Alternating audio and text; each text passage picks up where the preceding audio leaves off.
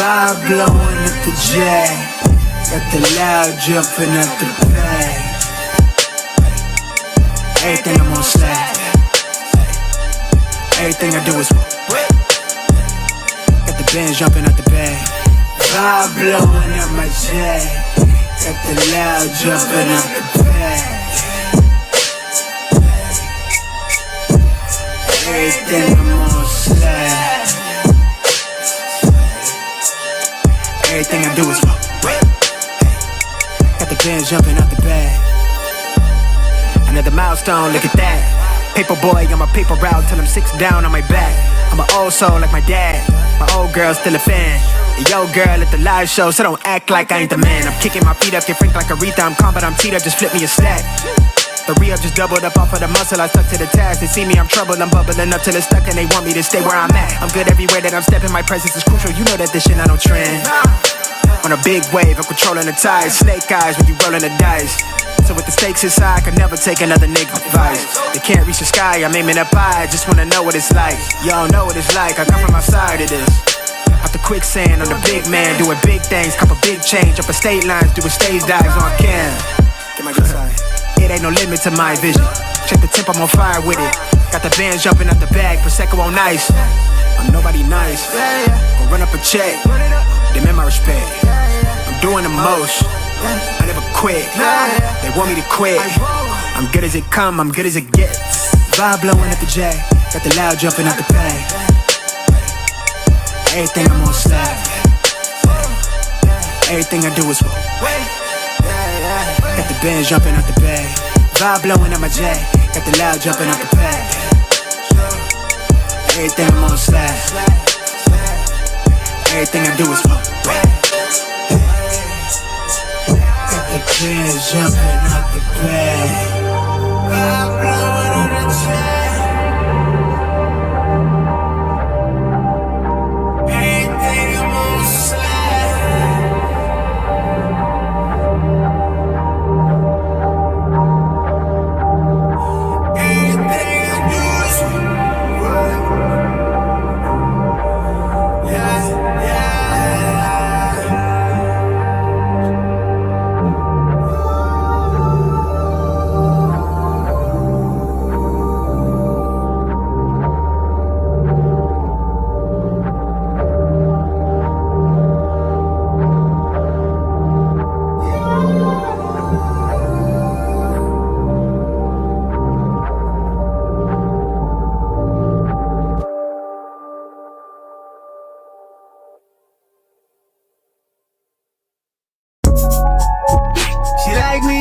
She might be what I need.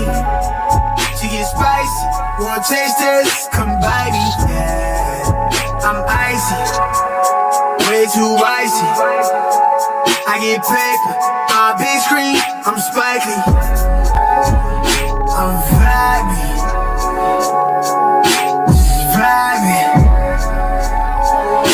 too wavy. I could tell they wanna get like me.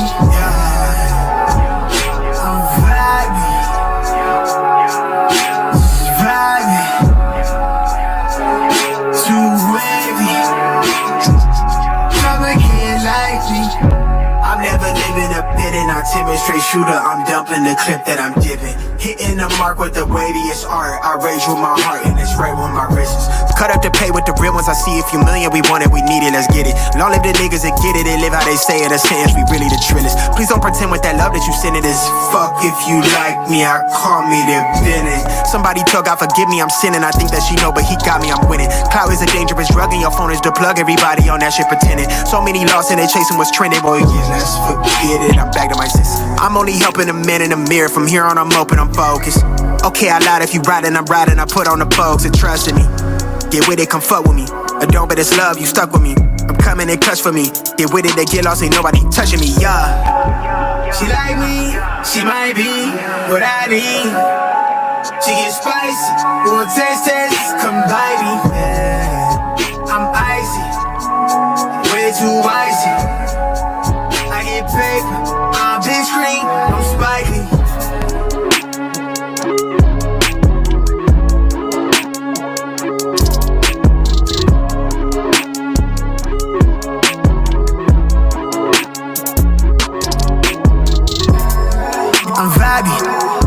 Just vibing, too wavy. They see they won't get like me. I'm vibing, just vibing, too wavy. Come and get like me. She like me, she might be what I need.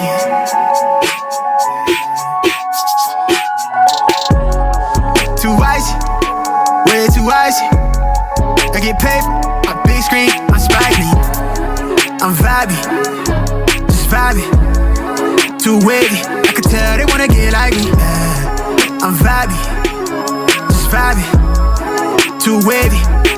Come and get like me. Before you tell me that I've changed a lot, take a minute to consider a lot has changed me.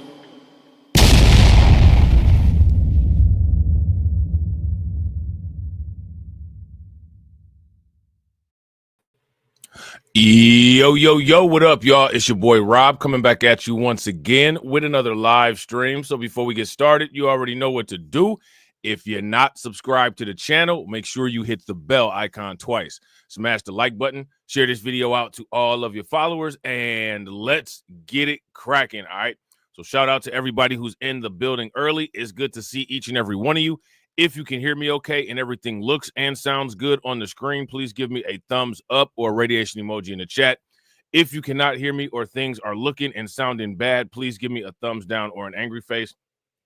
While you guys are doing that, I'm going to shout out everybody who's in the building early, all right? Shout out to Carlton Way. What's good with it, bro? Shout out to Sybil. What's good with it, Sybil? Shout out to Mod Extraordinaire Brooklyn Queen. Make sure you guys do exactly what Brooklyn Queen is saying to do in the chat. Shout out to my man AW1. Yeah, I heard about. As a matter of fact, I got a notification about it on my phone about that trade. You know what I'm saying? Antonio Davis. They traded him for old boy on the what? From the Mavericks or whatever. You know what I'm saying? So we're going to get into this. Shout out to my man Carlton Way. We're going to talk about some strange flexes.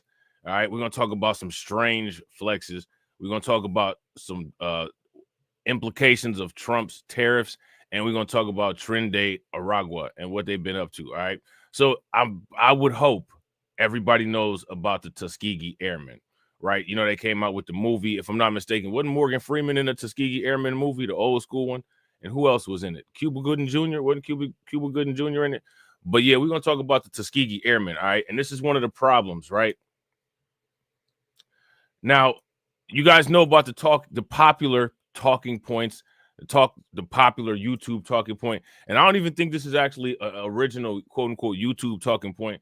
I think this is a talking point that a lot of YouTubers bit off of Dr. Claude Anderson, because I'm pretty sure I heard Dr. Claude Anderson say this, right? You know, when we're talking about quote unquote patriotism and quote unquote patriotic people and all that, right? You know, one of the talking points is quote unquote black people are some of the most patriotic people. We fought in all the wars. Now, you know, yeah, I think a lot of black people did fight in a lot of wars. You know what I'm saying? I don't really know how much of a flex that is. You know what I'm saying? Shout out to my man Carlton Way. Me personally, I classify that as a strange flex, because I'm going to tell you something. I'm not really fighting anybody's battle who has been doing harm to me. I'm not about to do that. I'm not going on the front lines of somebody that caused harm to me. I'm not doing that. If anything, if I did decide to go on the front lines or do something like that, you know what I'm saying? For the most part, I'm going on the front lines to, I don't know, do some espionage or something like that. You know what I'm saying? I'm not about to go on the front lines and support somebody who has historically harmed me. Would you guys do that? If you all would do that, give me a thumbs up. If you would not do that, give me a thumbs down. I'm not doing that. You know what I'm saying? I don't think that that's a flex. I think that that's a strange flex. I'm not going to sit up there and brag and say, you know, these people that had us as slaves for 400 years and these people that after slavery had Jim Crow set up and deny it to this day. You know what I'm saying? I went on the front lines and caught a couple bullets for them. They don't even treat the actual, you know what I'm saying? They don't even treat the quote unquote traditional American veterans with any respect. The majority of American veterans are mentally messed up. They don't get the type of health care that they need. And a lot of them are homeless and have adjustment issues when they come back from the military. And these are the ones who are the sons and daughters of the quote unquote OG Americans. So if they treat them like that, shout out to Goody Mob and shout out to Outkast, how you think they're going to treat you? But you know what I'm saying? People out here flexing, right? So in addition to the strange flex, right? First and foremost, you had a problematic strange flex, right? However, that doesn't take away from the accomplishments of the Tuskegee Airmen, right? The Tuskegee Airmen were extremely talented pilots, you know what I'm saying, who made their mark, you know, in World War II, right? The Tuskegee Airmen situation has been hijacked. It's been co-opted. It's been co-opted by the Democrats, as usual, right? It's been co-opted by the Democrats, and instead of giving credit to the Tuskegee Airmen and who they are and where they came from, it's been labeled as quote-unquote minorities. It's been labeled as quote-unquote diversity. It's been labeled as quote-unquote equity, quote-unquote DEI. And here's the problem, right? Oh, look what they did. Oh, look what they did. Oh, look what they did. Nobody stopped them from doing that. Let me ask you guys a question. Who came out the box and snatched them up? Hey, get off the Tuskegee Airmen, man. You know what I'm saying? Let that go. That's us. You know what I'm saying? Back up off that. You know what I'm saying? This ain't part of your political agenda. This is part of our history here in the United States, man. Get up off that. Who did that? Didn't nobody do it? Didn't nobody do it? A lot of what you see on YouTube is a bunch of people swinging in the air like Cuba Gooding Jr. on Boys in the Hood after the fact. After the fact. I don't really want to hear none of that after the fact.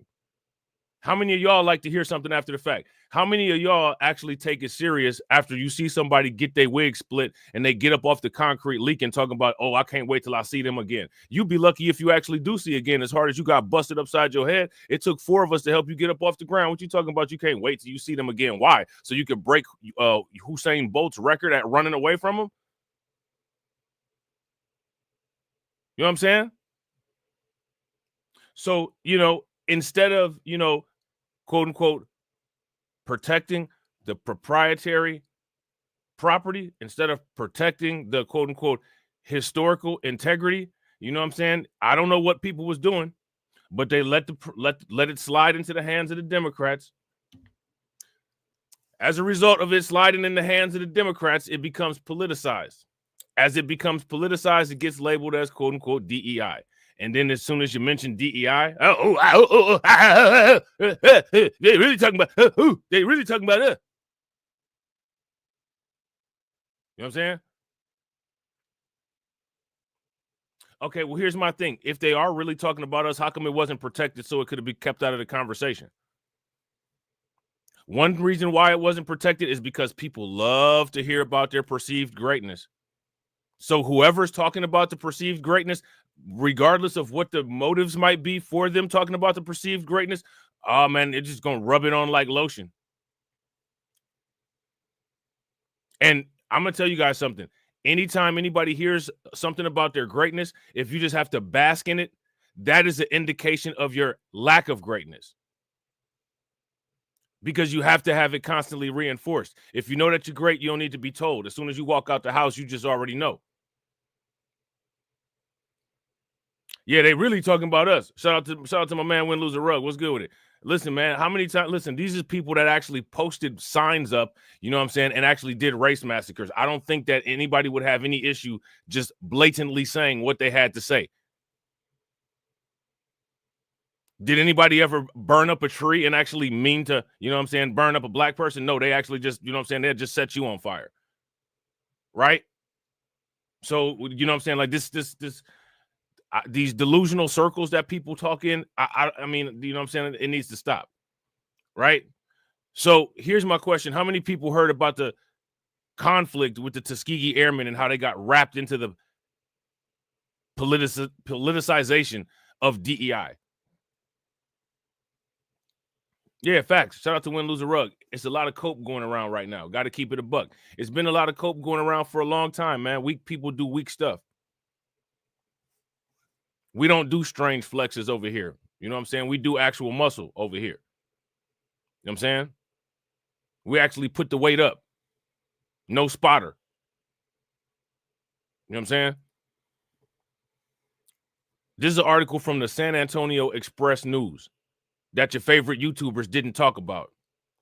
One Air Force training video on Tuskegee Airmen is still shelved. Now, let me ask you guys this question. Shout out to the social media aware, right? How many of y'all knew that they had even shelved this video about the Tuskegee Airmen? Here's a better question. How many people even knew that there was a video about the Tuskegee Airmen?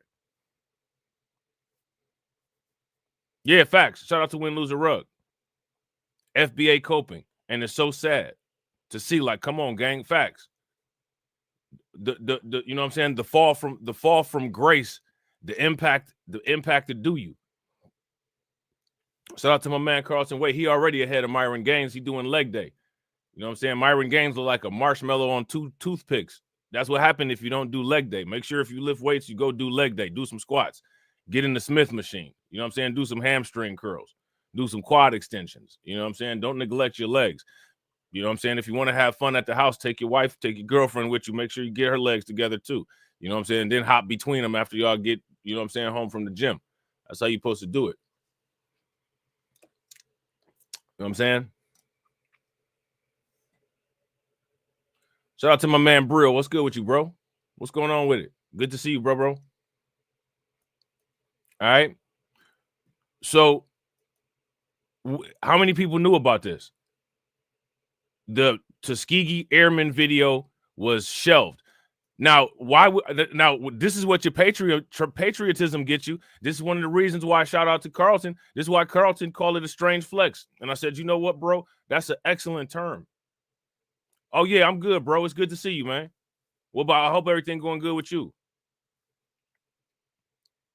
This is why Carlton calls it a strange flex. You do all this, you become an all-star unit. First and foremost, they didn't want you fighting in the World War II, right? Back then, they was on the DEI stuff. You know what I'm saying? Back then, they was on the DEI stuff. They didn't want you fighting in their war, but that magical, magical integration, right? Because, when we discuss integration, it's just something that happened magically. Somebody said abracadabra, poof, you know what I'm saying? And everybody was integrated. Nobody knows how it happened. You know what I'm saying? There was the abracadabra, poof, and somebody waved a Tommy Lee Jones thing from Men in Black, and next thing you know, poof, black people and white people was living together in the United States, happily ever after. Integration just happened. And then next thing you know, somehow magically, all the black people was broke because it's all magic, right? Shout out to my man, Mr. C. Hustle. It was magic, voila, magic, voila, magic. Yeah, it was voila, magic, right? Magic Johnson, Orlando Magic, David Copperfield, right? You know what I'm saying? It was magic. Or was it? So I want to ask y'all this question. Why did they remove the Tuskegee Airmen? Aren't the Tuskegee Airmen American patriots? Aren't they American veterans? Aren't we supposed to, quote unquote, honor our veterans, thank our veterans? Apparently not if you're a Tuskegee Airman. But it's a flex, though. This is what we bragging about. We're the most patriotic people. We fought in these people's wars. And then this is how they treat you. Yeah, that's right. Go ahead and lead a chat. Go put your head down, because you should. Right? How's this a flex? The Tuskegee Airmen were a superior group of pilots. The Tuskegee Airmen were key in the victory of the United States in World War II. The Tuskegee Airmen are people that Black Americans should really hold in high regard. And holding somebody in high regard means to protect their legacy from antagonistic outsiders.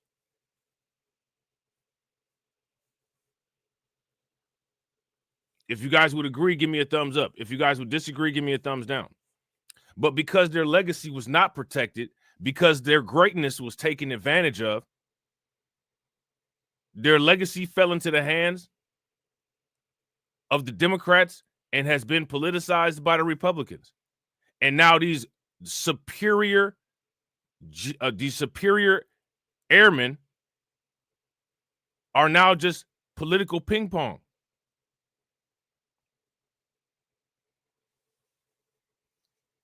They're political ping pong. Now, let me ask y'all this question. Why would they have a Tuskegee Airmen video instructional in the military to begin with? Why would they have that? Do you think that it was showing any of the techniques that the Tuskegee Airmen used to make them great? No. The transparent, skin color lacking, and skin color obsessed people who only focus on color, right, had to get rid of this because they called it DEI.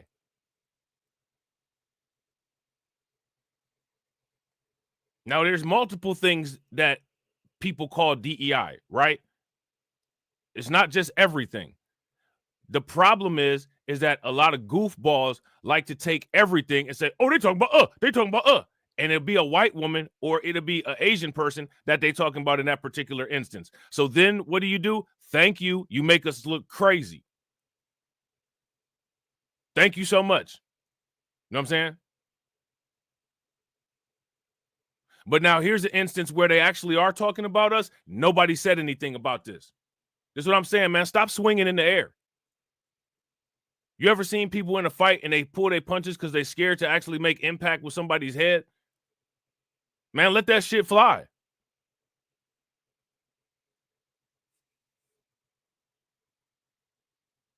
These people be pussyfooting, man. How many people ever heard that term pussyfooting, man? Stop pussyfooting.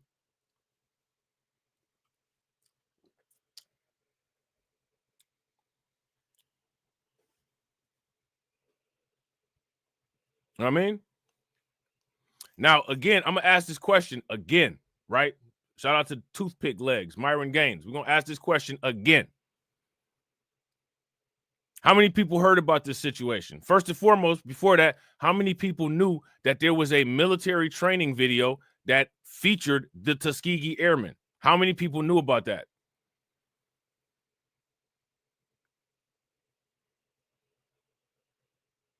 If you knew about that, give me a thumbs up. If you didn't know about that, give me a thumbs down. Shout out to Biggie. If you don't know, now you know. Now, the instructional film depicts the World War II black aviators as proof that racial diversity strengthens the military. Now, why would the skin color obsessed people use it to show that? I thought it wasn't about race. Actually, I didn't. You know what I'm saying? But sure, let's play, right? I thought it wasn't about race. Why didn't they show these Tuskegee Airmen as superior airmen like they were? Why didn't they show them as competent pilots like they were? This very same country wants to depict any aircraft that crashes as the fault of quote unquote DEI. And then you got the people that say, oh, they talking about Now they talking about when we don't really fly planes all like that, but okay. But here go an instance when we do fly planes, and when we did fly these planes, we was better than everybody else. But we were the best men for the job. The Tuskegee Airmen was the best men for the job. White people classify them as DEI. You know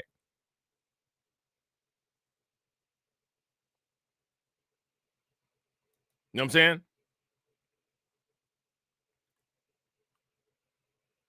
This is proof that racial diversity strengthens the military. I thought competent air people, competent pilots would strengthen the military. So my question is, which one is it? See, we're not the only people that like a dual reality. Everybody likes it.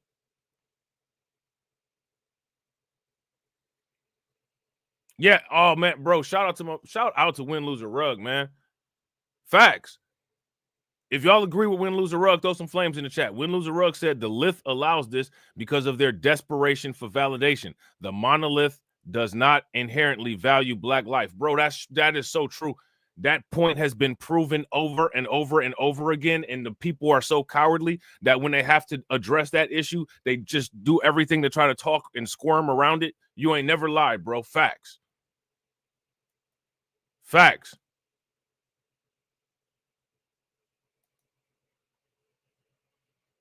Now, instead of presenting the Tuskegee Airmen as the people that their critical race theory ancestors, critical race theory grandparents didn't want to have in the military, if I was the Tuskegee Airmen, my only issue with the Tuskegee Airmen is y'all should have took y'all talents to South Beach.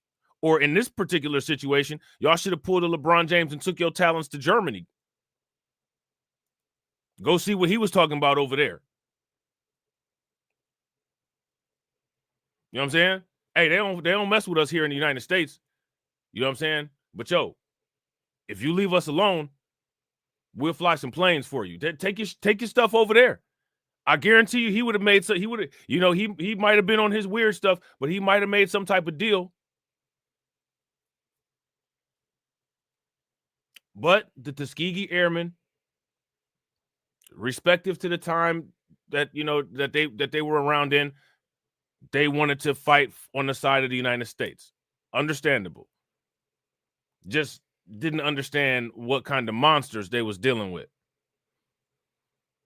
They might have been dealing with some monsters that was worse than the ones that they fighting against. And I don't care what anybody think about that, because these is the monsters that affected my people. I don't have to give a fuck about the monster that affected anybody else. This is the monster that affected us.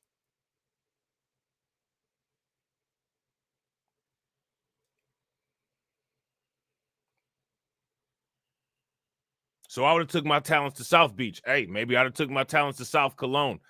Took my talents to South Belgium. The United States don't want you. But instead,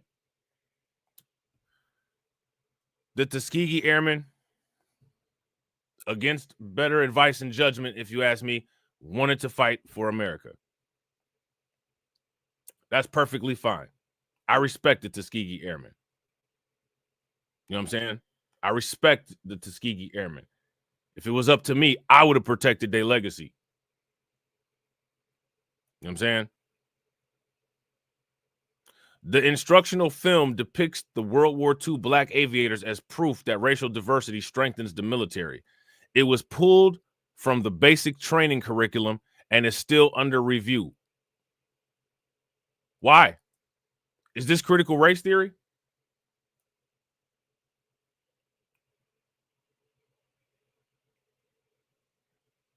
Now, Secretary of Defense Pete Hegseth has been a fierce critic of diversity, equity, and inclusion programs, contending that they have undermined military readiness. Now, let me ask you this question. If all lives matter, right, and the Tuskegee Airmen are American, if they're American and on the American military, then how is that diversity, equity, and inclusion? Oops, see how I did that, right? See how I did that? Anybody can do that.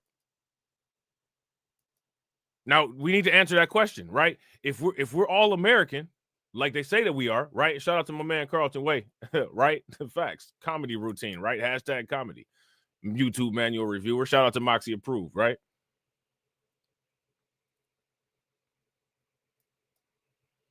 If we're all American, how is it diversity, equity, and inclusion? Is there anybody that's not American on there? No, it's 100% American. So where's the diversity at? What are white people really talking about? Oh, why are you just mentioning white people? Because white people are the ones that say all this stuff.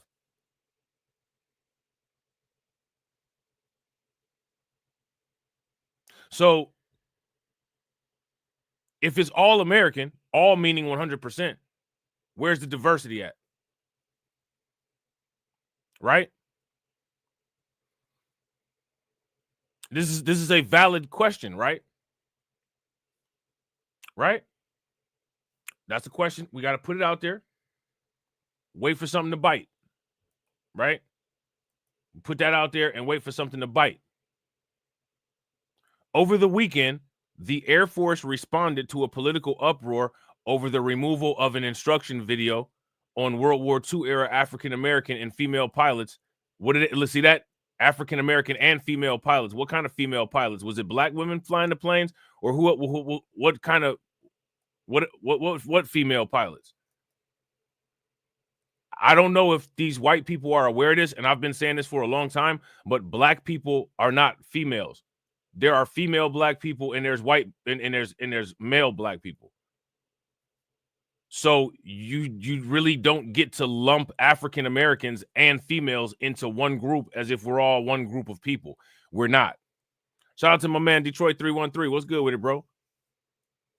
Yo, make sure you leave a comment after any one of the videos so I can drop a wrench on you, bro. Right? Shout out to my man Carlton. Carlton says, we fight in the wars. Come home, stand up for the national anthem, and hand over the heart while listening to that diss song. Yeah. Strange flex, right? Strange flex. Pound your chest. Put your fist in the air. Right? Shout out to Win Loser Rug. Win Loser Rug said, the Lith has dragged us into so many unnecessary fights, and now we get associated with absolute nonsense. Facts. People have rendered themselves obsolete and then wonder why nobody listens to them, and then continue to validate the obsolescence. Somebody make it make sense. Somebody please make it make sense. You know what I'm saying? So now, again, how many people talked about this? How many people talked about this? As much as everybody been going in and talking about the DEI and all this, didn't nobody talk about this? The very people who always say, well, you know, like there needs to be focus on what happens with us. But didn't nobody focus on what happened with us? You know what I'm saying? So now here it says, however, a third video from the same basic training course that cites the all-black Tuskegee Airmen as evidence that diversity strengthens the military is still being held out of the classroom, the San Antonio Express News learned. All right, now let me ask you guys about this, because this is what the white people of today will say. This is what people like the Quarterling will say. You know what I'm saying? This is what people like Tim Pool will say. Well, I mean, what's wrong with those people? Why did they have an all-black unit? Why was the Tuskegee Airmen an all-black unit, ladies and gentlemen? Let's educate the idiots, shall we? Why was the Tuskegee Airmen an all-black unit? Was it because of black supremacy? Was it because of black supremacy?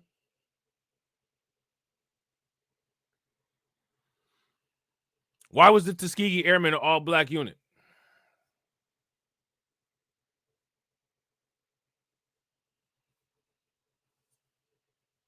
Was the Tuskegee Airmen the all-black unit because, oh my God, I mean, we see who's really the real racist. Is that it?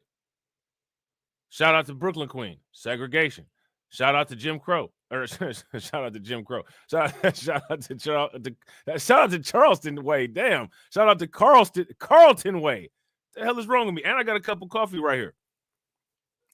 Charleston Way. You need to make another account called Charleston Way. Oh man, that's hilarious. Oh man. Jim with Crow. Yeah, Jim with Crow. Facts. The whale. Racism whale out here. You know what I'm saying? The racism whale. You know what I'm saying? The bullshit and bear meat market, right? So now here it says that video titled Breaking Barriers, the Race Barrier, is the only one in which the word quote unquote diversity is heard. Unlike the other two, it explicitly makes the case that gender and racial diversity enhance national defense, a stance at odds with Hegseth's and President Donald Trump's assertion that an excessive focus on quote unquote diversity and woke ideology has undermined military readiness. Now, I want everybody to sit back and seriously break this down. Let me see this real quick. Look at this. Hold on real quick. How long is this? How long is this? Oh, okay. All right, bet. It's not that long. All right, so let's take a look at this. I guess this is the video. Right? I guess this is the actual video. So let's check this out real quick. I don't know why they got this connect and subscribe thing so damn big that you know what I'm saying, but let's just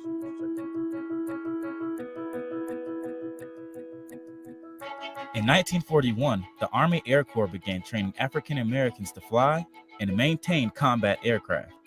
The military selected the historically black. They began teaching black people how to do their dirty work for them. That again, you know what I'm saying? Like, Now, then you have somebody like Ron DeSantis that say, see, our racism taught you skills. Listen, I'm going to tell you something. Their racism didn't teach the correct skills. People should have picked up on how to destroy that nonsense. But for some reason, that wasn't what was picked up on. People became competent in further doing what these people say. I'm going to teach you how to fly this plane so that you can fight this battle with these people that you don't have no beef with. Okay, boss. Yeah, boss. Okay, boss. Shout out to Mike TV with the King Richards clip. Yeah, boss. Yes, yes, boss. Yes, yes, boss. Y'all remember that? Shout out to my man Mike TV with the King Richards clip. Yes, yes, boss. Yes, yes, boss.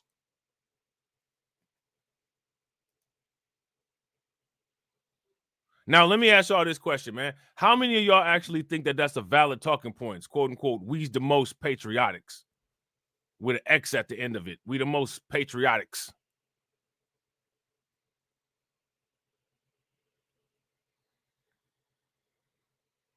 Like I said, me personally, I don't think that's a flex. Honestly, I think that's being a simp. You're being a simp. Any black person who flexes on American patriotism is a simp. You a simp. You're a simp by definition. You are willing to put your life on the line for somebody that don't care if you're breathing or not. You're a simp.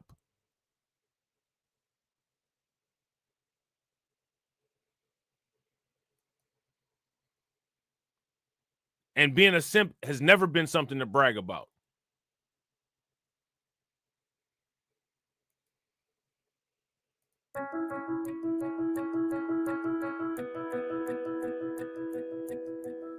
In 1941, the Army Air Corps began training African Americans to fly and maintain combat aircraft. The military selected the historically black college, the Tuskegee Institute, to prepare their newest pilots. These men became known as the Tuskegee Airmen. Tuskegee had the facilities, engineering and technical instructors, and a climate for year-round flying. Tuskegee Airmen overcame adversity, segregation, and prejudice to become one of the most highly respected. They did all of that to put their life on the line to possibly die. Like, just think about this. Shout out to my man Jay. What's good with it, bro? They put their lives on the line to do all of this to possibly die. They had to fight to ask these white people to allow them to be, for the most part, basically target practice. And then they went and did it anyway.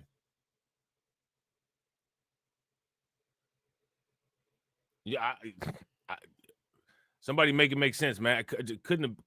Shout out to them. Couldn't have been me. Fighter groups of World War II, executing more than 1,200 missions.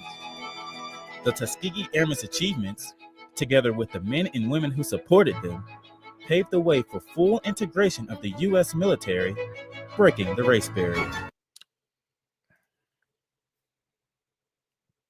Man, hindsight is 2020, ain't it? I don't think hindsight is actually 2020.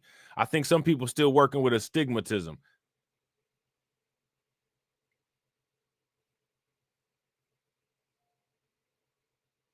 I think some people are still working with astigmatism.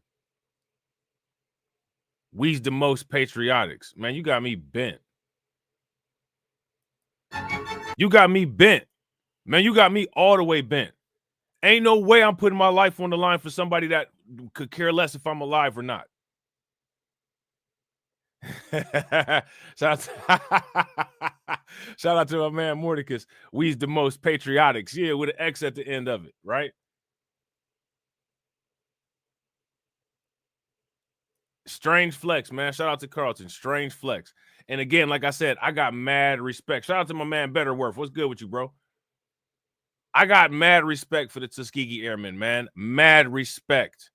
Mad respect. And again, like I said, you know, it's 2024. The times were different.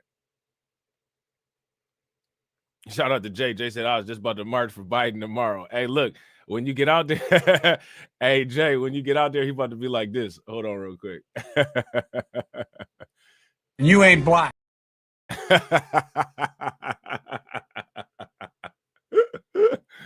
Oh man, that's hilarious. But this is strange flex, man.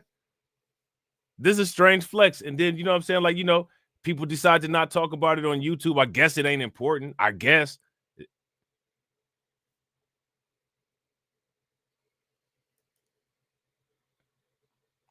I think the reason why people don't talk about this on YouTube is because it kind of shows like, yo, where was the legacy management? People should have been managing the legacy of the Tuskegee Airmen.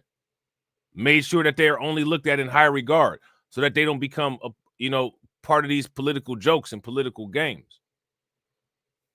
Shout out to Carlton Wake. Carlton said, yeah, strange flex. Hopefully people will overcome this learning curve. It shouldn't be that hard. It's flat. It's not like they got to go uphill on ice skates. Some motherfuckers are always trying to ice skate uphill.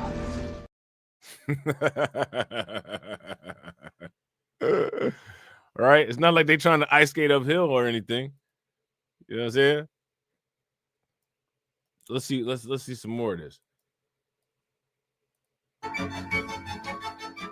Airmen today, military or civilian, active, guard, or reserve, bring unique skills and perspectives to the team, making our Air Force. The Tuskegee Airmen was a superior unit in the Air Force. Only today for white people to say black people are responsible for all the planes crashing. Man, strange flex, man. You got me bent. Ain't no damn way I will fly anything for any of these people except for a flag saying, get the hell out of my face.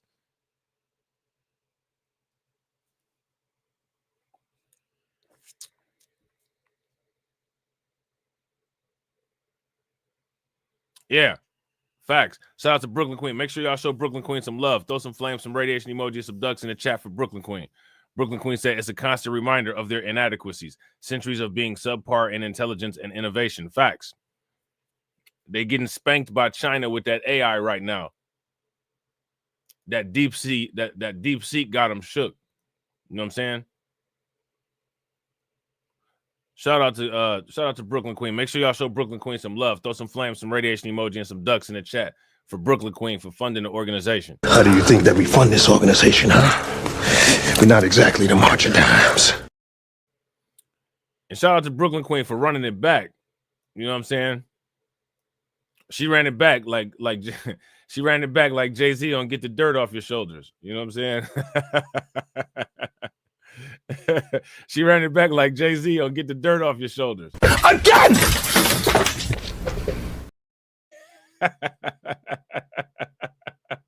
How do you think that we fund this organization, huh?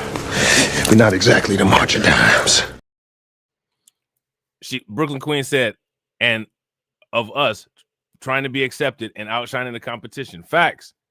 And then after we get accepted and outshine the competition, oh, you know what? We could use them. They should have formed their own military. They should have formed their own group of private mercenaries and charged the United States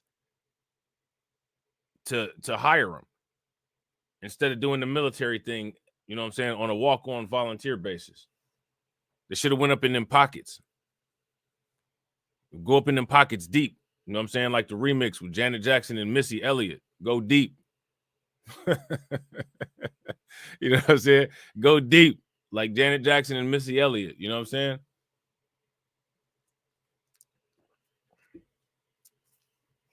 But it's all good, though. You live and learn. Force more agile, innovative, and effective. With the challenges we face today, we must leverage the diverse backgrounds and talents of every airman to meet the growing demands for air, space, and cyber power. Diversity among our airmen is the key to unlock the innovative potential our Air Force needs to turn challenges of today into opportunities for tomorrow. America don't deserve diversity.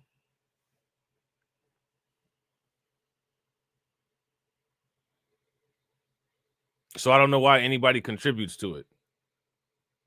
I'm anti-DEI too. How you like that? Shout out to Brooklyn Queen. Yeah, mercenaries. Hey, listen, man. You know what I'm saying? Like, y'all don't mess with us anyway.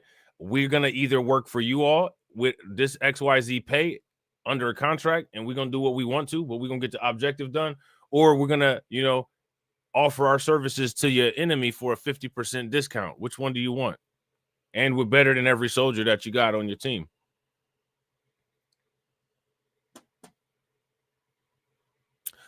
I don't understand why people don't know how to play rough with people. Y'all need lessons in how to play rough?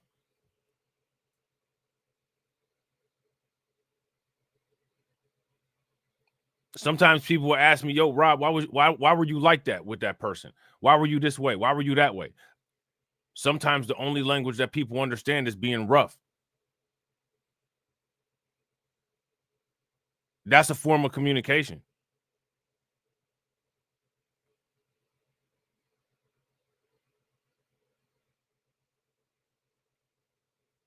It can't be hugs and smiles all the time. You know what I'm saying?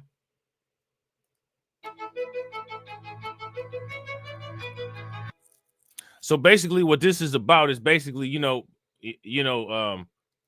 basically this is white people saying, you know, we can use these people, basically, is what this is.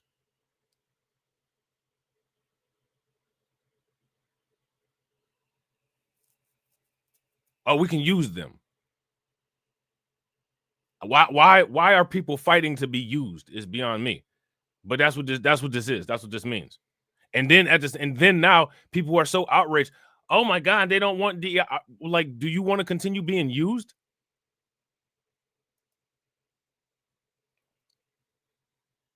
Let me ask y'all this question. How many people want to continue being used? If you want to be used, give me a thumbs up. If you don't, give me a thumbs down. I mean, if you want to be used, I mean, you know, hey, well, then this is for you, right? But if you don't want to be used, I mean, I don't really understand, because the DEI thing basically means, how can white people use you for their benefit? Because let me ask, when it comes to DEI, we don't have businesses that are majority of all of us, and we need to diversify them, right? So that's not going to be applying to us anywhere. Right? So it's not like we're going to be using anyone. We should be. That's not to say that we shouldn't be. That when I say that, that's not to say that like, oh, you know what I'm saying? Like, yo, we out of the thing. Nah, I mean, we should be using people. You know what I'm saying? But it's difficult when you're the one that's getting used. You know what I'm saying?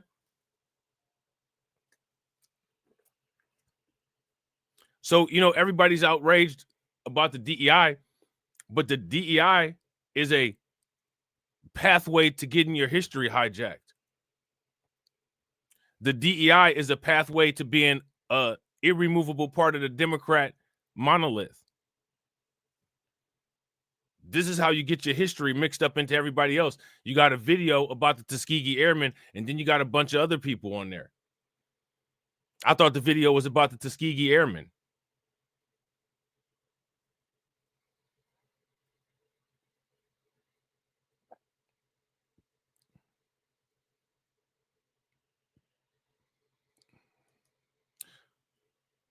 Videos about Fat Joe are more popping in the algorithm than this amongst the quote-unquote prideful people. Just thought I'd throw that out there because I can, and hopefully it put a knot on somebody's head if it made contact.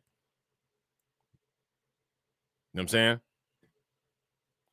So now here says the narrator of Breaking Barriers says members of today's quote-unquote racially integrated Air Force bring unique skills and perspectives to the team, making our Air Force more agile, innovative, and effective. So basically that means the throwaway people, we now have a use for them. And that's all we have is a use for them. We don't have no love for them. We don't have no appreciation for them. We don't have none of that. We just got a use for them. They can help us win. They can help us win, and then we can still turn around and treat them like shit and say we didn't do any of this. But let's pride ourselves on we contributed to this by helping with this war. Strange flex, right? Strange flex. Who flexes like that? Let me ask y'all this question. If you was on a basketball team and your team lost and you scored 2 points, but the problem with your 2 points is that you scored it for the other team, So you scored 2 points, but the points went on the other team's scoreboard. And then after the game, you go around and say, well, I scored 2 points. Yeah, but you scored 2 points for the other team. Strange flex. Strange flex. You know what I'm saying? Like, you should be bragging about the points that went for the tally under the team that you're playing on. But you suck so bad, you scored points for the other team. Now you're going around saying you had a high field goal percentage. Yeah, for the other team.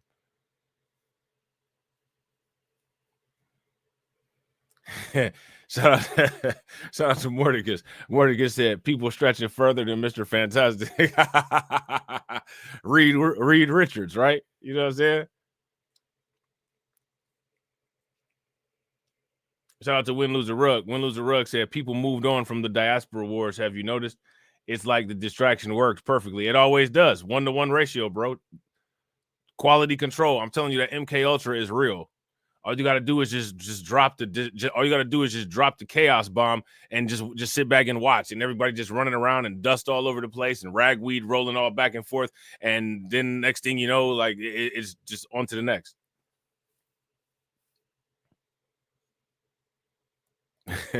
It's just on to the next. You know what I'm saying? Like, it's like, okay.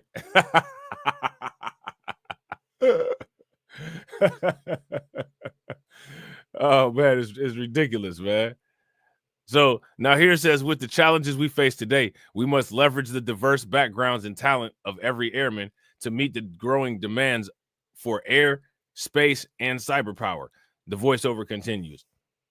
Diversity amongst our airmen is key to unlock the innovative potential to turn challenges of today into opportunities for tomorrow. Listen, they always utilize quote unquote diversity for opportunities tomorrow. I don't understand why so many black people participate in the Olympics wearing the United States, athletic apparel.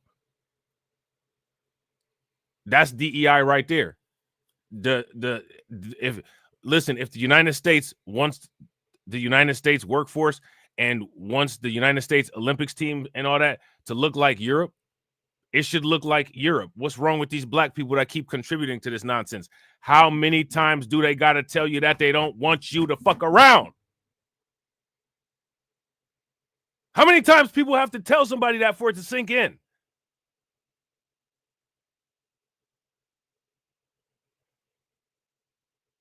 How many gold medals can they win on their own? The dream team, Michael Jordan. You know what I'm saying? The new dream team, Kobe Bryant, LeBron James, and all. What are you doing? And then people turn around and brag about it instead of saying how crazy it is and how it don't make any sense. How many times do the people got to tell you? Pete Hegseth and Donald Trump tell you they don't want you around. At a certain point, man, if somebody keeps on telling you so, I mean, at a certain point, right? Let me ask you this. Now, if you tell somebody, yo, you know what I'm saying, like, stay at arm's length, you in my space, you in my personal space, and then you keep evading the personal space, and then you get into a fight because that person has told you to stay out of their personal space 3 times, and then, you know what I'm saying, they defend themselves when you come into personal space. I mean, if these people keep telling you we don't like you, we don't like you, we don't like you, we don't like you, we don't like you, and you keep on it, at some point, right? At some point, you have to assess who's the one with the actual obsession, who's the actual stalker, who's the actual one that's not respecting the space. I mean, how many times do it have to be said?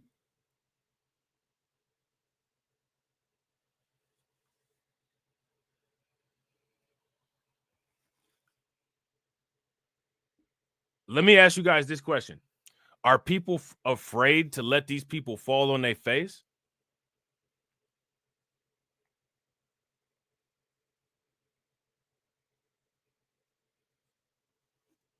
Yeah, I mean, that's shout out to Brooklyn Queen. That's DEI, right? Simone Biles is next. She's done flips, acrobatics that other people can't even perform safely. They'll erase her legacy too at some point. Yeah. And then people will say, we's the best athletes. We's contributes the best to America. Look what we's did in the Olympics. Like, I mean, come on, man. Shout out to Dr. Claude Anderson. This is what Dr. Claude Anderson was. Nobody ever talks about that part that Dr. Claude Anderson was talking about when Dr. Claude Anderson said the inappropriate behavior of black people. Now, you know what I'm saying? Go ahead, unsubscribe. Go ahead, leave a chat. I don't give a shit. Your boy Dr. Claude Anderson said that. Shout out to Dr. Claude Anderson. Much respect to Dr. Claude Anderson. But you know what I'm saying? Like the great older thinkers be getting me in trouble a lot of times because I'll say the stuff that they said and then people be mad at me because it sounds some kind of way. But that's all right though. I got your back. I'll say it. I'll be the bad guy. I ain't scared of none of these bitch ass motherfuckers. They're not gonna do shit to me. So I'll go ahead and do it. I'll go ahead and say it. Right?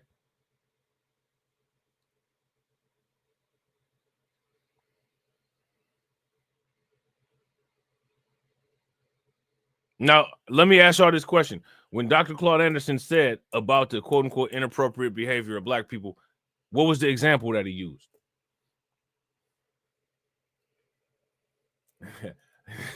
Bro, facts. Shout out to Mordecus. Mordecus said Neely Fuller and Dr. Claude Anderson been cooking the lift for a hot minute. Bro, they've been bro, Neely Fuller Jr. and Dr. Claude Anderson been roasting the fuck out of these lame brain laymen. And that's one of the reasons why, like the dark parts of the Neely Fuller Jr. and the dark parts of the Dr. Claude Anderson, don't nobody ever say anything about that.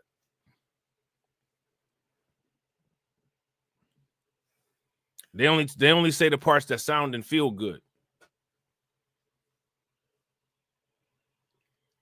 And then they try to intimidate other people out of talking about those parts. They try to intimidate other people about bringing light to that stuff by anytime anyone goes in a direction sounding like they're about to say something that they say on that side of the game, they immediately start attempting to coon shame them or coon attack them. No, look, man, nobody's scared of that stuff, man.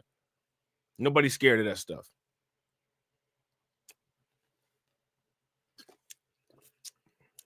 I'm not scared of these people that these people claim is invincible. You think I'm scared of you? You know what I'm saying?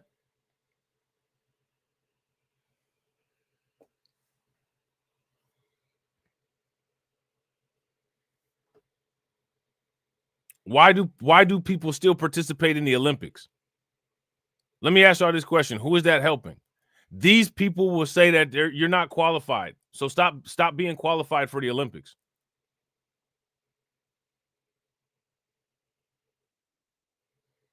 I need to know why are people so invested in the integrity of them not falling on their face? Because I'm just gonna keep it a buck. How many people would agree? In many cases, it's us and our actions that keep them from falling on their face. Our participation. They should have let them fall on their face in World War II.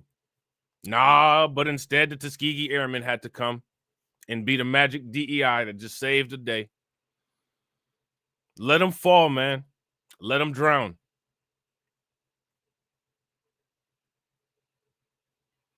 If you don't let them drown, you're part of the problem.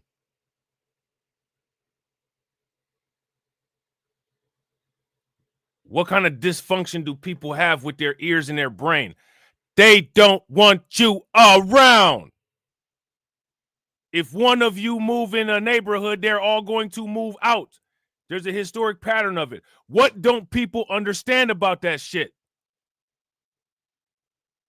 God damn, it's not like somebody trying to get somebody to figure out how to do particle physics or string theory. It's some basic shit.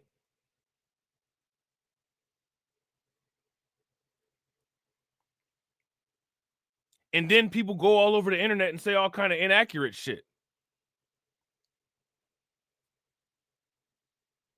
Let me ask you this. Do people actually value themselves? Do people create self-valuations based on how other people feel about them? If you base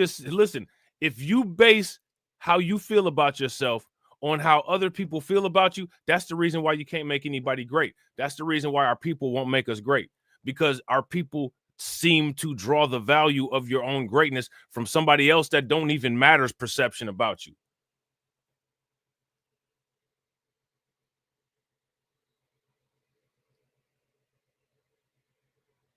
Shout out to Carlton Wade. Carlton says some people have a dependency syndrome. Facts. Shout out to Win Lose a Rug. Win Lose a Rug said, yeah, bro, that's the Liths programming. Bro, facts. The Liths programming. 60 years voting Democrat at an 80% ratio, damn near a 1-to-1 ratio. We not a monolith. Get the hell out of here with that shit. We a monolith like a motherfucker.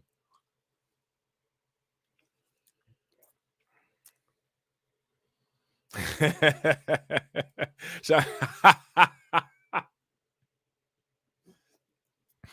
out to Brooklyn Queen. Brooklyn Queen said every fucking time. Strange allegiances. Shout out to Carlton Way. Facts.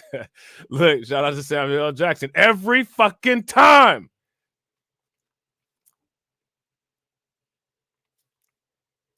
You know what I'm saying? Every fucking time.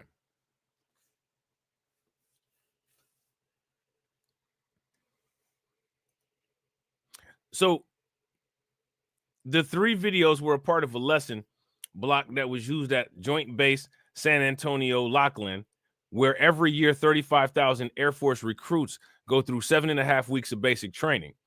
The lesson block, look at this. The lesson block was shut down last week so Air Force officials could vet it for compliance with Trump's new executive orders banning federal diversity, equity, and inclusion initiatives. So now we got to ask the question, why did they frame the video in that way?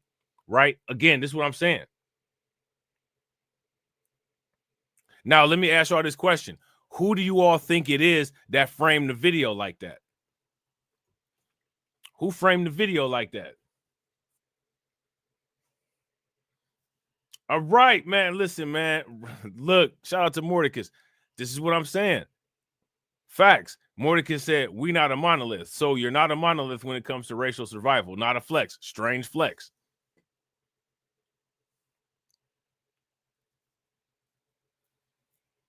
Strange flex.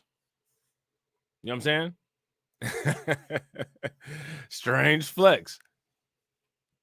Shout out to Win Lose a Rug. Win Lose a Rug said, think of the Liths hierarchy. 1, celebs. 2, Democrat shills. 3, the women and the rainbow crew. 4, the thugs and the simps. All our subgroups reliant on their outside perception. Facts. Facts.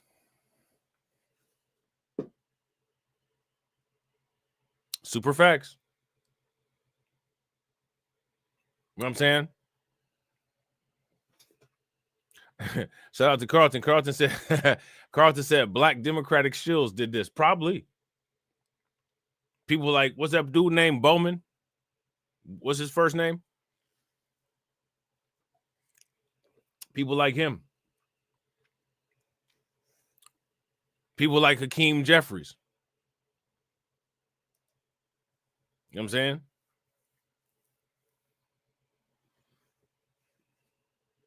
People like Nina Turner. Charlemagne.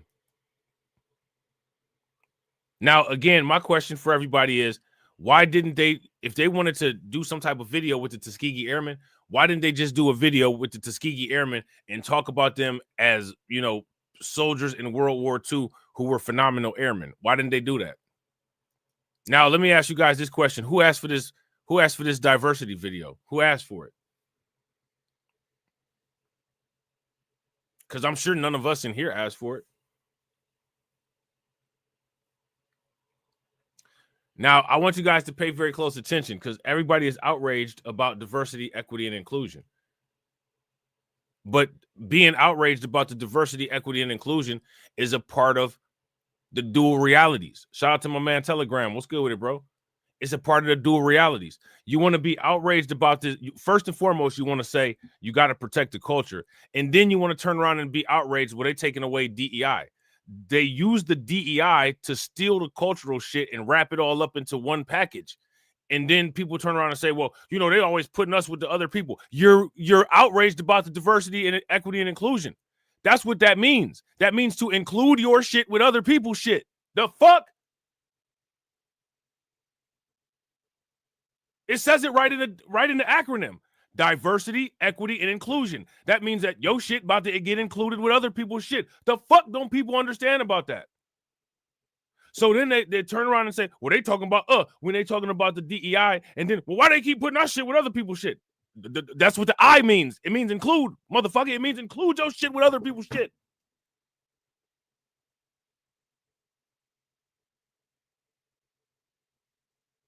Like, a lot of these questions are self-answering questions. Would you guys agree? If you guys would agree, give me a thumbs up. If y'all disagree, give me a thumbs down.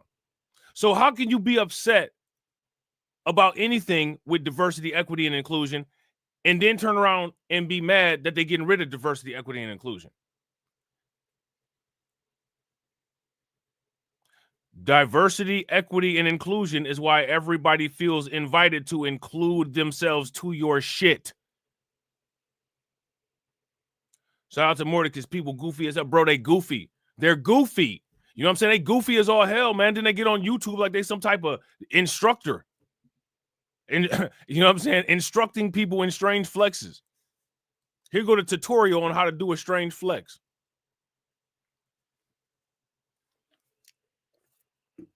Let me ask you guys this question.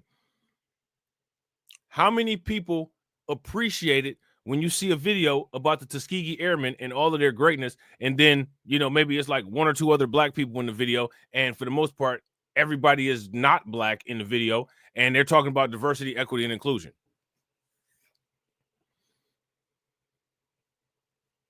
But then somebody turn around and say, they attacking us, getting rid of diversity, equity, and inclusion. Listen, man, you know what I'm saying? I don't know if there's necessarily a need to, quote unquote, do any attacks on the captive. You already captive.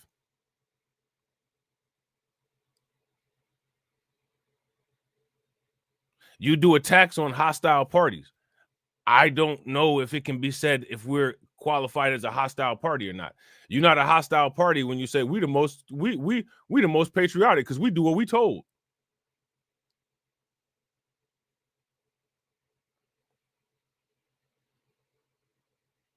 I don't know if that's how that works. It doesn't seem like it makes a lot of sense. Right? But I just don't know how that works. So now here's my question. And again, right? Because let's talk about the diversity, equity, and inclusion. The diversity, equity, and inclusion is how you get immigrants included into the 14th Amendment, right? Isn't that a big diversity, equity, and inclusion mix-up? You got all of these people that have nothing to do with slavery somehow benefiting, getting into the country, and getting what the 14th Amendment was supposed to get you based on the history of our ancestors in this country.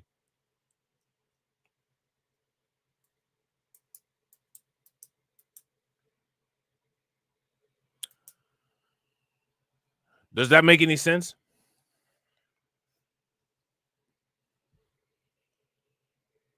Somebody please help me out. Somebody please explain. Help. Help me. Help me, please. You know what I'm saying?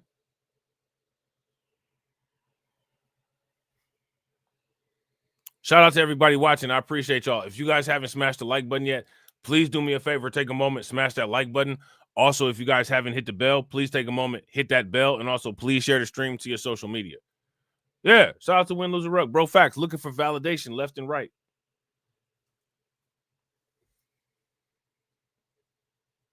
So now when they're trying to attack us with diversity and inclusion, they have already attacked us with diversity and inclusion. They attacked us by diversifying and including themselves into the 14th Amendment, which is why now everybody's outraged about the immigration, right? Look at how the legacy of the Tuskegee Airmen is torn up, taking the video out of the archives at the Air Force because the Democrats decided to not focus on the greatness of the Tuskegee Airmen, but, you know, focus on the fact that white people can use black people. It's already known that white people can use black people. We got 400 years of slavery history in the United States to substantiate that.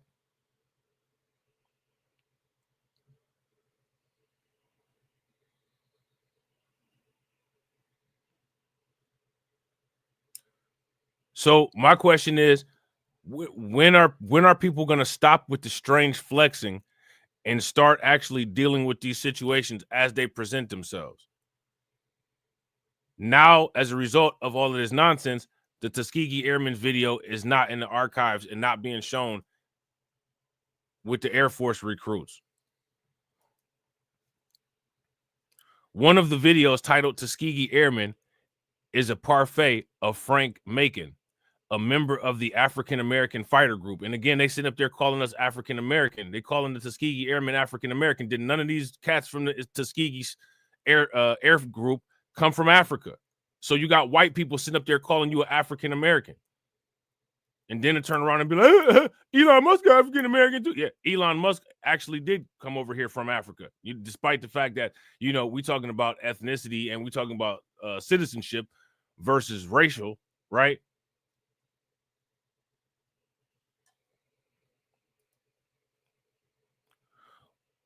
Now, I want to ask you guys this question as far as the quote-unquote African-American thing, right?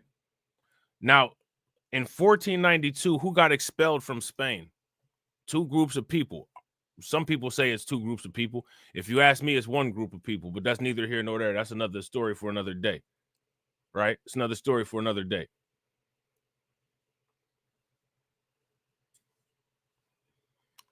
They call it two groups of people. One of them begin with a J, the other one begin with an M. If you ask me, they're the same people, but that's neither here nor there, right? The same way I don't really rock with the out of Africa theory. I got a lot of strange stuff about me that makes sense, right?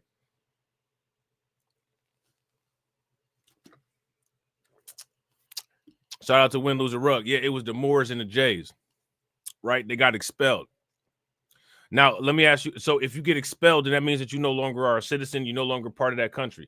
You're no longer part of that culture. You're expelled, right? Let me ask you guys this question. If you've been made a slave and sold off, is that expulsion?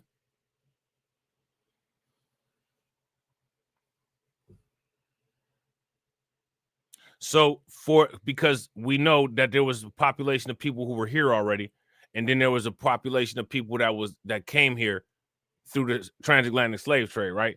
So if you're somebody that was part of the transatlantic slave trade, right, and just so people are aware, despite the diaspora wars and popular YouTube thought and cult mentality, the people, the tethers, you know what I'm saying? The tethers that are not African, they're descendants of the transatlantic slave trade as well. Yeah, you know what I'm saying? Like the people in Brazil, the black people in Brazil, the black people in the Caribbean, the black people in Guyana, the black people in Jamaica. Those are the first places that the slave ships dropped people off at. So yeah, you know what I'm saying? Like there's that. Right? But those would be expulsions, right? Because they was selling people. People had no rights there. And they used logistics, and they collaborated with Europeans to expel massive amounts of slaves to other people, to other places in the world. Yeah, facts. Shout out to Mordecus. The Moors been working with them nano hats. Facts. If you ask me, they got their own nano hat. It's called a fez. You know what I'm saying? And they have, like I said, that's a whole nother conversation. Listen, I'm gonna tell you. You know that black box that's in Mecca? Yeah. See, this is why people got to understand math. The black box unfolds into a particular star with 6 sides, or with 6 points. And then if you fold the star back up, it'll fold up into a box. And ask yourself what the color is that's associated with that particular belief system, right? It's black. The color, right, is black. That's associated with the number 6. It's associated with carbon. That's associated with Saturn. But again, that's another story for another day.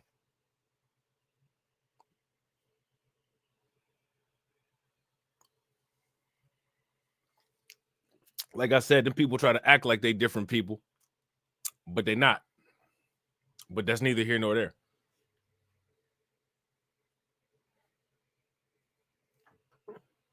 That's neither here nor there. Shout out to Mordecus. Mordecus said the secret collaboration between black people with nano hats. Right.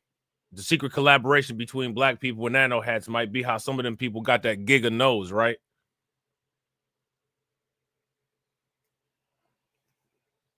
That might be how them nanos got that giga nose. They got that kilo nose. Right? We doing it metric system.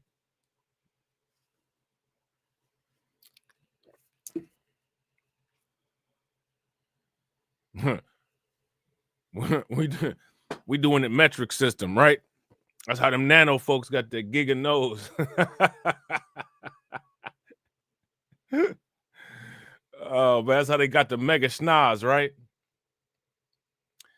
So one of the videos titled Tuskegee Airmen is a portrait of Frank Macon, a member of the quote-unquote African-American fighter group, which was based at a Tuskegee Army airfield in Alabama.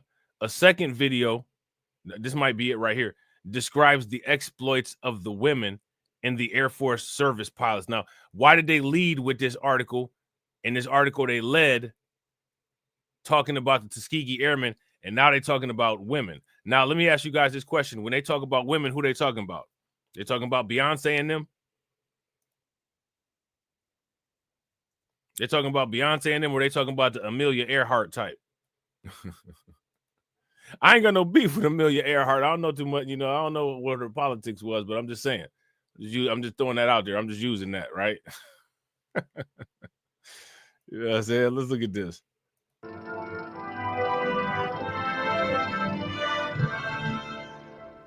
Pioneers, heroes, role models. All words used to describe the first women in history to fly U.S. military aircraft. They were called Women Air Force Service Pilots, a select group, more than 1,000 strong. Now, this is DEI.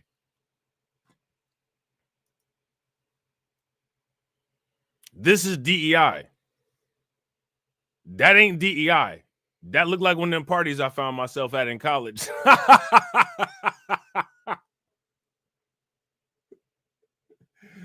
Oh man, look, that ain't DEI. That look like one of them parties I found myself at in college. You know what I'm saying?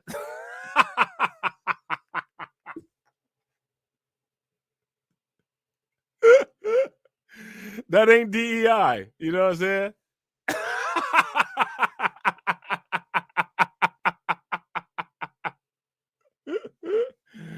Oh man, that's hilarious, man. Right? Is it where the DEI at?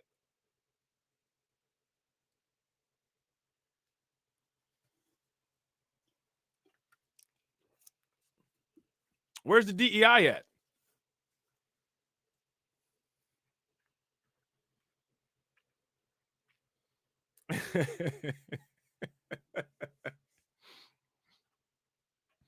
That don't look like DEI. That look like Thursday, Friday, or Saturday of freshman year of college is what that looked like. You know what I'm saying? That don't look like DEI.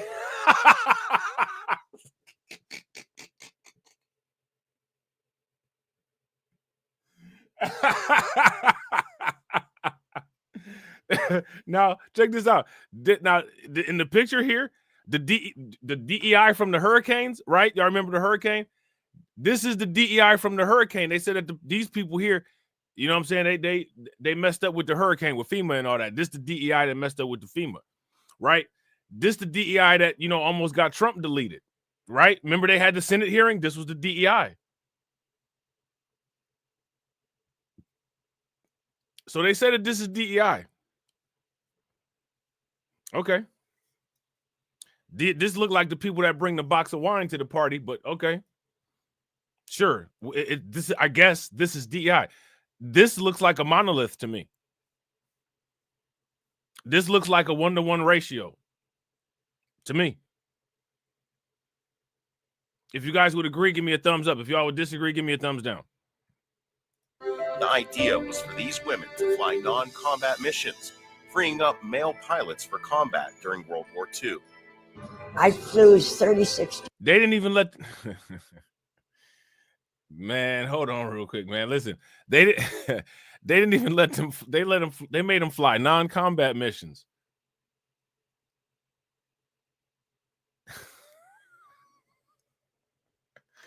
They made them fly non-combat missions. We scared y'all gonna mess something up. Just here, go deliver this mail, and we'll put U.S. Air Force on the plane. But just go drop this envelope off. Seriously?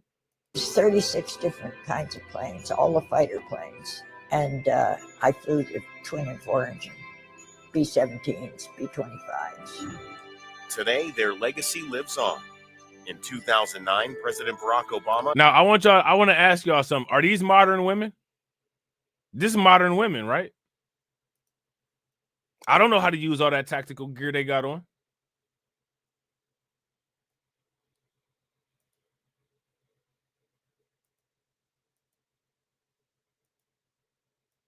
Look at, they got the black and white pictures of the modern women. This is legacy modern women right here. She a legacy. Shout out to Grandma Betty Blake.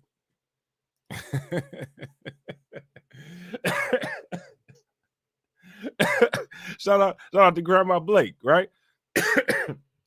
Grandma Blake put you on your ass. She a modern woman. She got arthritis and she put you on your ass.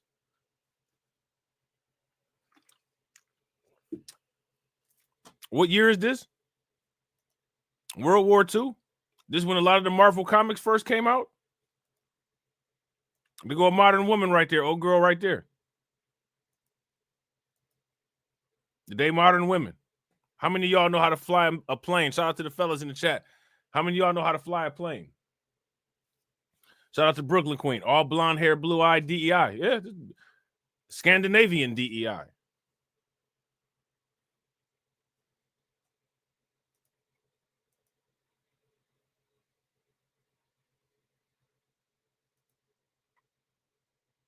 It's a lot of different it's a lot of different DEIs. Right?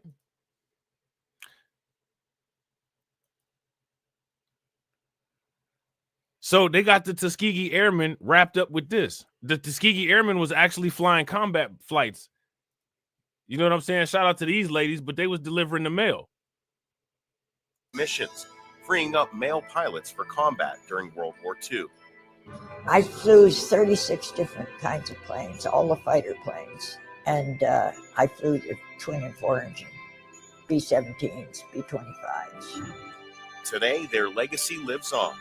In 2009, President Barack Obama and Congress awarded the Women's Air Service pilots the Congressional Gold Medal, saying they answered their country's call in a time of need while blazing a trail for the brave women who have given and continue to give so much to this nation. Thank you for your service, for your sacrifice, and most importantly, for the example. Are these modern women?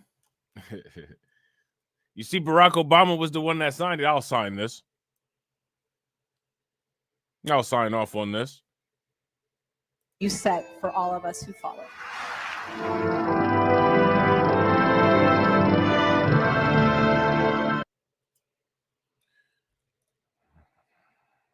What y'all think?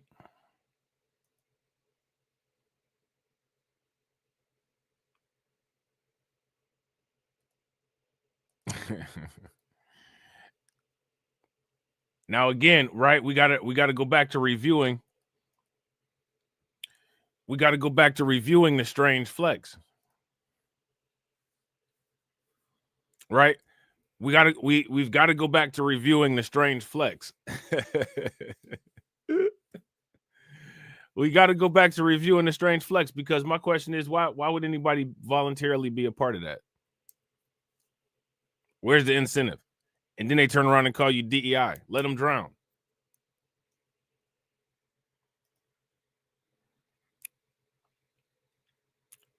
So that was the second video. A second video describes the exploits of the women Air Force service pilots, or interestingly, it was called WASPs. That's exactly what it looked like, a picture full of WASPs, and not the black and yellow ones. Not the black and yellow, not them. A corps of volunteer aviators who were the first women to fly U.S. military aircraft. So the women was on some weird stuff too. You know what I'm saying? Like, you know, the chicks, oh, come on, let us fly. I mean, if the, you know what I'm saying? Like if the dudes wanted, the white dudes wanted to you know what I'm saying, be target practice. They should have just let them.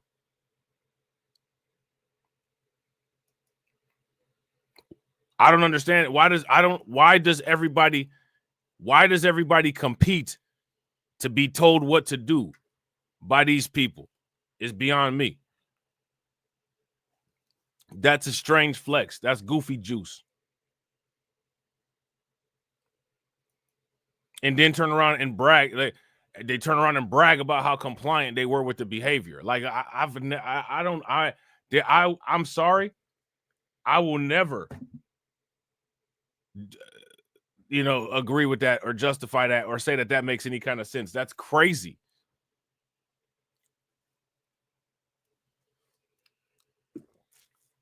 If you guys would agree it's crazy and it doesn't make sense, give me a thumbs up. If y'all disagree and you don't think it's crazy, you think that it does make sense, then let me know.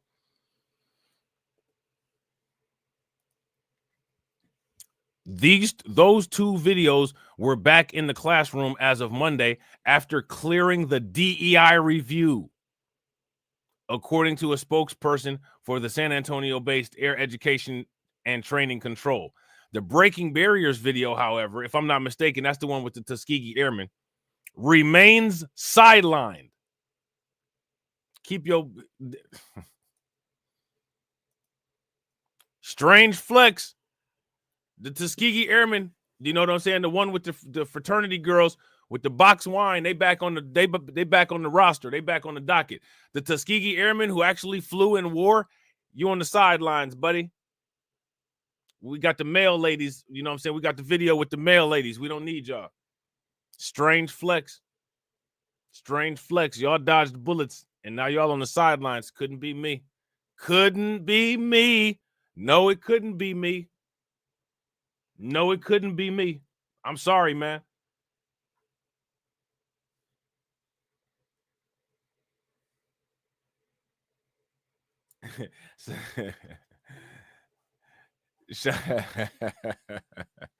Y'all got me dying laughing in the comment section.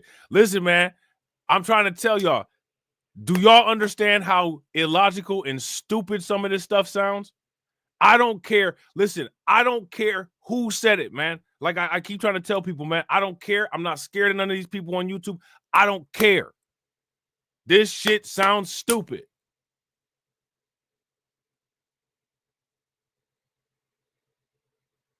We the most patriotic. And then you get your shit shelved. What kind of flex is that? A strange one. That's the kind of flex it is. It's a strange one.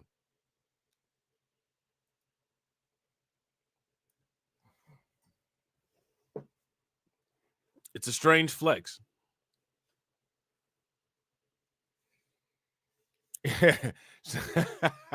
Right. Shout out to Windless a Rug. Windless a Rug said playing with the curriculum in the middle of the semester is crazy. It's crazy. It's crazy. This is why I cringe when I hear some of these talking points that people regard as, oh, this is intellectual, and you know what I'm saying? Like, this makes sense. I cringe when I hear some of this stuff. I cringe. I cringe when I hear people's heroes. Your heroes nauseate me. You know what I'm saying?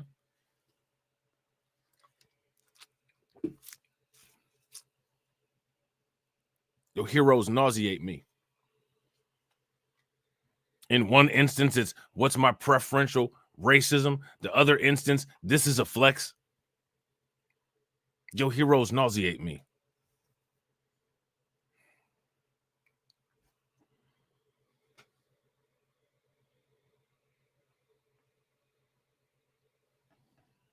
You know what I'm saying? It is currently part of the basic military training curriculum that is being reviewed in accordance with the executive order directives, the spokeswoman said.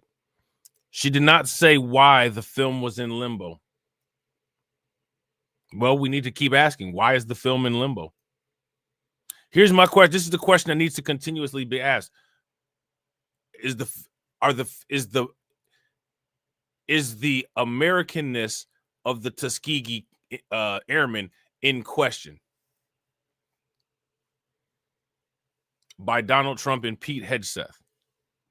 And the weight of that question needs to come crushing down on the people involved. But now here's the question. How do you make that such a weighted question that when it comes down, it crushes the people under it?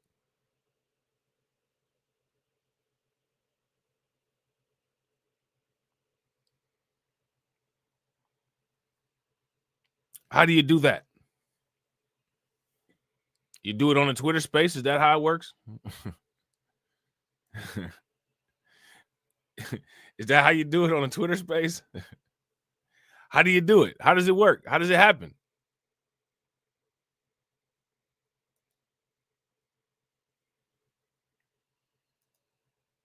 Breaking Barriers, which runs 1 minute and 46 seconds, uses historic black and white photos and video footage to show how in 1941, the Army Air Corps began training African Americans, they call you African American again, to fly and maintain combat aircraft. And then turned around and what? Why would you sit there and brag and say that we's the most patriotic, and then and then in the other instance, we didn't get paid, we got locked out of the GI Bill? Why did you keep going to the damn military?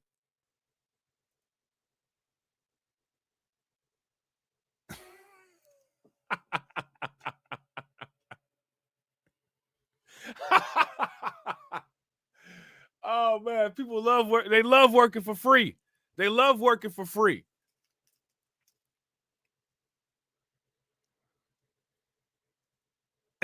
Shout out to Mordecai. Shout out to Mordecai. Right, the Twitter space to reparations pipeline. Right.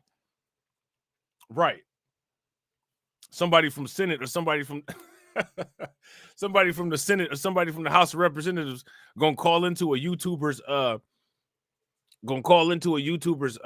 Twitter space and give the verbal okay for some reparations.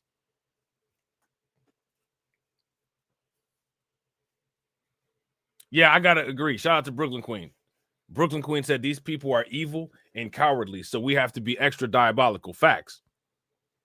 Super facts. That's what facts. Absolutely.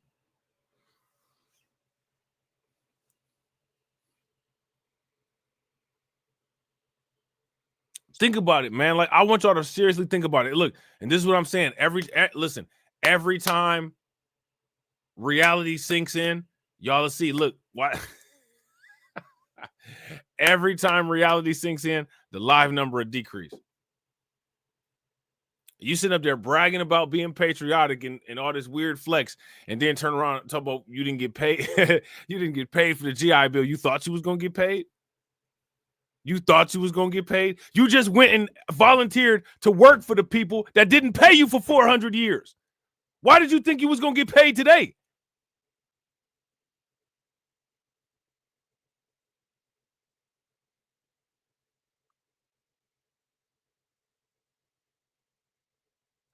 They ain't paid us. At that point in history, there's more of a historical track record of them not paying than them paying. So why would that be where you go to get a job at and think you're going to get a paycheck?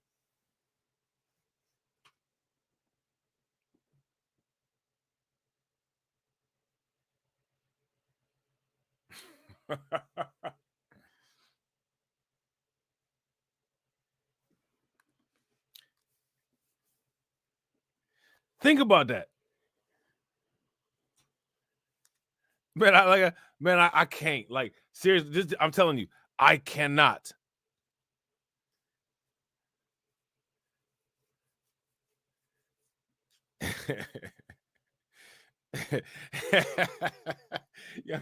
Man, y'all got me dead in the comment section. Yeah, that Twitter space legislation, right? That Twitter space groundwork. Like, man, come on, man.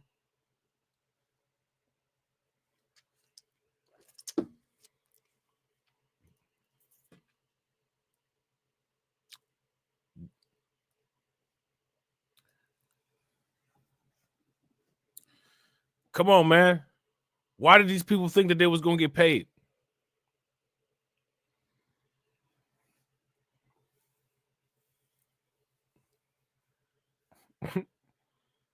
Why? Look, it's 1941.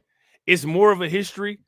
It's a majority of time that there's a track record of them people don't pay.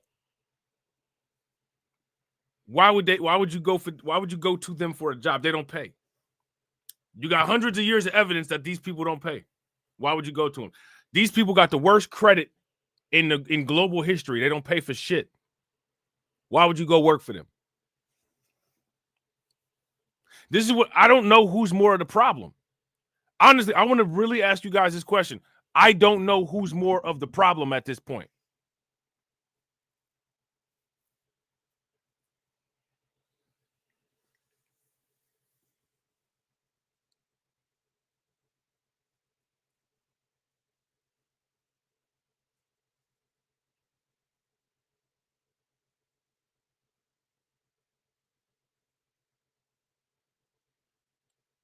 So I'm about to ask y'all the question. Who's more of the problem at this point?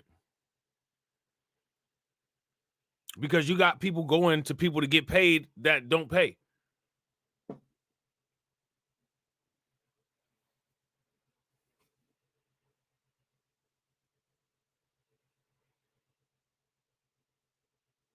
Strange flex. That's all I can say is strange flex. It goes on to say the military chose a historically black college, the Tuskegee Institute, to prepare new pilots and ground crews. They even tried to keep it as segregated as they could. They said, y'all going to the black college. Okay, cool. Like, okay, I don't care. And honestly, like I wouldn't even be in that situation anyway, because I'm not if you win no war after you done waged war against me. No. Tuskegee Airmen overcame adversity. Why should they have had to? Let me ask you guys this question. Why do you all feel, listen, why does anyone feel they have this? This isn't adversity. You don't have to overcome anyone's intolerance. It's not our job. It's not our job to overcome anybody's intolerance. Oh, well, we just had to overcome. It's not adversity. It's not anybody's job to overcome somebody else's degeneracy.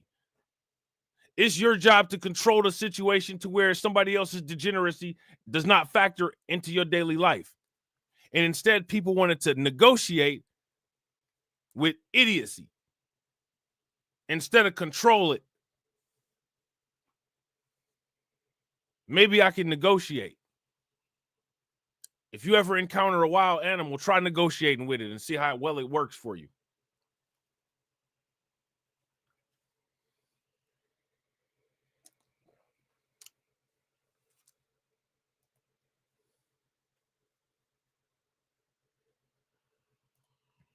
Shout out to Mordecus. Mordecus said people went to the military. Their comrades got free housing, and they ended up getting a housing kit, and then still fought in the damn war. They still fought in the war. What's wrong with them? What is wrong with them?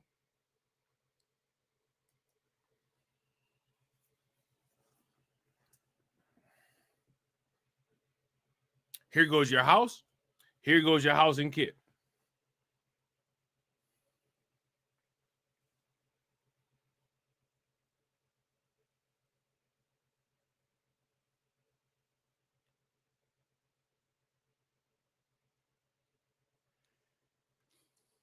Shout out to Carlton. Carlton said people say we have high moral currency. So maybe that explains the inappropriate behavior. I disagree. I believe that we have amoral currency.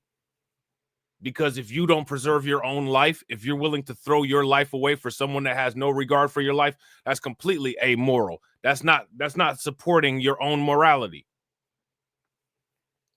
Moral currency, my ass.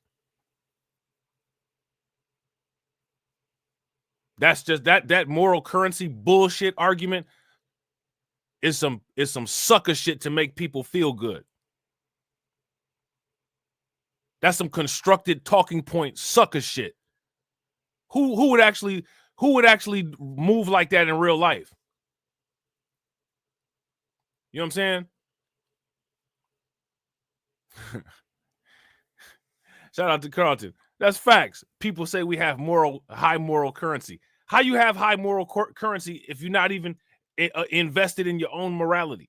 You're willing to give up your own morality for somebody else's war. You have low morality. You don't care about your own life. You feel that somebody else's life is more important than yours. That ain't no morality. I'll tell you what kind of morality that is. That's slave morality. High moral currency. My ass.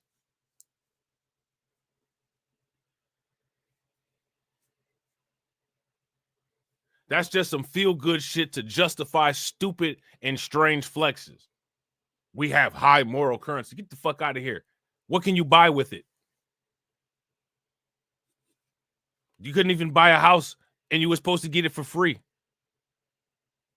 You couldn't buy a free house with the high moral currency. That high moral currency must depreciate faster than US dollar. No wonder these people have a hard time identifying with Bitcoin. Because Bitcoin appreciates.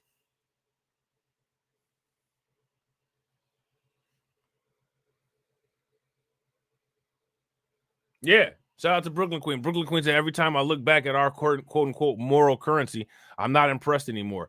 I've had to deprogram that shit. That meek shit ain't it. Facts.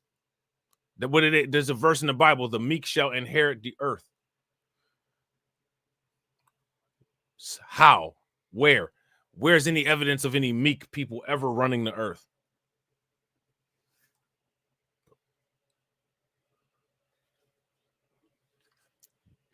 First, I'm calling inappropriate use of white supremacy. Second, I'm calling bullshit.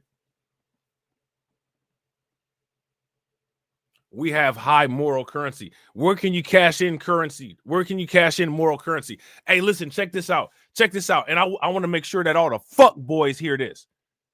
Moral currency is a scam.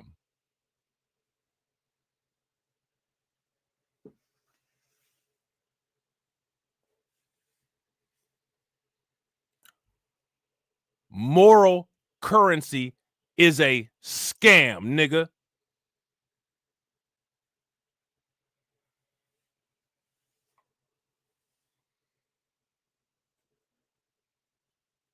Yeah. Moral currency has no implicit value.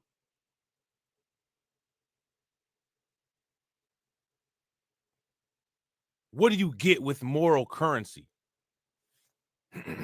Yeah, I'm gonna use your Bitcoin arguments on moral currency. What's the exchange rate on moral currency? I could do this all day.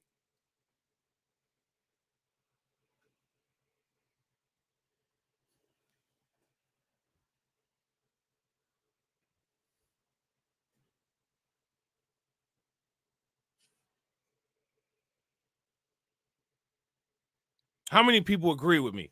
Moral currency is a scam.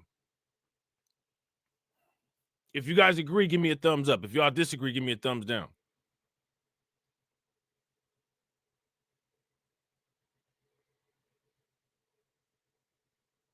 Yeah, facts. shout out to Mordecus. Facts. Reparation and moral currency. Facts.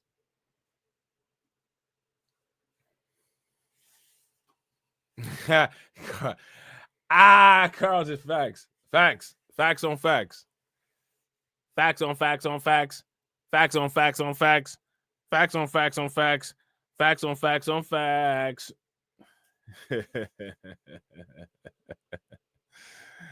Oh man.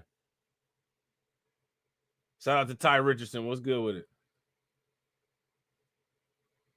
Yeah. Shout out to Win Lose a Rug. Win Lose a Rug said that high moral currency is proof of the lack of self-worth. Facts.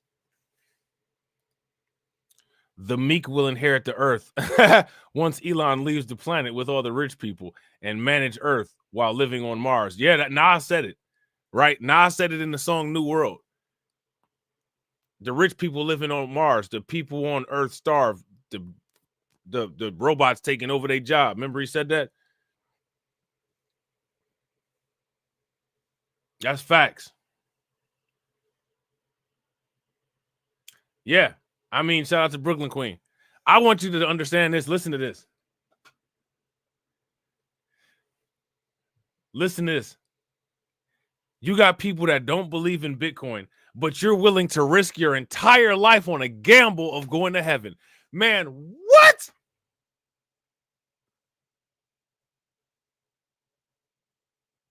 Man, what? People want to say Bitcoin don't have no implicit value. Bitcoin don't have no implicit value. It's got more implicit value than heaven.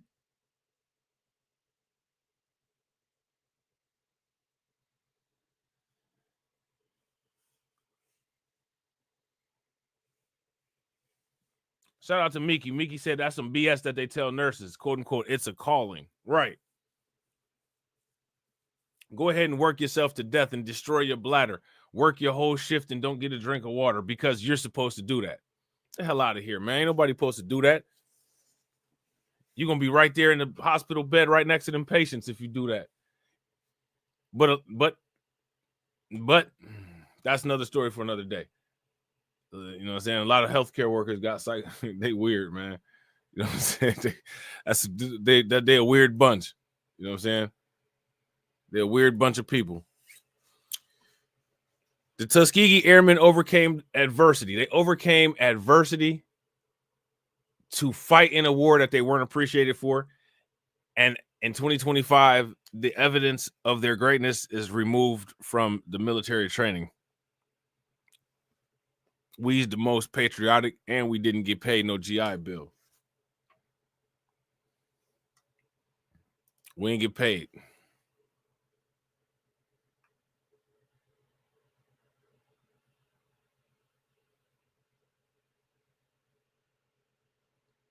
Let me ask y'all this question, man. How many people be setting, do people be setting themselves up for a lot of this stuff?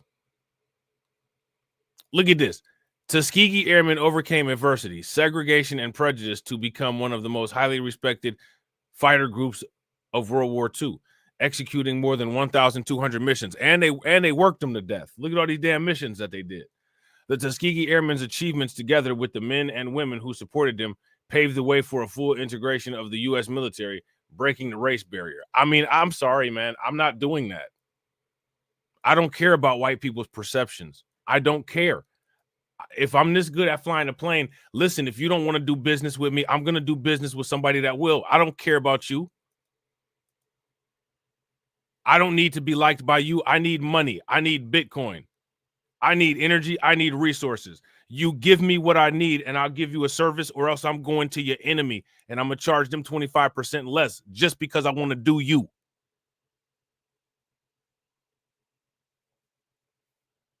I still owe you some get back from Jim Crow.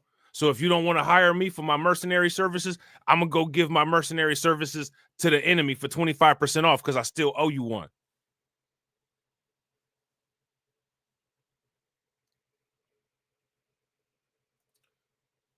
Shout out to Miki. Miki says high moral compass currency means you sacrifice yourself and work for free while the owners reap the benefits and cash out. Now, let me ask you this question. Think about this definition, right? How is that high moral compass? How is that facilitating your own morality? You know, moral means life, right?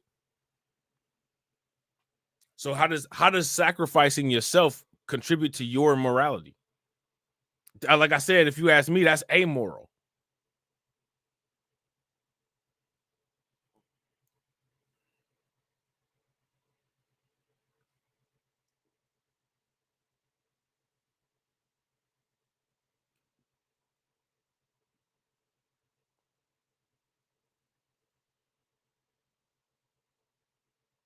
Somebody make it make sense. Shout out to everybody watching. I appreciate you guys. If you all haven't smashed the like button, please do me a favor. Take a moment, smash that like button. Also, if you guys haven't hit the bell, please take a moment, hit that bell, and also please share the stream to your social media.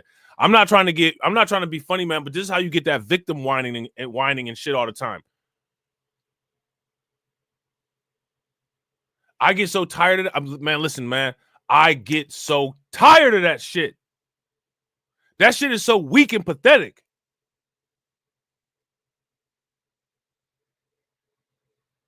You know what I'm saying?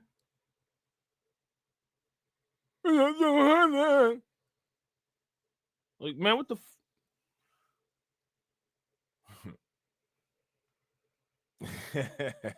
Shout out to Carl. You got to ask the question: is it a cultural or genetic, this moral thing?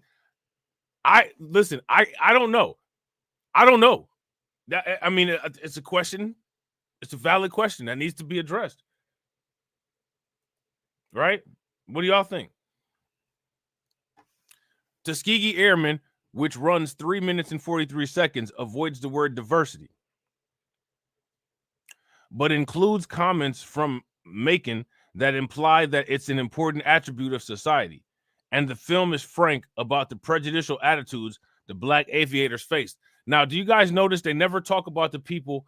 They never mention by name the people who had these quote unquote prejudiced attitudes towards these aviators.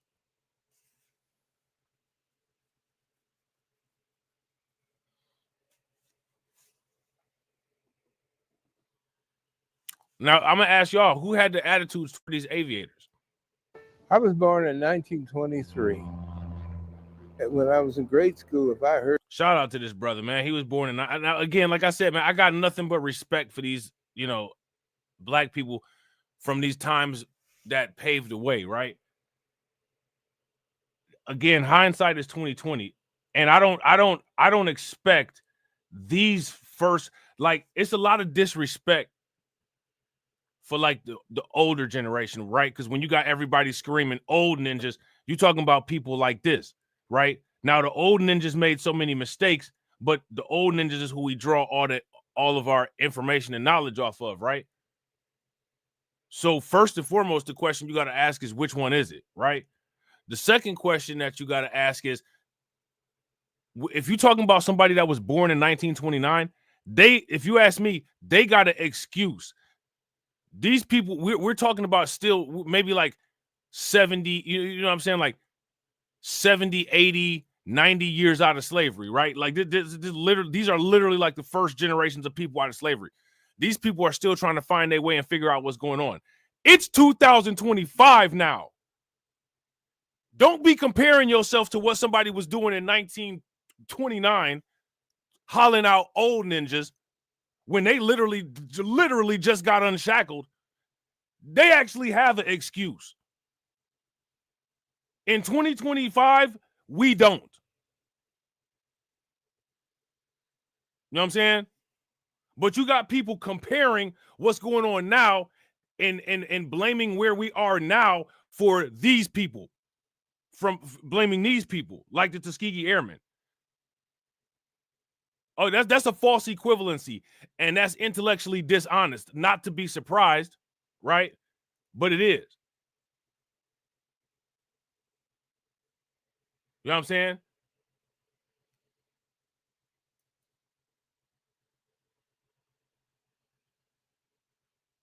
Gotta watch these old ninjas. You mean the ones that literally just got the shackles off them off of slavery? I don't know, man.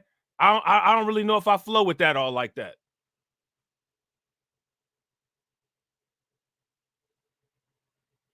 I don't know if I really flow with that all like that. I believe in a learning curve, and those are the people closest to the event.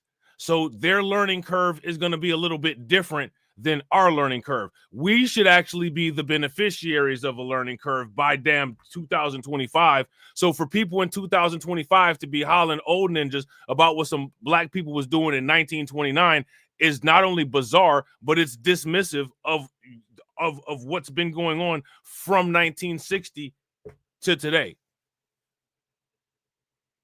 I'm just saying. I'm not going with everything that everybody says on YouTube.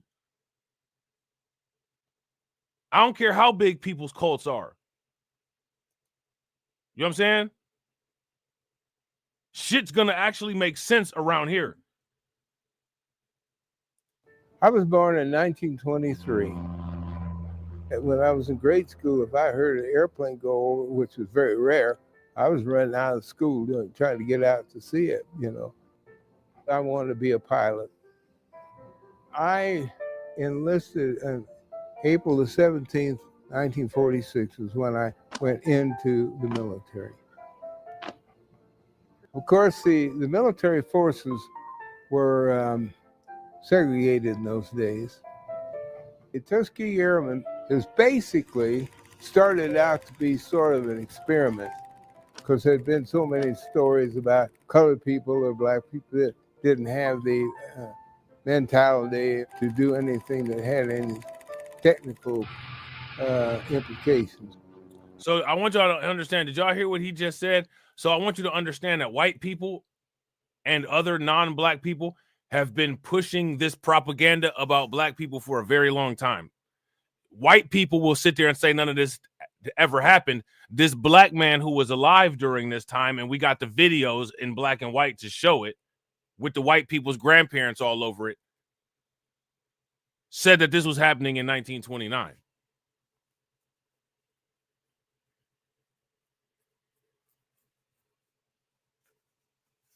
Yeah, this, and shout out to Mordecai, right? Facts. Mordecai said we have people today acting like those supposed old ninjas. Well, there's the such thing as the new ninjas, the new old ninjas, right? New old ninjas don't buy Bitcoin.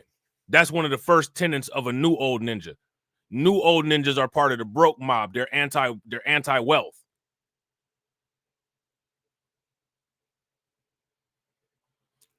New old ninjas are setting up ways to make sure that the younger generation doesn't have a legacy to have a springboard off of either.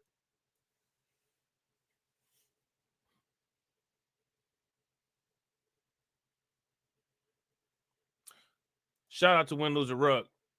Win Lose a Rug said, you saw that article I posted in Discord, right? What Trump said. I seen that article that you put in there, bro. I didn't get a chance to read it yet. Matter of fact, we might talk about it. We'll talk about that very article tomorrow on Magatron.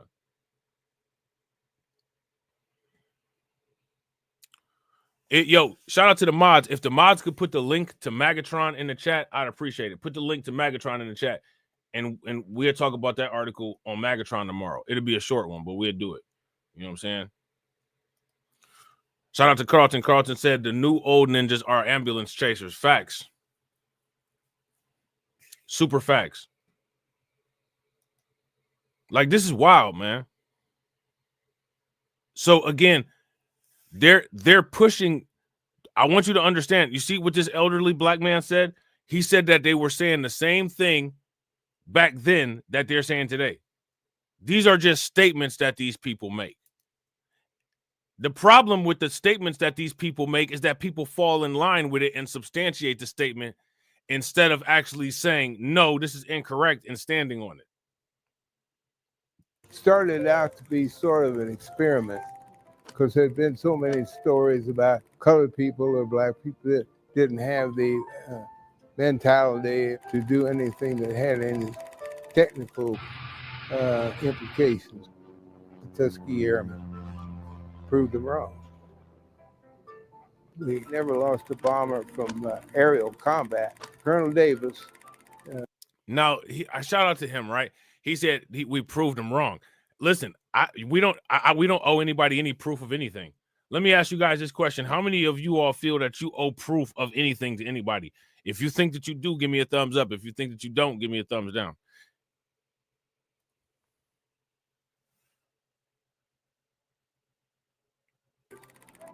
Insisted that we stay with those bombers because that was their job, to keep the fighters off of them.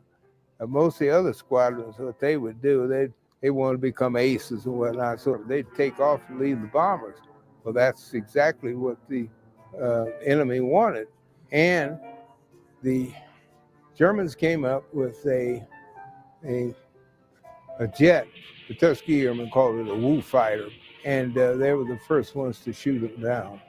And it got to the point when anytime the enemies would see red tails, they would just wouldn't even get bothered because they right. couldn't get in. Right. Facts. Facts. Shout out to Mordecai. Mordecai says, I want to prove them right. If anything, black people are the most racist. Bet. You ain't seen shit yet. But since you open that floodgate, let me show you what I can do. Right. Facts. If y'all agree with Mordecai, give me a thumbs up. If y'all disagree, give me a thumbs down. Facts. What are the red tails? Oh, that's the Tuskegee Airmen.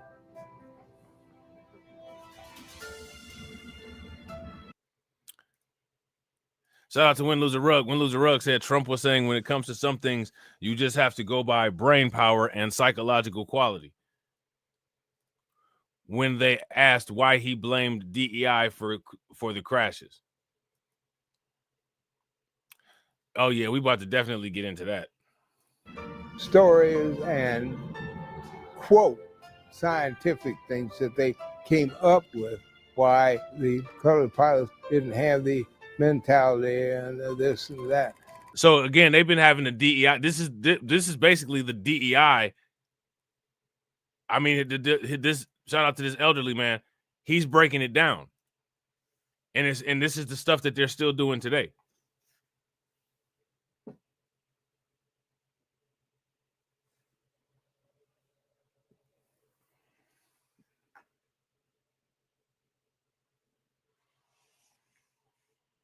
Okay.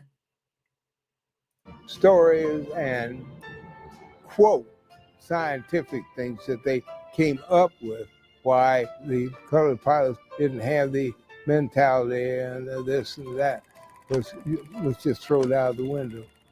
Military just said, well, shout out to everybody watching. I appreciate you guys. If you all haven't smashed the like button yet, please do me a favor, take a moment, smash that like button. Also, if you guys haven't hit the bell, please take a moment, hit that bell, and also please share the stream to your social media. In some cases, they're far better than most of the pilots that we have. So it just went 180-degree change in direction. And all because these guys and their attitude of we're going to win, and that's all there is to it. And they did. We're all different. Well, shout out to Infinity Wise. Shout out to Tia. What's good with it, Tia? Shout out to Infinity Wise. Infinity Wise says if black people are racist, then they were taught by the best teacher. I would go as far as to say they're not the best teacher of anything, right? They're not the best teacher of anything. We weren't taught, if you ask me, anything by them. We're not students of them. You know what I'm saying? As far as quote unquote racist goes, let me ask you guys this question. In 2024, is that viable terminology? I think the word racist is outdated. And the reason why I think it's outdated is because it's either just normalized tribalism, extreme tribalism, right? And if you ask me, I think that the idea of racism may not be a learned behavior.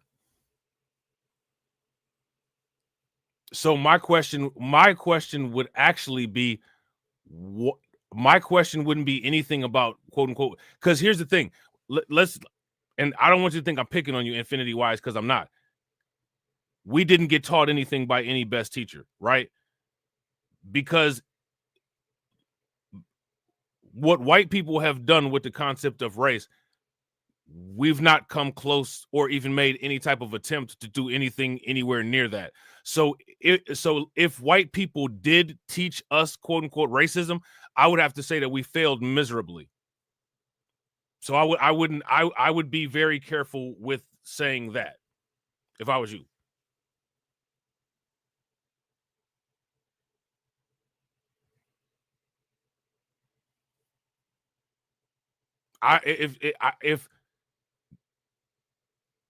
If white people taught us racism, my question would be, what does where we are now show about our learning ability and comprehension?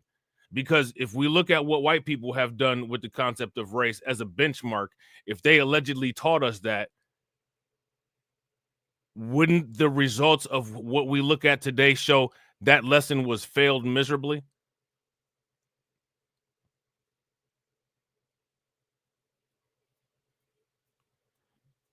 If we learned racism, we definitely didn't learn no white people racism. We definitely didn't do that.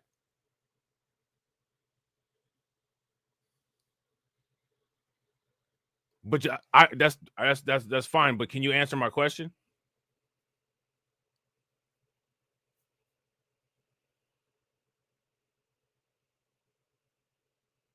If white people have taught us racism, what have we done that compares to what white people have done with race? How many continents have we taken over? How many subgroups and minorities have we bred and created? How many economies do we control? Where are all of our colonies at? How many military bases do we have worldwide? What part of Antarctica do we own? I don't, let's shout out to you, Infinity Wise. I didn't ask you how old you were, and I didn't ask you how much have you saw. I asked you about what you said, right? And what you said was, if black people are racist, then we were taught by the best teacher. I would say that that's a very dangerous comparison to make. And if we're going to say that we were taught this, I would say that we failed that lesson miserably with an F, because we have nothing to show for it in regards to what the benchmark would be. So you said this, right? And then I ask you, well, what do you think about that? And then your response is, I'm 75. I've seen a lot. I don't understand how that addresses anything that I asked.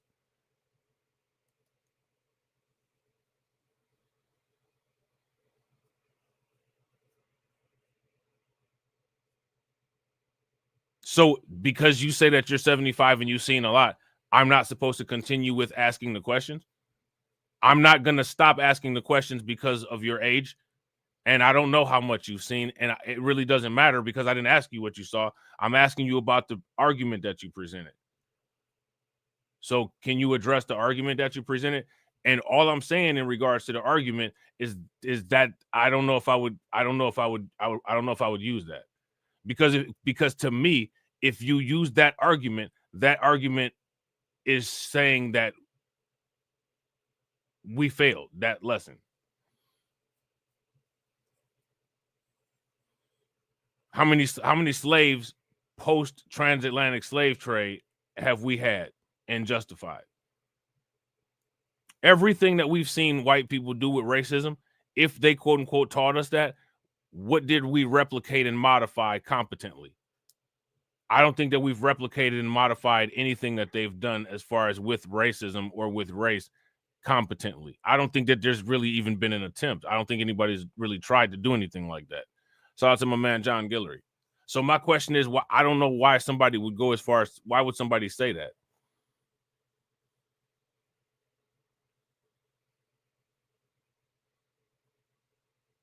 And it's going to seem like I'm nitpicking, right? I don't know why people like people throw out their age like that's a validator. I'm 75 and I've seen a lot. I don't care.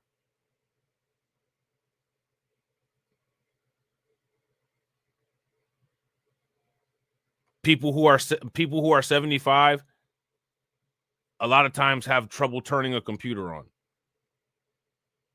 I don't care about your age. In one instance, age ain't nothing but a number. In another instance, age is supposed to be a validator. I don't care about your age. I don't care about your biological age. I don't care about your psychological age. I care about the answers to the questions that I asked.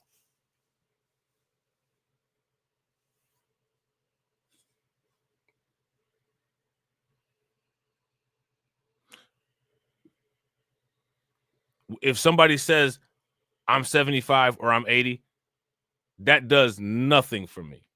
And it shouldn't do anything for anybody else. The only reason somebody would ever throw an age out there is I'm going to throw this age out there to try to create some type of false validation for what I said. Those tricks don't work on me. And I'm not trying to be funny, but I don't like when people try to do tricks. I don't like that. I tell people this the same way that I tell, my kids. Don't try to trick me. You're not going to trick me. And I'm going to pick up on that you're trying to do that immediately, and it's going to cause a change in tone of the situation. Don't do that. Just shoot straight.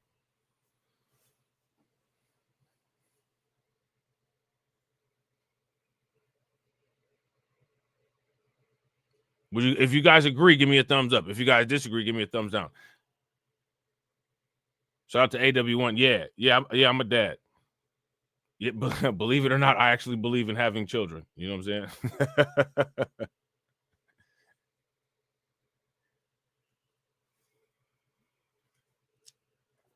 I actually believe in having children. You know what I mean?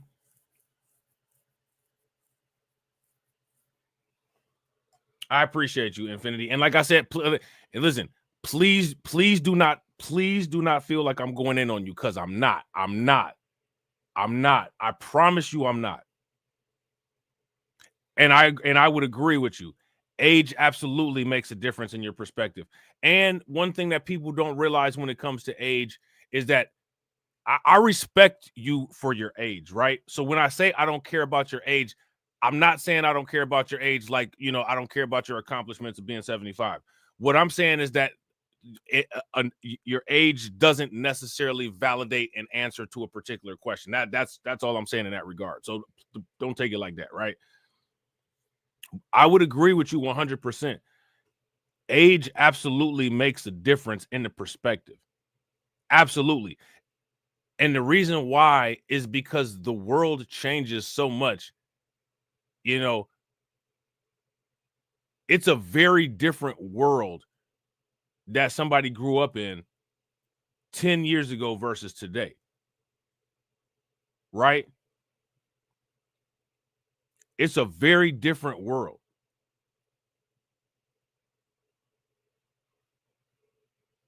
So my thing is that when it comes to the people, when it comes to the youngest generations in the world, most of the youngest generations in the world are taught about the past. So they're well versed in the past, right? But it's kind of biased because the older people in the world, many of the older people in the world still live in the past. They have the option to not accept the present, and they reject the future, all of which the young generation is actually currently living in. You know what I'm saying?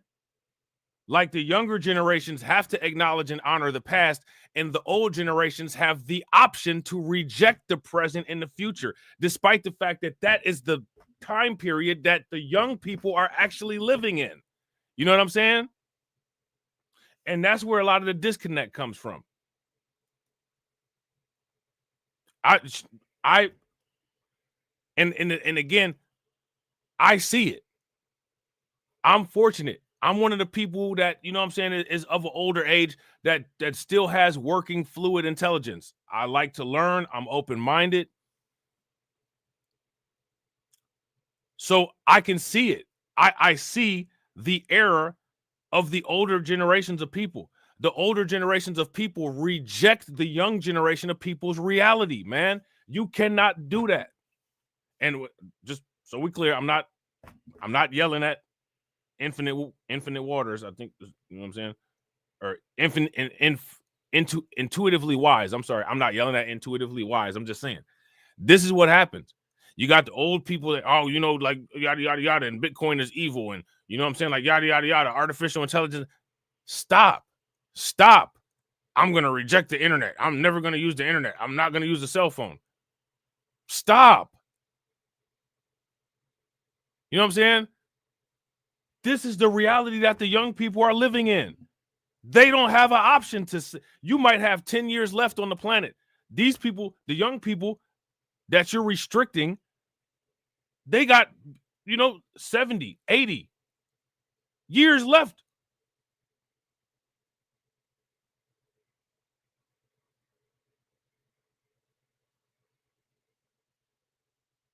You know what I'm saying?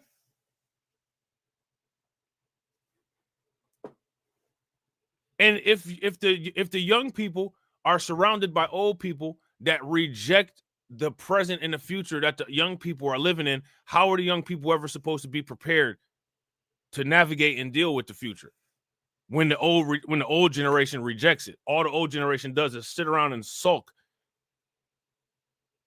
and talk about how shit used to be when they were old, when they were young. This is how shit used to be when we were young. Well, if it was so important and you liked it so much, why didn't you keep it that way? Why'd you let things change?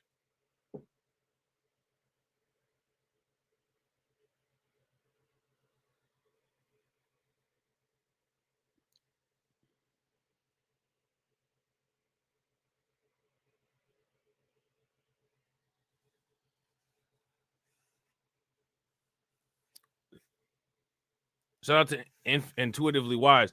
Intuitively Wise says, I don't have experience from the years have changed, but killing of black men and system have judged them innocent. Now, that's what the system is there for, right?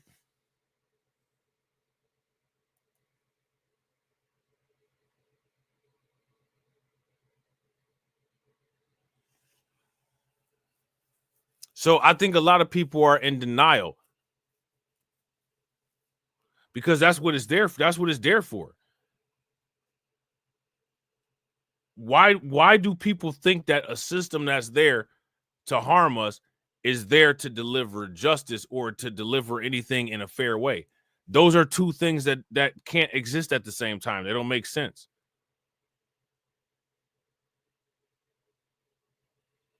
But at the same time, where is the responsibility held on people not organizing to deal with it? Let me ask you this question. Why is it that if you watch a boxing match and the boxer loses the match, the boxer gets blamed for it? He didn't prepare properly. He didn't train properly. He didn't make weight.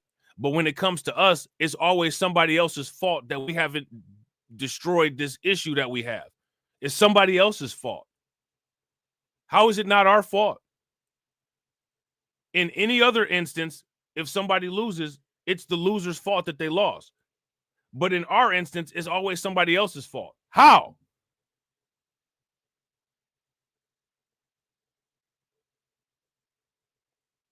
Shout out to, and again, I disagree with this notion. The young don't have a past. The young don't have a past, Intuitively Wise. They're young. They don't have a past. The young don't owe us shit. We owe the young people shit, and we ain't paid the young people shit since we've been around. The young people deserve payment. I'm not trying to be funny, man, but the young generations, the old generations owe the young generations reparations. The young people don't owe shit. They don't have a past. You know what I'm saying? It's not their responsibility to do shit. They don't have any responsibility. They're young. We have a responsibility. And one thing that people like to do is turf bullshit off onto young people. Well, it's up to y'all. It's not up to young people. It's up to young people to receive what we hand down to them and build off of that. But if they're not getting anything handed down to them, then what are they supposed to build off of? And then people want to sit around and say young people ain't doing shit. Young people ain't doing shit because the people before them ain't do shit. And just want to blame it on everybody. Look at what they doing. Look at what they doing. Look at what you doing. No, it's not called history. It's not called history, Intuitively Wise. History is what a group of people did over time. How can people who are just born have history? Stop. Stop with that bullshit, please. That is bullshit and turfing off failure, mediocrity, and irresponsibility onto people who just got up and started walking.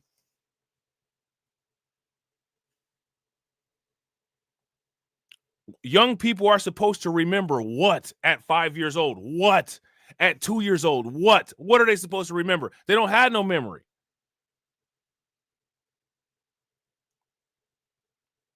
This is a perfect example of what I'm talking about. And we have to put up with this bullshit. And nobody corrects it.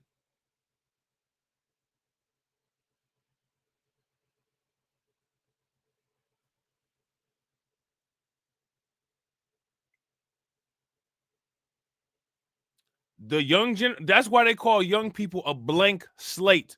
They're a blank slate.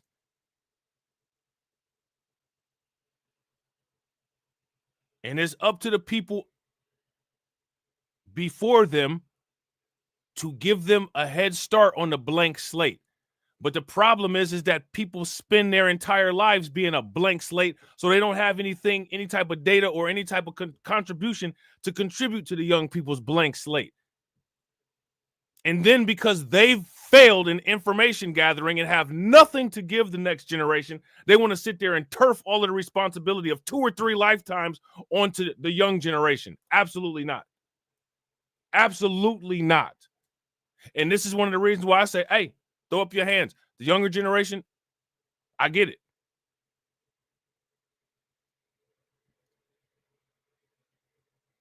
Shout out to Intuitively Wise. Intuitively Wise says, we as old people have. If young are speaking of 5-year-old, you're right. I'm speaking of people all the way up to 30.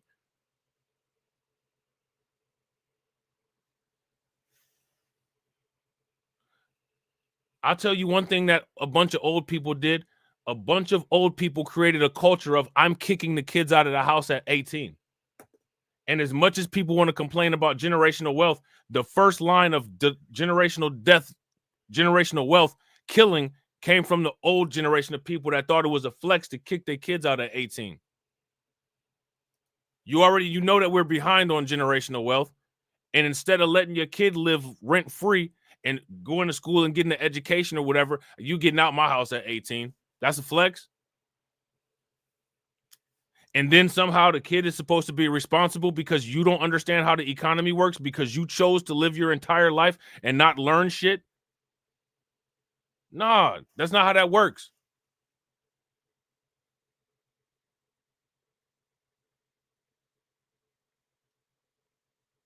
There's some older people who made a good investment into younger people. A large part of older people just let younger people fly. And a lot of younger people nowadays, as a result of getting let to fly, are lost. And then the very generation of old people that set them loose with nothing is sitting back criticizing them like they didn't contribute to it.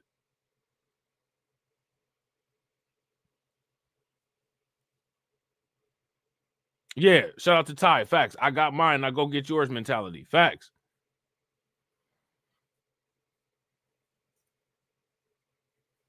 Facts. All this late to the party stuff. All this simping. You know what I'm saying? All of these double standards. All of these emotional arguments. All of that stuff. Now, there's a lot of baggage that the old generations have also passed down.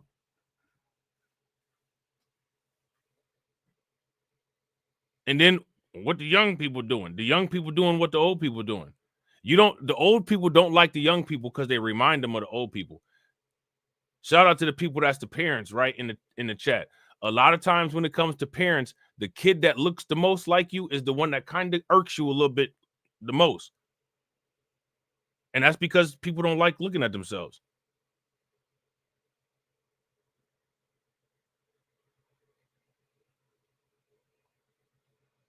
Yeah, facts. Shout out to Win Lose a Rug. Win Lose a Rug said people pumped out kids with zero intentions. People talking about building a legacy and didn't have no plans for their kids. If you're actually building a legacy, you have some intended destinations for your children. Get a job isn't a destination. That's I don't know what that is. Go get a job. Go work for a white company. Go work for a white company and then turn around and complain about integration. But it has to be integrated for you to go work at that white company that your parents is telling you to go work at. Like, it don't make any sense.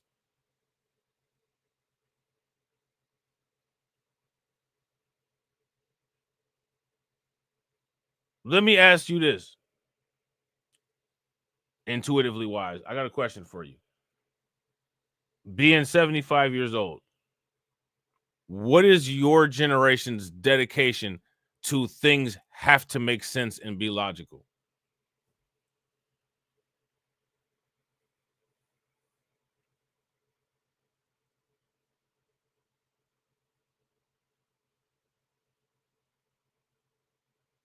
Because I'm telling you, there's not a dedication or a standard of anything having to be logical. It's a I said what I said mentality with everything. No one cares about an I said what I said mentality. And I said what I said has no intrinsic value outside of, local jurisdictions, quote unquote, so to speak. Shout out to Mordecus. Mixed messages everywhere. Facts.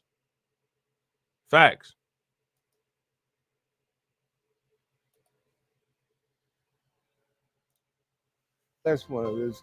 There's a zillion people on the face of the earth, and every last one of them is different. It's just the way we were made. Everybody has some little niche that they're good at and can do.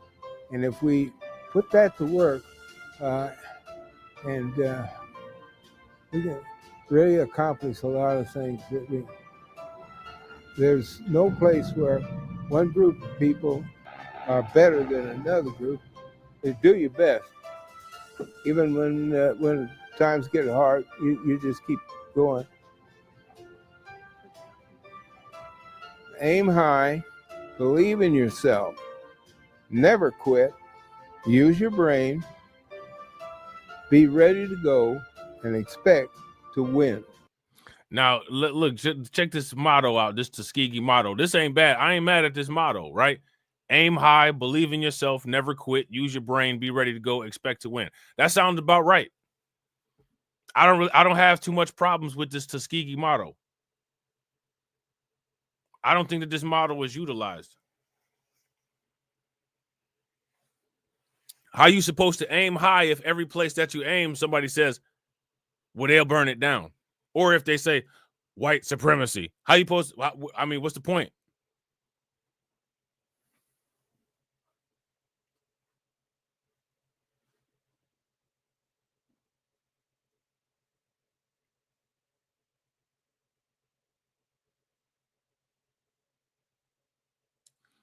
How are you supposed to how are you supposed to aim high if the suffocating mechanism is already in place?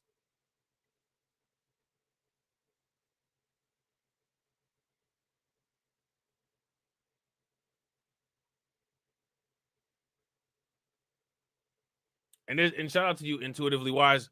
That's all I'm saying. That's all I'm saying.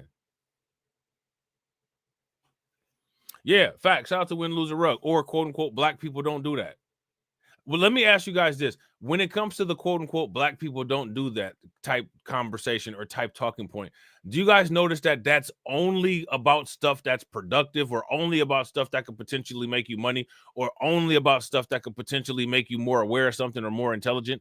It's only about that type of stuff. Like if somebody says, like deleting somebody, nobody ever says black people don't do that. If it's about robbing people, nobody ever says black people don't do that. If it's about drugs or something like that, nobody ever says black people don't do that. If it comes to like, let's go to this investment conference. Oh, I ain't got time for that. Black people don't do that.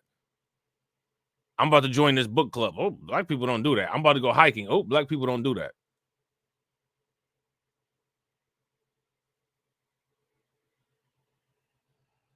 Why is that?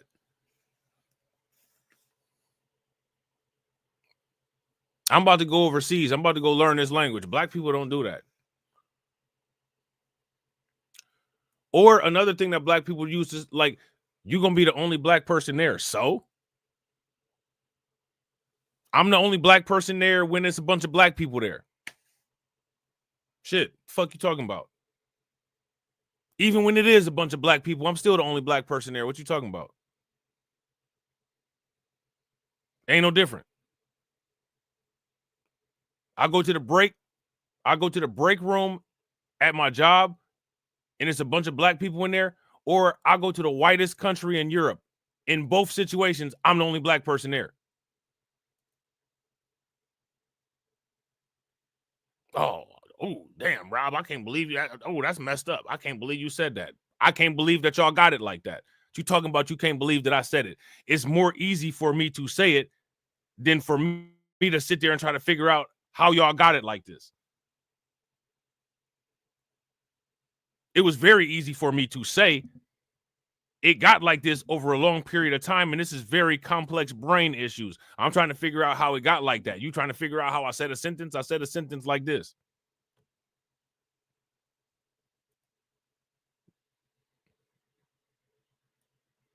You know what I'm saying?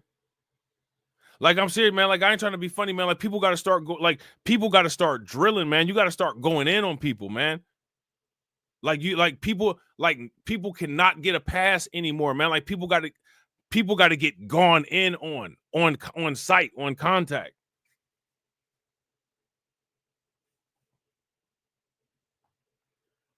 That's the only way people gonna change the mentality. You can no longer, people cannot be like, people got to get micromanaged.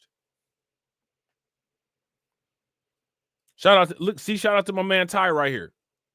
Ty said, I'm about to go to college playing ice hockey to get a computer degree. Black people don't play hockey. Listen, man. Hey, listen, I used to play floor hockey at the YMCA when I was a kid. And I ain't trying to be funny. Look, hey, hockey look like, you know what I'm saying? Like, I like to ice skate. I know how to ice skate. You know what I'm saying? Hockey look like it'd be fun.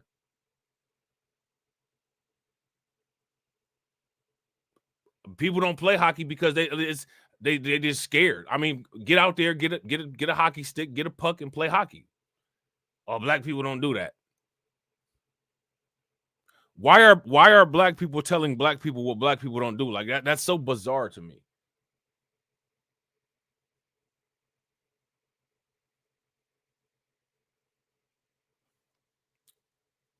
Intuitively Wise says, so you are an integrationist in other people's places. I don't know what you mean. Explain that. What is that supposed to mean?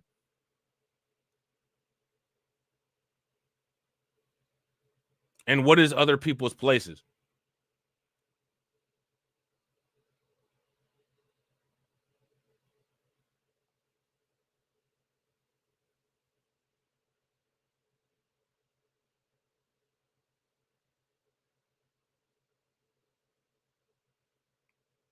So let's talk about this, right? Let's talk about this. Who created YouTube? Who programs, runs, and operates YouTube?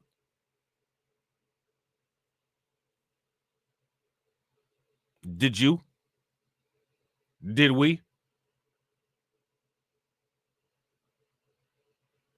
And here's my feelings on integration. I don't give a fuck about integration.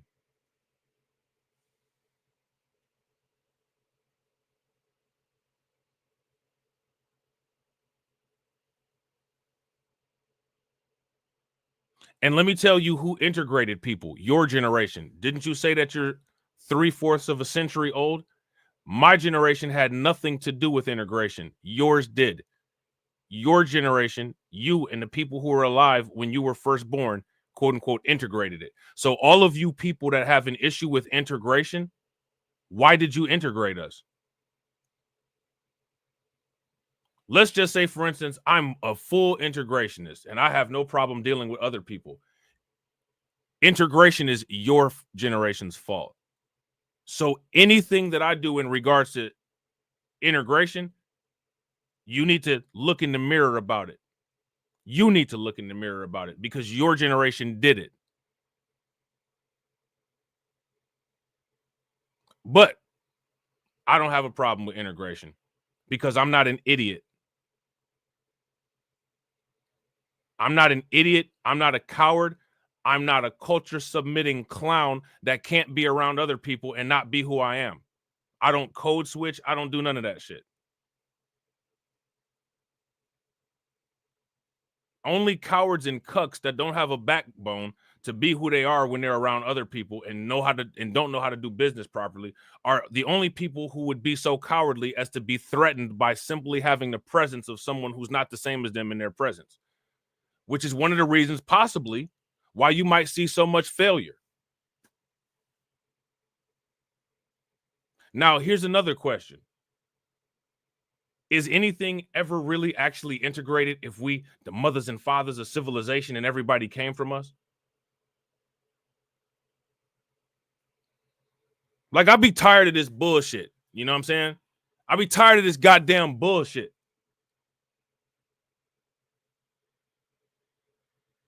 I told you guys, I'm done. I'm finna leave shell casings outside of all of these talking points with smoke coming up off the ground. I told y'all that shit. Didn't I tell you guys that the other day?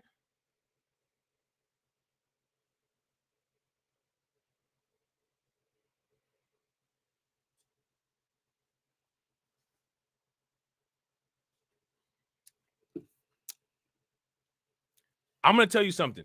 Anybody that was born 1960 or prior, don't you ever ask anybody that was born after us if we're integrationists or not. Don't you ever ask us about any of that stupid ass shit y'all did.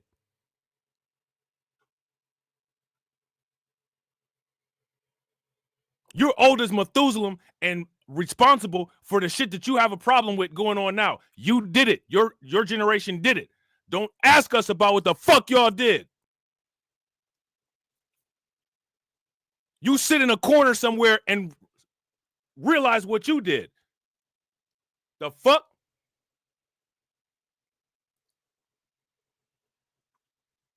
We're dealing with the environment that you all created. That's what the fuck we're doing. So we're dealingist.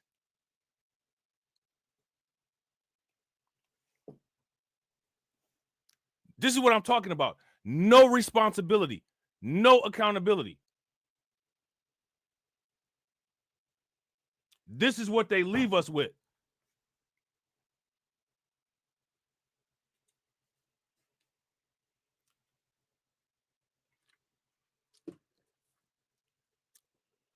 This is what we got to deal with.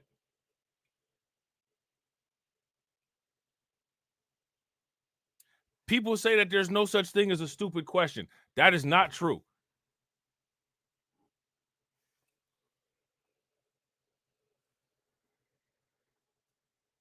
That is not true.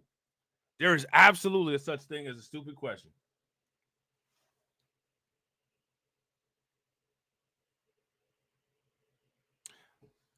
All of this stupidity, all of these dumb talking points, all of this idiotic dual reality shit, it's got to be purged. It's got to be destroyed. The entire thing has got to get uprooted and gutted. These people can't even think. These people can't even think.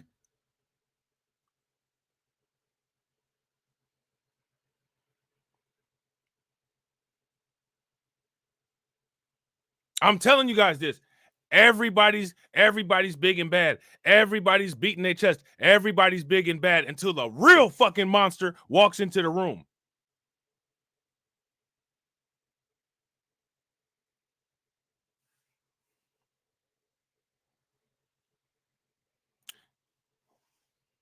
Intuitively Wise says you just need an error to blame. Your error is not to have blame. No, nobody said that.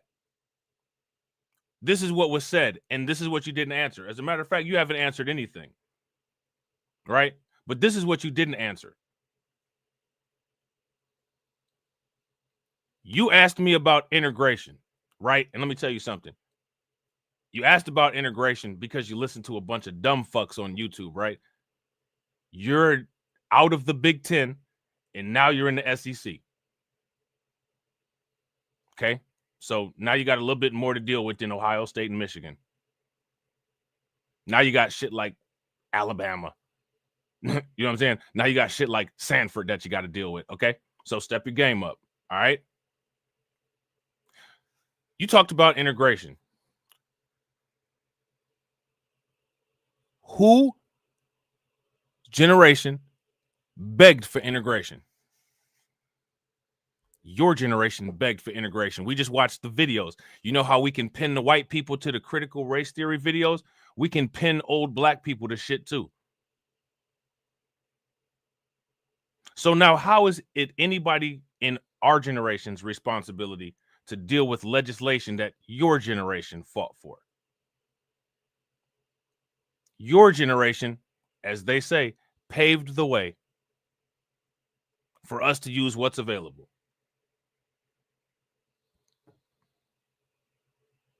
And your generation, in many cases, missed the bullseye.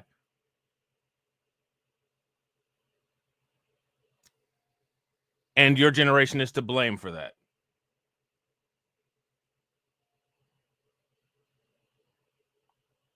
Why was the Negro League sold?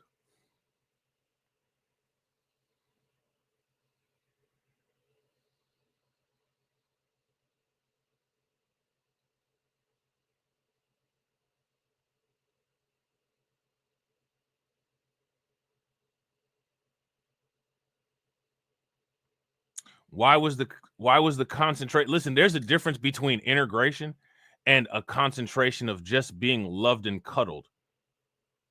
Right? So let's get that straight. Because let me tell you, I'm gonna tell you something, man. Listen, I'm gonna tell you something. You keep playing with me. By the time I get done with you, you're gonna be in tears. And you're gonna question your self-worth. And I don't want to go there. You know what I'm saying?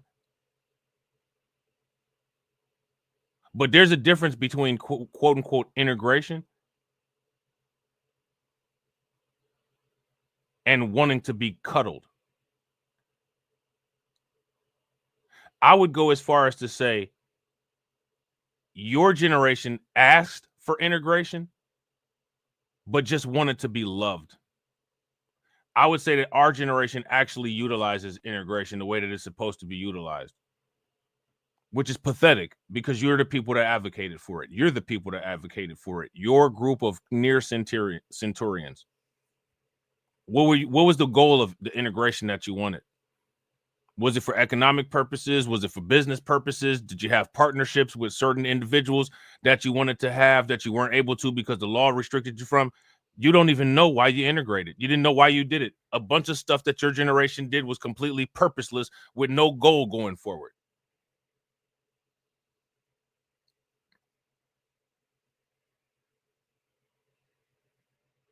No, I can question your understanding because you don't have any understanding. Your age is nothing. Do you understand that there's people that's 21 years old that get a GED because they're 21 years old and failed high school that you should pass at 18? What does your age mean? Your age doesn't mean anything. And the reason why you keep bringing your age up is because you have nothing to show for it. Nothing. What do you have to show for your age? Nothing. You won't answer any questions because you're ashamed of how you might have to answer them. You throw out talking points that people made up on YouTube because you don't have any on your own. You didn't fight any kind of systems. You worked with the system. Do you understand that? Do you understand the definition of the word integration? The word integration is not synonymous with antagonist. If you're integrating with the system, you're not fighting it. You're creating symbiosis. You don't have any understanding. There's no age limitation on anything questioning your understanding. You've been crushed. Your ways and methods are outdated, just like you're outdated. The same way that your body is failing, all of your methods have failed. If you understood, then that means that you conquered the content. And you have not conquered the content. You are still being smothered by this alleged system that you say that you fought. And if you're still being smothered by it, that means that it kicked your 75-year-old ass. And when that casket closes on your grave, probably within the next 20 years, you're going to die a loser.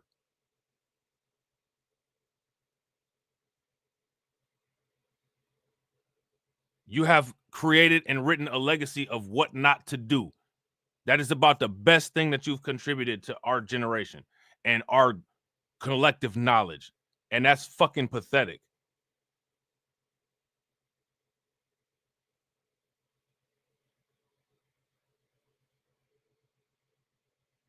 These people on this high and mighty shit because you lived a long life.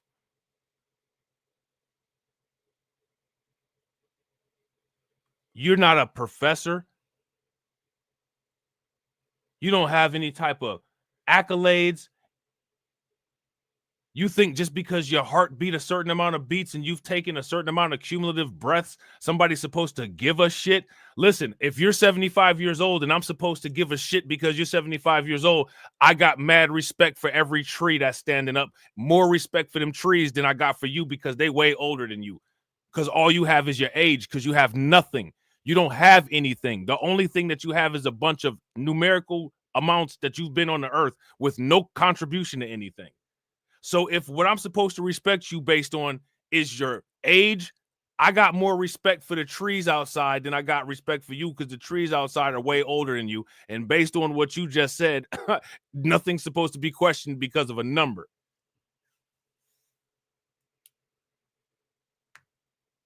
I'm going to tell you guys something.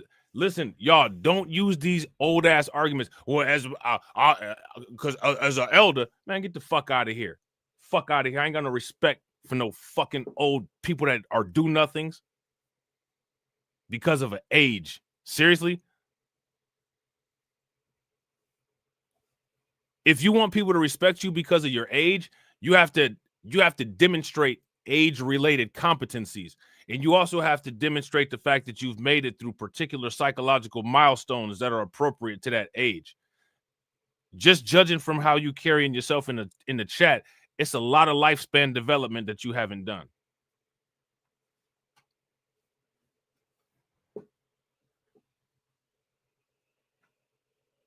No, I've spoken more than insult, but you deserve to be insulted. You deserve to be insulted to the floor.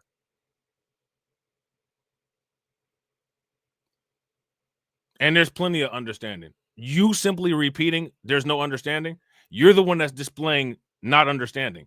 We've asked you multiple questions and you haven't responded to any questions because you don't have any answers. And if you don't have any answers, that means that you don't have any understanding.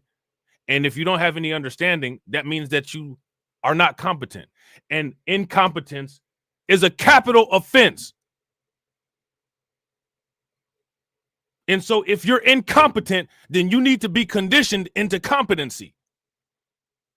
And we all know that people like you are shame sensitive and you respond to being made fun of. So we're going to ridicule you into condition. Because you can't take it. You don't have the mental fortitude to not be able to be resistant to getting made fun of. Because the only thing that matters is your heart on your sleeve. Because you're from that mush generation.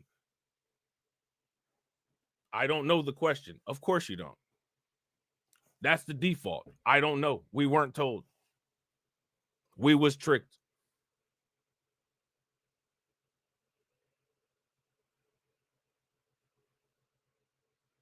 This kind of shit is a contaminant.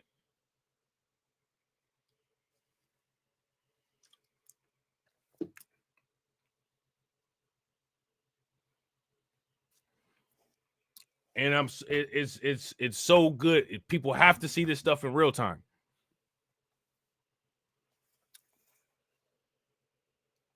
People have to see this stuff in real time.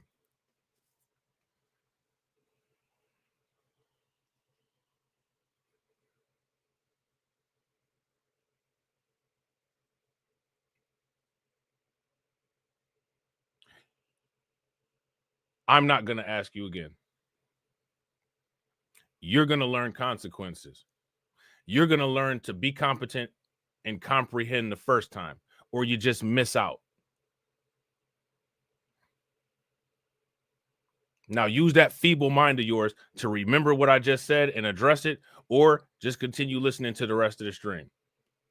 And understand that 2225, you actually started living how life is supposed to be. You dealt with the consequence for not being adequate. The fuck? So now it says on film, Macon, who died in 2020 at age 97, reflects on how the armed forces were, quote unquote, segregated in those days. Now, segregated in those days, who asked for it to be integrated? Speaking of integration, who asked for it to be integrated?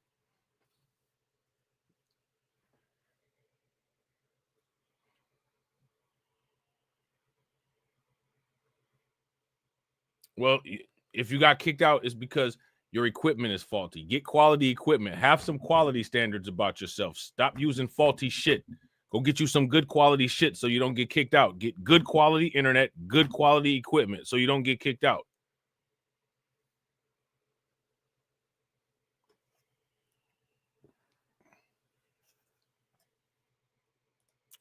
Now, people always say they integrated us. They integrated us. I don't necessarily know if I buy that narrative. Who wanted integration? These people, the Tuskegee Airmen, they wanted to fight in World War II, despite the fact that Germany didn't do anything to them.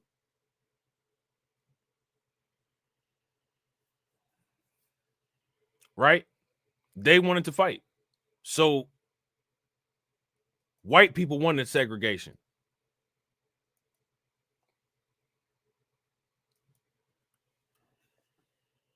When white people set up the United States the way that it is, or the way that it was, they set it up with segregation.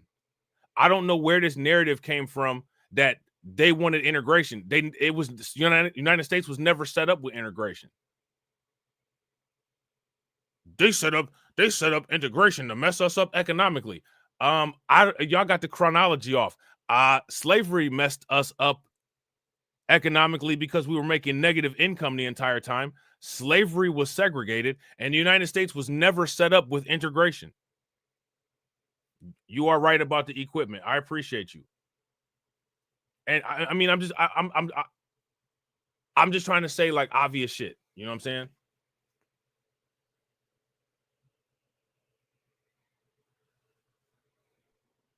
I'm just trying to say obvious shit.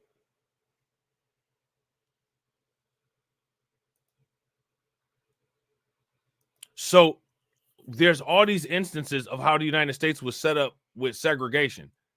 Who integrated it? Who wanted it integrated?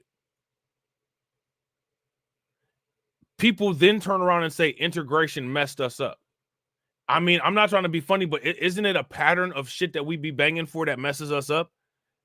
People been voting for Democrats for 60 years. Now they banging on their chest talking about they mad about the immigrants. You know you voted for that, right?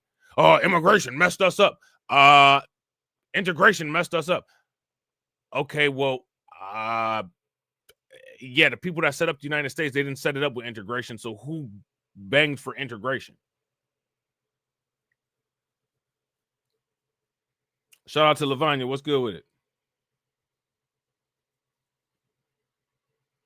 So then the responsibility gets taken out of that.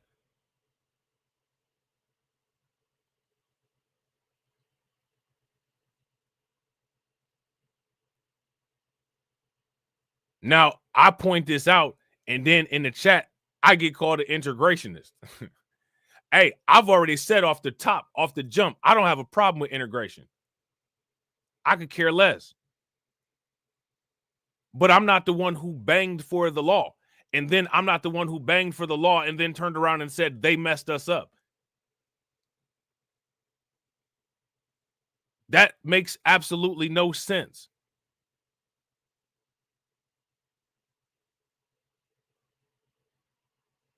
I'm not the inconsistent one. Do you do people understand that? I'm indifferent about integration. I've only ever lived in a world that's been integrated. I don't know a world of segregation. Just like most of us. Right? Like old people, like Viola Fletcher, respect to her, right? Old people like this gentleman right here, they lived in that era, right? But none of us lived in that era. The only world we know is the post-integration world. But we didn't advocate for this world. We was just born into it. I'm not going to sit there and listen to old people who banged for this world have a problem with the way that I'm moving or the way that any one of us is moving today because of what the environment is that they created. And then they turn around and being mad about it, that they were mad that they did the wrong thing or whatever. Hey, it's too late now.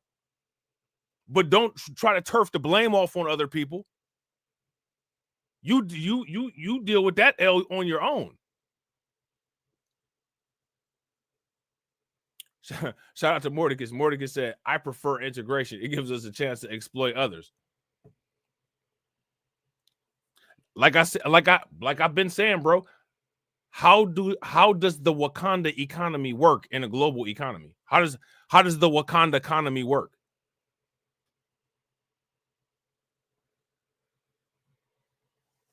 Shout out to Brooklyn Queen. Brooklyn Queen says, super facts. All my schools were multicultural, like an MF. Facts.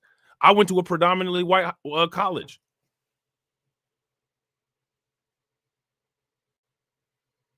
You know what I'm saying?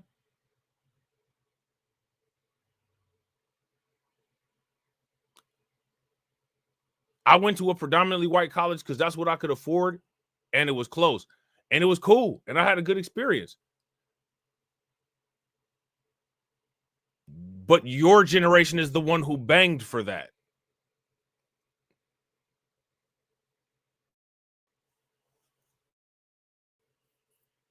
This is ridiculous. What do you mean? When was the law signed?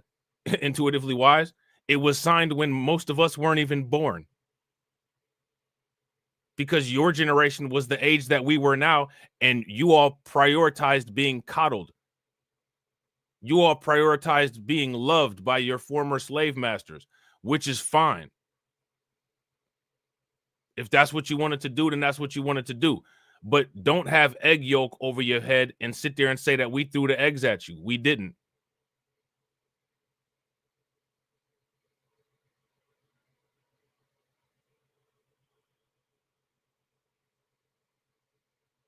And there's nothing, I mean, there's nothing to blame, really. I mean, it's just laws that got passed.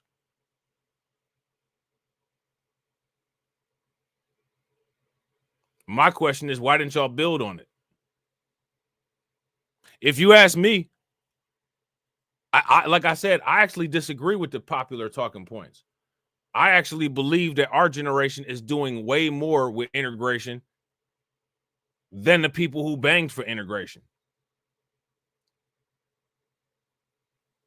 I don't need to ask myself why that choice was made. My generation didn't make that choice. Your generation made all the choices of all the laws that are in place today, as well as the influence on the politics today. Why are you asking us to make any type of choice? Your generation can't accept responsibility, and you've passed down a culture of people not being able to take responsibility. Your generation is the OG. I said what I said, SAS generation, minus the rainbow. You can't answer questions. You take no responsibility for your mistakes. You got a bunch of strange flexes. Your generation is what a lot of the stupid talking points of today are based on. Your generation is so screwed up, you actually got people, not Byron Donald, going around saying we was better under Jim Crow. I mean, y'all messed up that bad that y'all was better under racism? What does that say about you? You got people actually going around saying we was better under Jim Crow. How messed up is y'all?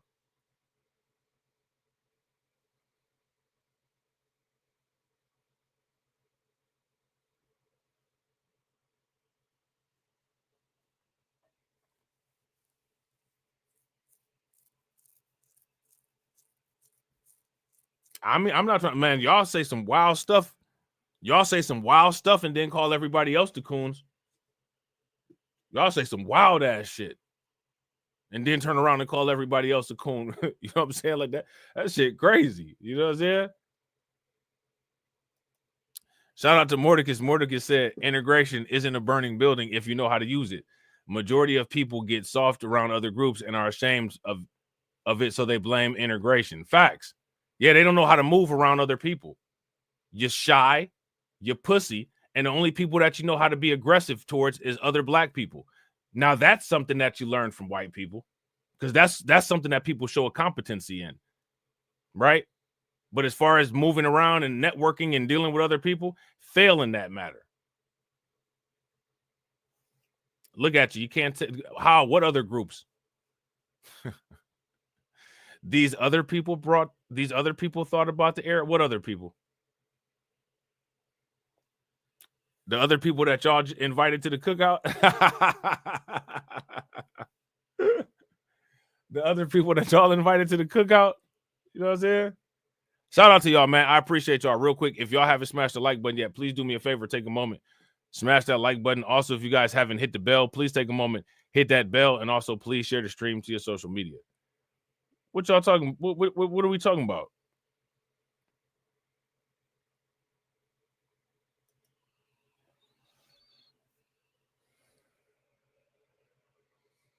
All you're doing right now is just showing the fact that you're incompetent.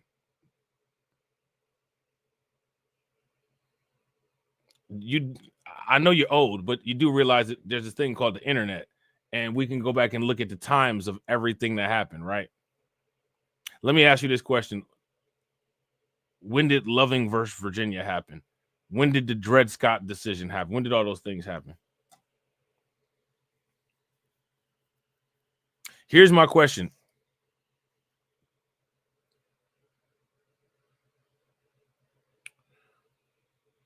Why are you so ashamed of your chronology?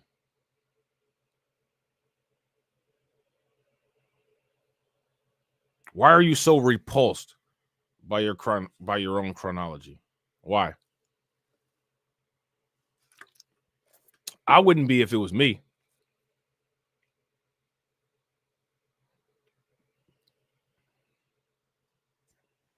But I'm trying to figure out why you're so repulsed by your own chronology.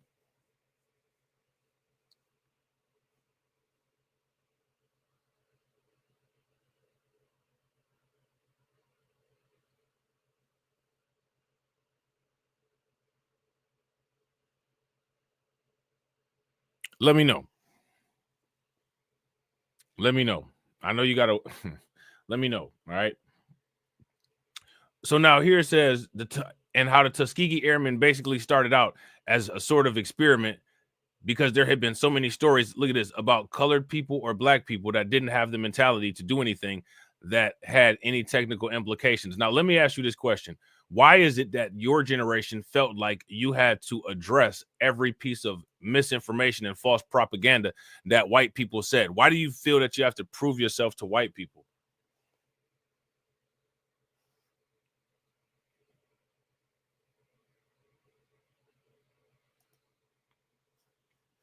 We're reading Black history right now. If you're under the assumption that I've never read Black history, which is fine, aren't we reading Black history right now? So my question is, why would you say this in the chat if I literally just read something about Black history? Didn't we just watch a video about the Tuskegee Airmen? This is what I'm talking about stupid old people. Maybe you should read a little Black history. I've been reading Black history for 3 hours now, and you've been here witnessing me do it. But you will sit there and say, maybe I should do it as if I haven't done it. What's wrong with you people, man? Let's just validate reality for a quick second. Haven't we been reading about Black history for the past 3 hours?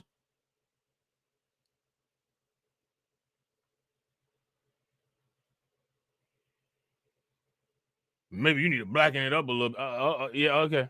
Maybe not. You know what I'm saying? The Tuskegee Airmen proved them wrong, he said. So again, why do you need to prove anything? Like, first of all, why do they set the standard of what needs to be proven versus what doesn't? Somebody has, if you feel that you need to prove something to these people, then you agree that they're the authority of the standard.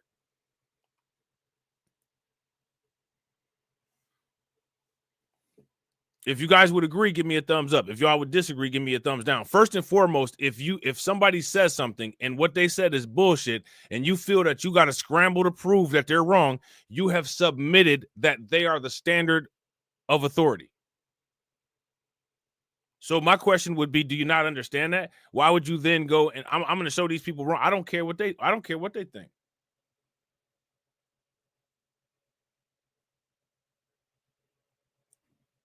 You're not the standard authoritarian on my reality.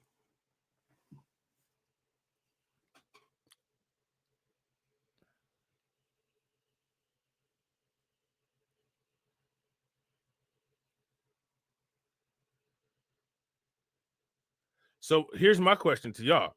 My question to y'all is, why do people give them that?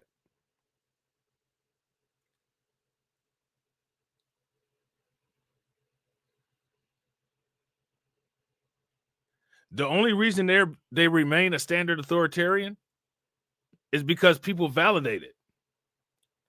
If white people make an assumption about you, you have to go and prove the assumption wrong. For one, you don't have to go and prove the assumption wrong. You can say you're weird and keep it pushing.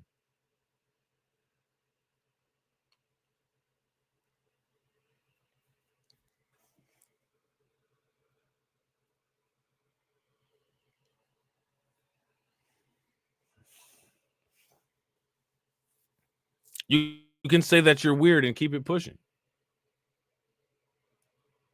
So now here it says the Tuskegee Airmen proved them wrong.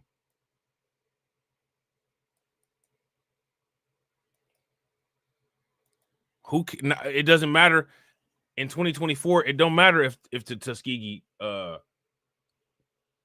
Airmen turned them wrong or proved them wrong.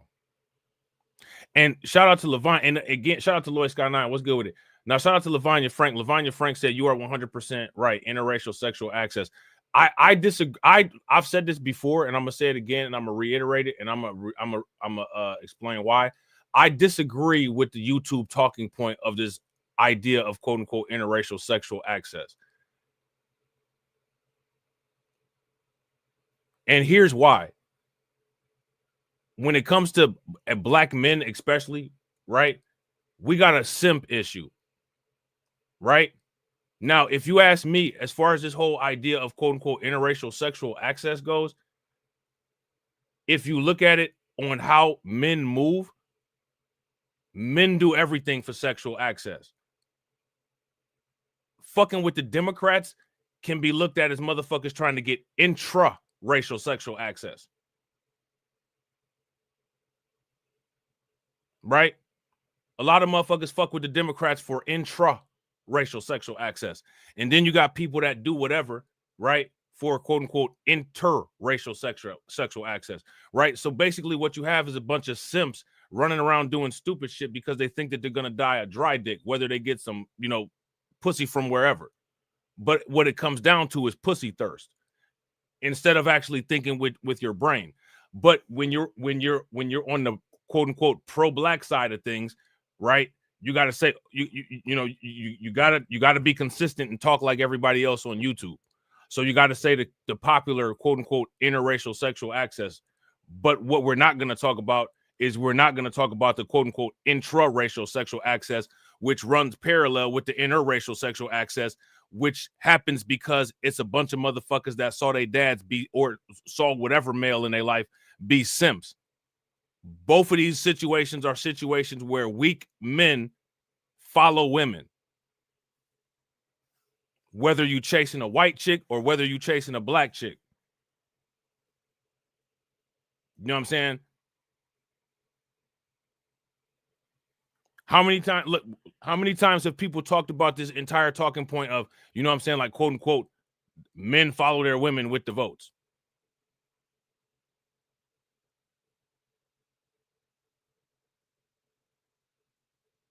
So basically, what you have is simp culture guiding what should be critical thought.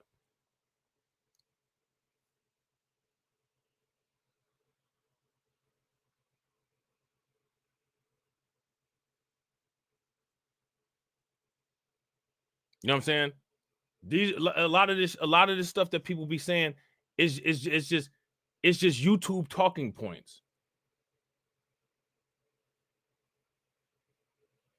Shout out to Tia. Tia said, "Worship me, I am woman." You know what I'm saying? So Black Free Thinker said, intra-racial sexual access did us in more than the reverse. To me, I don't know, right? I don't know, and I can't say, but what I can say is men being a simp and following in lockstep with simp culture leads to detrimental results. It leads like because the whole, if you look at the interracial this thing on YouTube, the popular talking point of this quote unquote interracial sexual access, which is hilarious for many different reasons that we can go into later, right? Is simping. It's a pro-blackified, ego boosting, sound good, feel good oversimplification of the term simp. You're simping. If you're doing, if for whatever reason, you know what I'm saying, whatever type of women you like, right, that don't happen to be black, if you're doing extracurricular shit and breaking your back for these women that aren't paying you any attention, it's not scientific. It's simping. No more, no less. It's simping.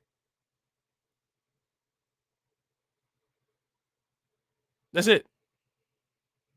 Wouldn't you guys agree? What is the definition of simping? The definition of simping is doing more for someone, for their attention, than they would do for you. It's simping.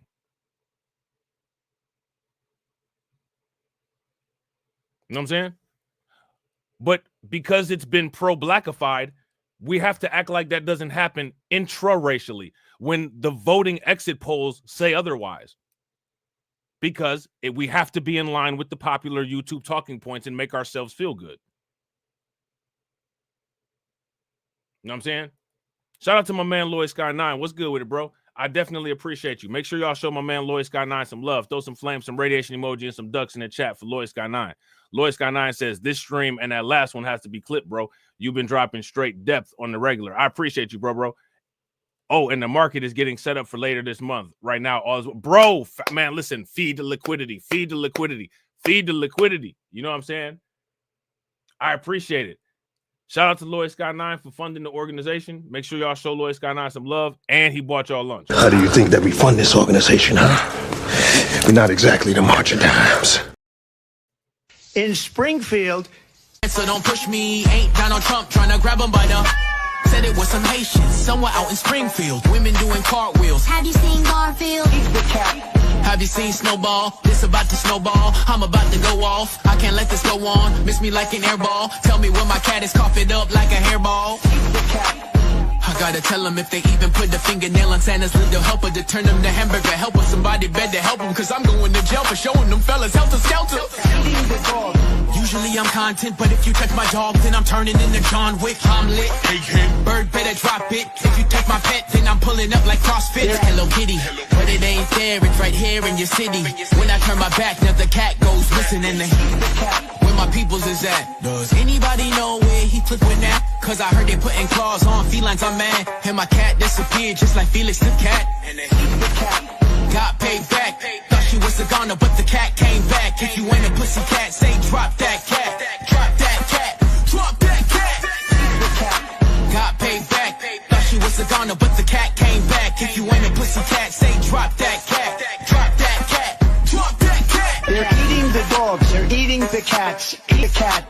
Drop that cat.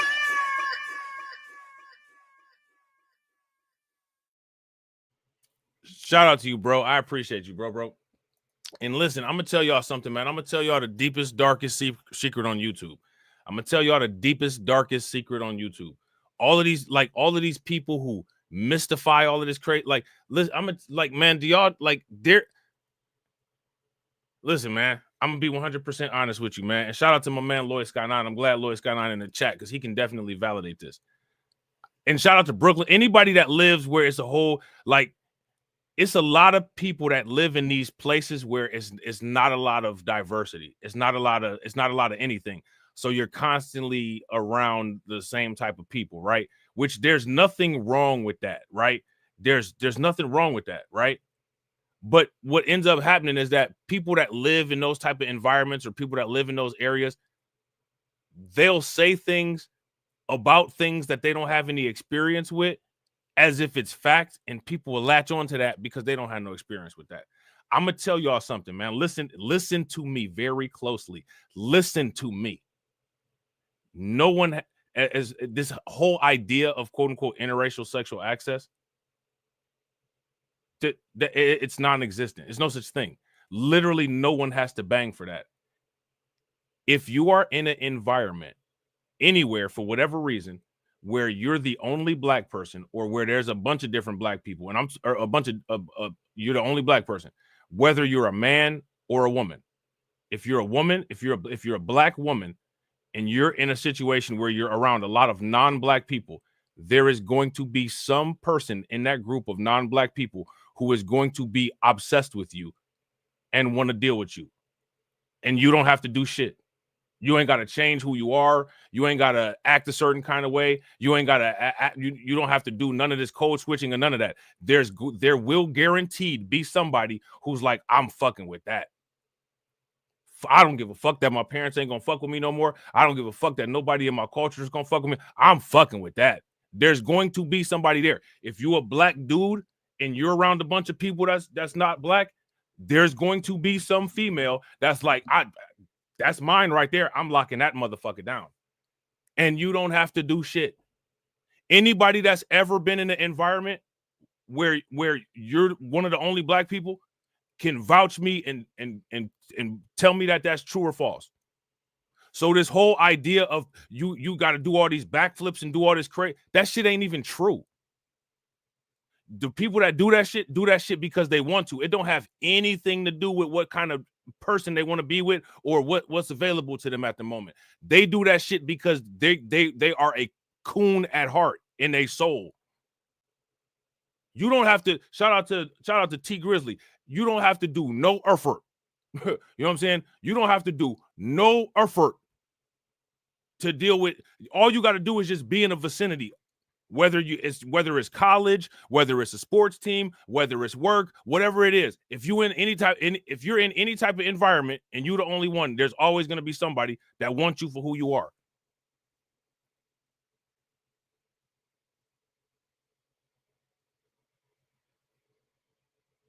Because we swagged out like that. And I'm dead serious. So again, anybody who does that shit, they're doing that because of their own defect. And they doing that because they're overly upplaying the idea. It's not that deep. It's really not that deep. It's wild that people think that the fact that people think that it is that deep is evidence and revealing that people have never really, people ain't really been out around and out and about all like that. You know what I'm saying? It's the same way how even if you go in a group with a bunch of black people, if you go to a situation where there's a whole bunch of black people, there's gonna be somebody, whether you a man or a woman, that's like, yo, I fuck with that. I fuck with that person. It's the same way. Now, when you are in that group with the black people, do you have to act extra blacked out? Do you have to act extra thugged out? You got to act extra ratchet? Nah, somebody gonna like you for who you are. Somebody gonna like you for who you are amongst black people or amongst any other people. And that's just because, like I said, man, we swagged out. It is what it is. You could move you could move to South Africa, you could move to East Africa, you could move to Russia, you could move to China. Somebody gonna fuck with you. And you ain't, and honestly, for real, you're not even, I guarantee you, you're not even going to be the one spitting game, because in most cases, you ain't really going to know how to communicate with anybody like that because you can't speak the language. There's going to be somebody that looks at you, somebody that focuses on you, and that person going to be, man, I'm fucking with that right there. And they're going to try it.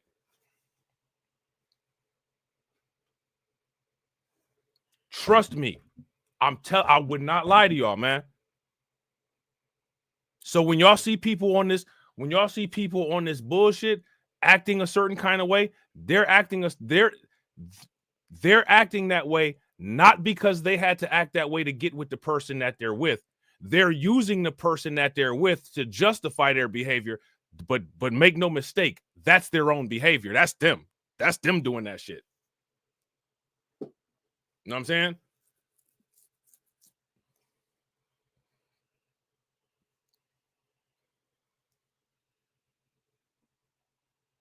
Now, shout out to anybody in the chat that's ever been in in any of those type of situations.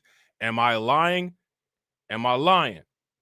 So now here go my question. If I'm not lying, then why do people let these talking points on YouTube just sit and hang out there as if this shit is true or if this shit can be proven?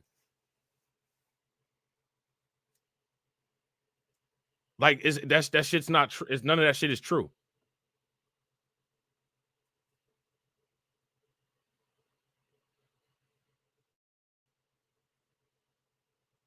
Like, here's an example, right? On the Rush Hour movies, right? with Chris Tucker. It's always one of the Asian chicks that, like, you know, they be like looking at Chris Tucker like, yeah, I fuck with you.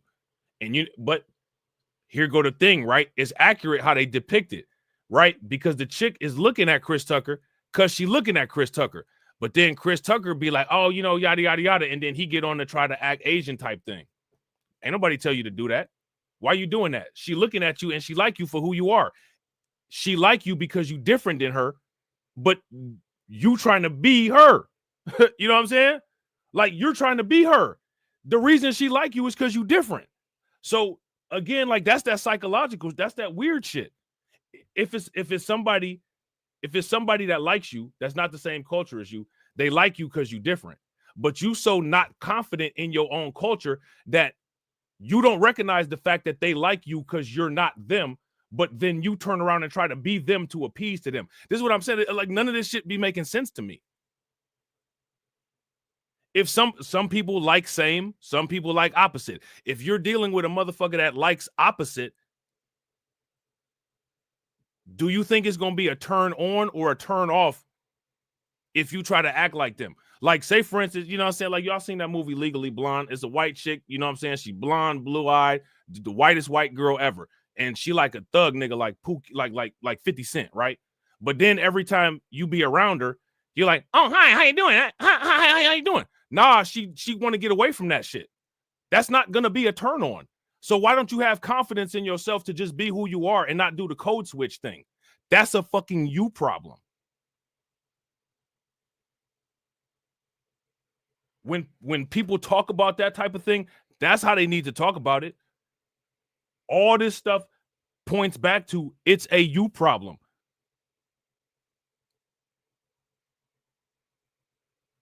Shout out to Levant. People be doing a lot of extra shit. I'm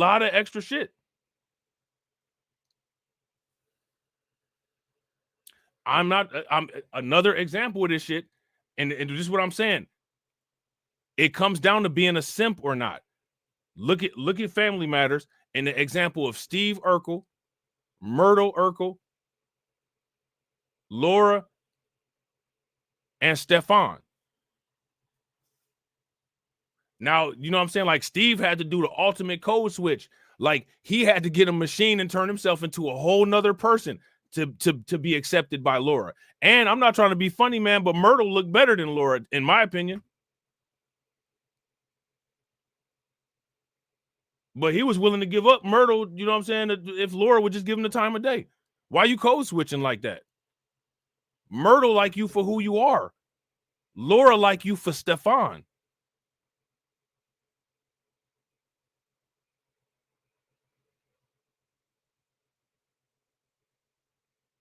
Somebody make it make sense.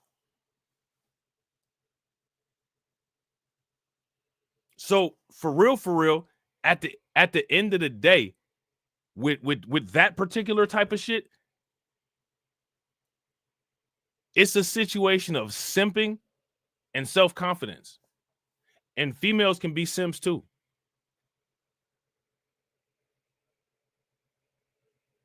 Wait, hold on. I don't know what you're talking about, Intuitively Wise. Which article? Did I miss something? Did I miss a comment that you made about an article somewhere?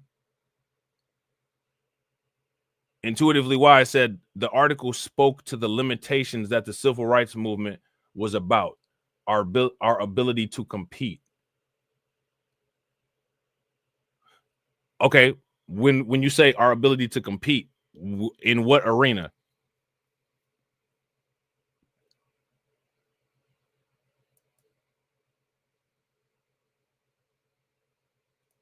So, you know, like when it comes to YouTube, man, with YouTube, it's a lot of people that say they try to explain to everybody things that they never been around or things that they never seen, and people buy it because they don't have they never been around it or they never seen it. But I don't know how people don't see that. I don't know how people don't see the inaccuracies in that shit. Just like I be saying about who holding the crowbar. Like speaking of the civil rights era, who was holding the crowbar? How does somebody crowbar their way in when the door is open? How does that work, or how does that happen? Yeah, these people just crowbarred their way in, did they? Because I swear I see a bunch of pictures with Jesse Jackson and Martin Luther King with a whole bunch of different people, and it doesn't look like anybody's violently trying to get in. It looks like everybody was just let in, and just, you know what I'm saying, they're peacefully at camaraderie with each other at the moment. So I don't know if there was, has anybody ever seen somebody actually crowbar in somewhere? That's kind of, it kind of takes a lot of work. It's kind of vigorous. It's kind of violent. Kind of would be splintering all over the place and popping up. Or you know what I'm saying, sometimes it sparks if you're trying to crowbar a car door open. Have anybody ever seen anybody actually use a crowbar?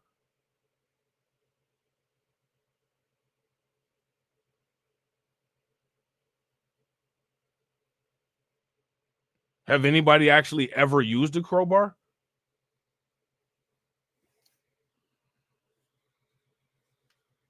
Let me ask y'all this question. How many people know who Henry Moskowitz is? Yeah, facts. Shout out to John Guillory. There you go, right there. Shout out to my man John. John said, I'm delayed on the stream, but I agree with Rob. I've been around other cultures, and there literally been someone that liked me from that culture all the time. You don't have to do all that backflipping. Literally no one has to. The idea of work for quote unquote interracial sexual access is a lie. It's a lie. It's an absolute lie. All of those, anybody that says that, even these people, you know what I'm saying, like the black dudes online who make all these videos about, you know what I'm saying, passport bros and getting chicks that's not black. There's no need for a tutorial for that shit. You don't have to. The only thing that you have to do is be in a location. So so them is all lies. You know what I'm saying? Same thing with the divestors. You know what I'm saying? Like they make all these lies and hoops and shit about getting with men that's not black. You don't have to. There's nothing that you have to do except for be there. Go work at you want to be with a dude that's not black, go work at a software company. That's all you got to do. Just be there. Dress nice and be nice, and somebody, like, that's all you got to do. You don't have to do no type of extra hoops, hollering, and none of that. All of that shit is lies. There's literally no work that you have to do. None. Zero. Just be there and have your ass clean. That's it. These people on you like people on YouTube talk about like fetishizing and all that. Them be the motherfuckers that's fetishizing shit. There's no work that you have to do. There's none. The idea of work for that to occur is a lie. It's a myth. The only work that you have to do is show up somewhere, call an Uber or drive there, and that's it. The rest to do itself. And anybody who has ever been in that situation can tell you that I'm not lying, which will tell you that the people that mythicize this shit like it's something monumental have never been around it. They lack world experience in that area. And that's okay. It's nothing wrong with that. But just let the professionals do what the professionals do. You know what I'm saying? So here, intuitively is talking about allowed. Why do you let other groups of people tell you what you're allowed to do? Are you their children? This is what I'm saying, like allowed. So you're taking pride in taking the knee. This is what I'm saying. It's the difference between people, you know what I'm saying, people like y'all and people like me.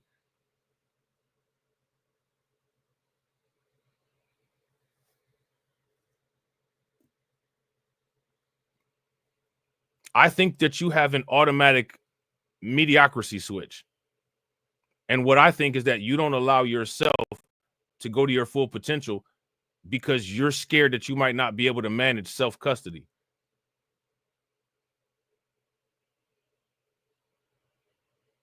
Well, here's my question.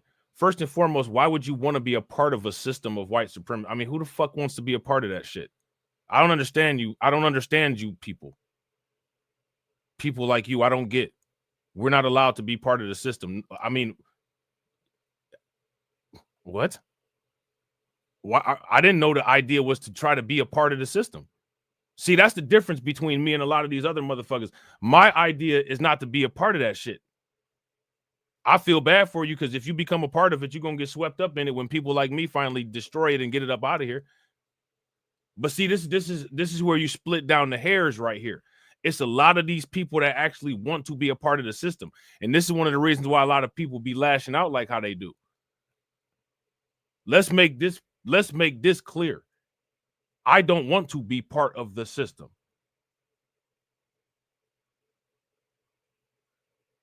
I thought, see, this is where you get into that dark villainy, right?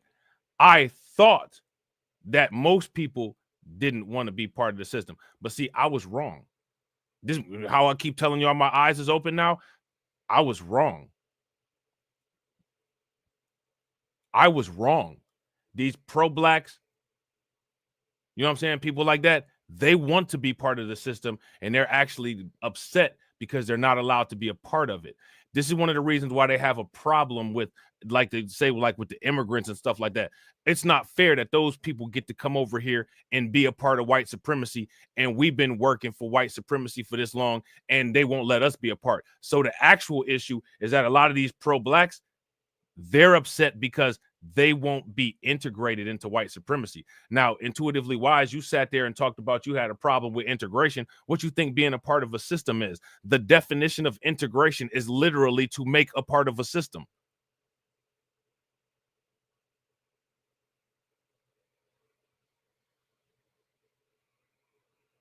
Why would you want to? Who cares if you're not allowed to be? Like, seriously?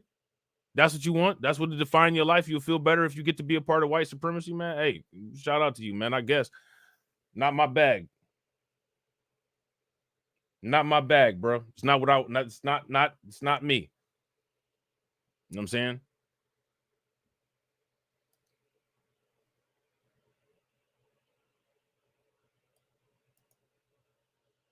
The system was set. Now, see, here goes the dual reality shit. Not first, you got a problem with integration. Now you got a problem with segregation. Which one do you want?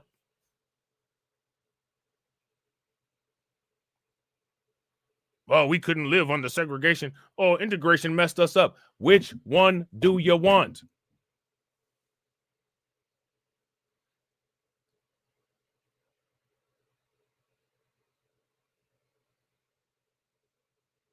The system was segregation.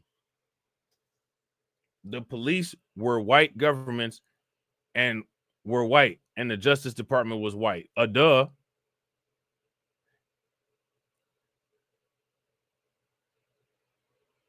You know what's crazy about that?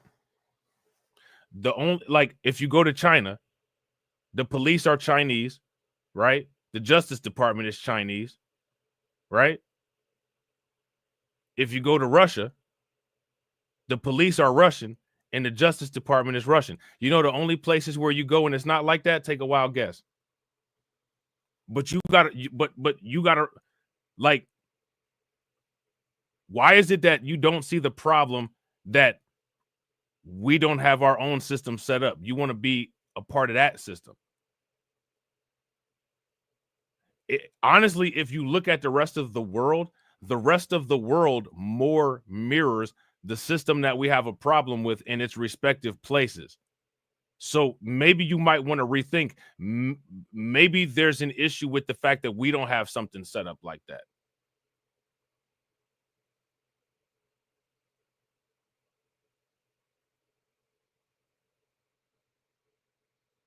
How do you set something up like that when you keep banging for integration? But then you want to turn around and get upset that the generation after you is utilizing the environment that you created, but you failed to see the obvious that was right in front of your face. You know what I'm saying?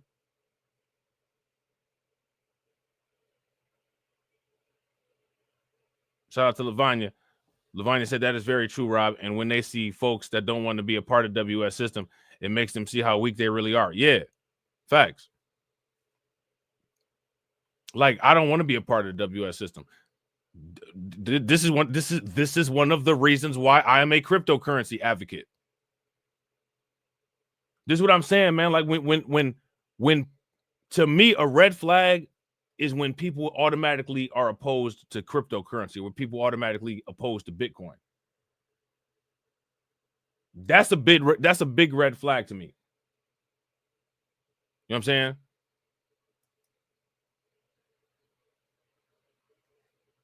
No, it wasn't. Who integrated? This is what I'm saying. You're not being honest, intuitively wise. Who integrated? The United States was never set up prior to the Civil War with integration. Integration didn't occur until people asked for it. Who asked for it?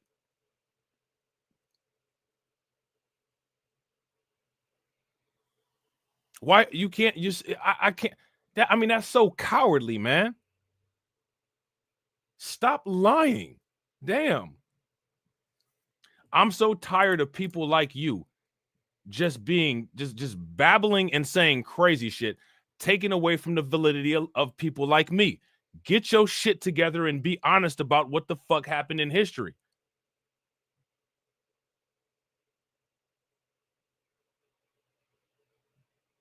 I'm man, I swear to God, I'm so fucking tired of revisionist history and people fucking babbling. And as a result of people babbling, you can't even get people to take you serious because motherfuckers are so goddamn ashamed of what the fuck they stupid asses did. I'm telling you, I'm so tired of that shit.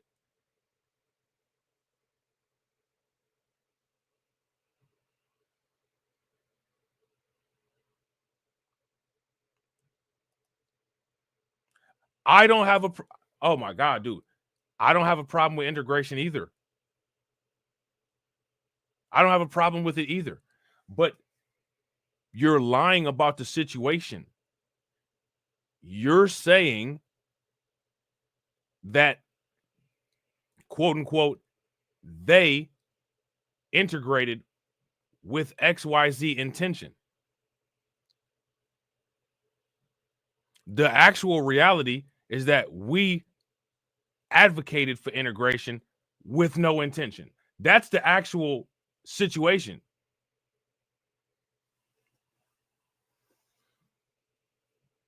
Why do people say they integrated us to mess us up? Why do people say that? Where's the track record of them wanting to integrate us? Where's the evidence of that? There was many different time periods in the United States, and only post-civil rights era is when the United States was uniformly segregated or integrated. Aside from that, before there was any influence, the United States was always segregated. Before black people had any influence and white people was making the decisions without any type of influence from black people, if it was up to white people, the United States was always segregated. So why is it now that in 2025 there's this pro-black talking point of white people integrated us? Like, I don't understand that.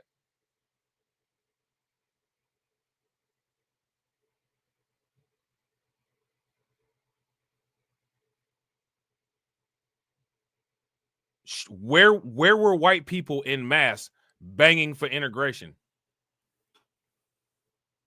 Where was this taking place at?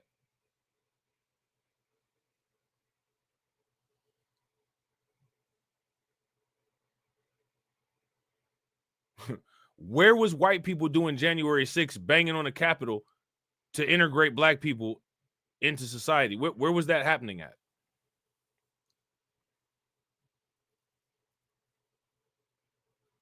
Was it happening in Alabama? Was it happening in Arkansas? Was it happening in Georgia? Where was it happening at? So my question is, why do people say that? And then the thing that's crazy, like, no one says anything. When people say that, no one says anything. Everybody just let it fly. Like, okay, yeah, you're right, you know. No, that's not true. You got a really skewed idea of history. How can you be made a second-class citizen when you didn't become a citizen until the 14th Amendment was passed? What are you talking about?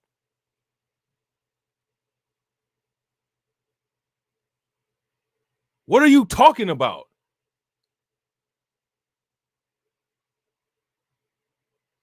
You weren't a citizen at all until the 14th Amendment was passed. What are you talking about, dude? Is this like, what are you talking about?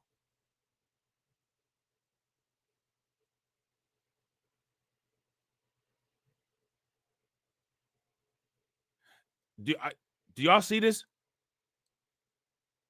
I rest my case. This is YouTube talking point shit right here. We was a second-class citizen. You weren't a citizen at all. Until the 14th Amendment passed, you weren't a citizen at all. True or false? So you couldn't possibly be any tier of citizen. You weren't a citizen at all. There was no tiers. Like, you're not first class, you're not second class, you're not none of that shit. You're not a citizen at all. Until the 14th Amendment. This is just all emotion-based and YouTube talking points. And this is the type of clusterfuck that a lot of these YouTube talking points create. This is what made you a second-class citizen. No, you weren't a citizen at all. You can't be a second-class citizen until you're a citizen. And prior to the 14th Amendment, we weren't citizens.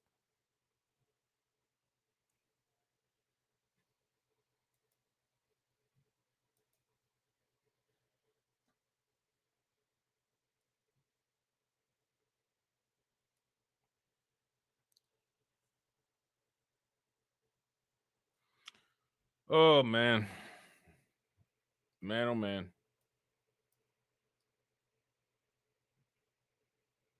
We went to be citizens according to the Constitution. And that was after the 14th Amendment was passed, right? But prior to that, segregation was there. And as a result of segregation being there, that didn't make you a second-class citizen because you weren't a citizen at all. You can't be a second-class citizen until you become a citizen, right? So after the 14th Amendment, then the conversation can be had about whether you were a second-class citizen or not.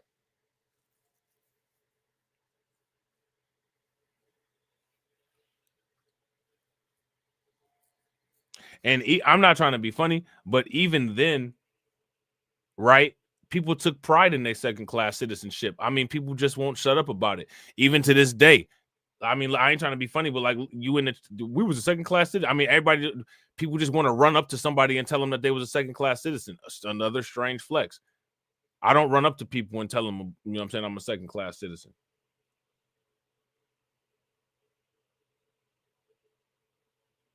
Honestly, because I don't know if you know this, but they don't care.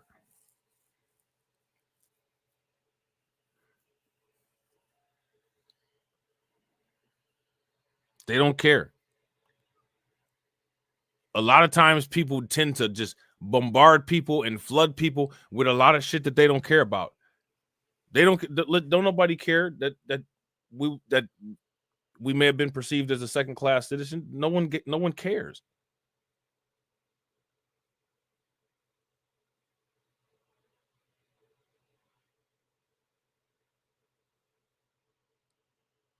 What did people do to fix that situation?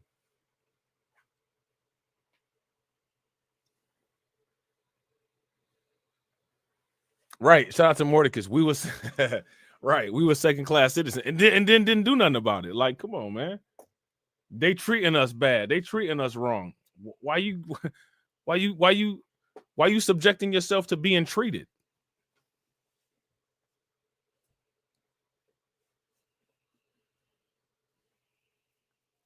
Come on, man. Like, this is what I'm saying, man. This is what I'm saying. So look, so then it says story. So, you know, we already read that, or we saw that in the video, right? And I think, do we see this Women Air Force Pilot Service? Let's see, hold on. So I don't know if this is the same one. Let's see real quick.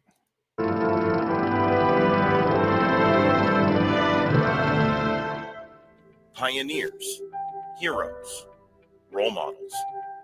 All words used to describe the first. Yeah, that's the same one, right? I'm pretty sure that's the same one that we watched. All right.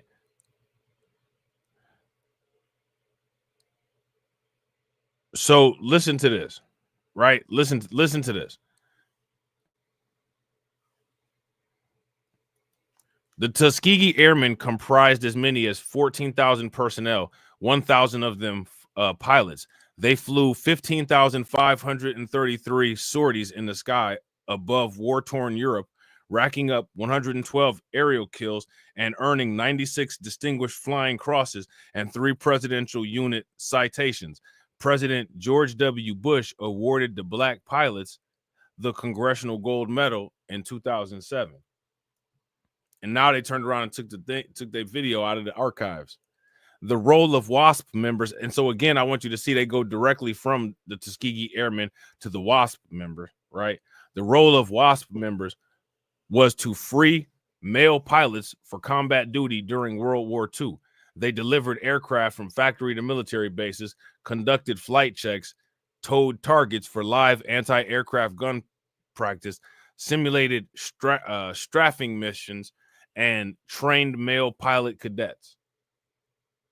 So you got them talking about these women who weren't involved in combat next to, like, look, the women don't have any of this, and they're compared here in the DEI thing with the Tuskegee Airmen who got all of these qualifications and accolades.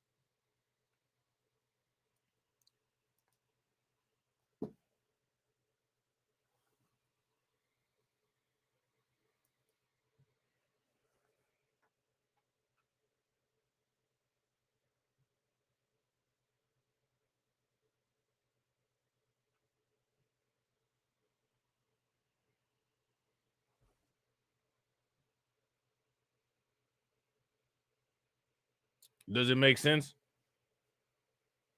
Yeah, we speak on the past with modern day ideas, the same way you people live in the past, but it's the future.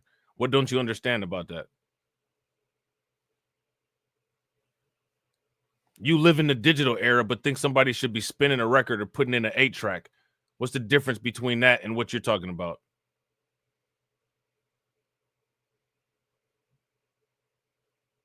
You think that something's wrong with the world because the phone still isn't attached to the wall.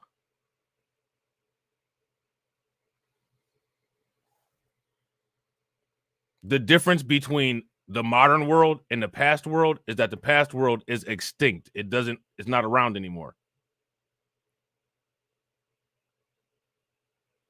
And if the past world was so good, then there would be a lot of stuff from the past world still in operation today. But it's not.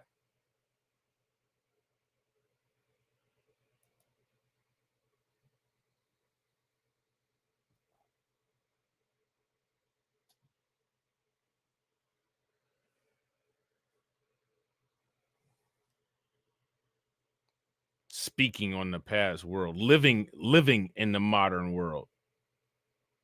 I can't stand the way sometimes it's just people talk.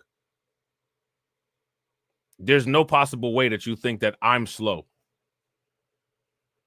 That's impossible. What's actually happening is that you're realizing that you're slow.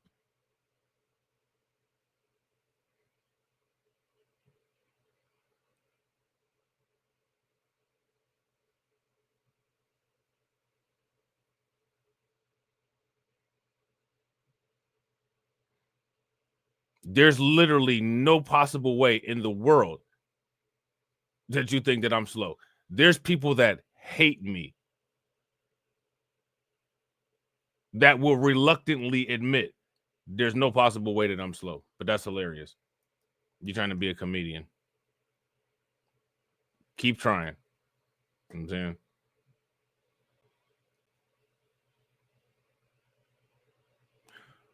So now here it says WASP members collectively logged more than 60 million miles in the air. 38 of the female pilots died while performing these duties. I mean, I'm not trying to be funny, but they died during delivering shit.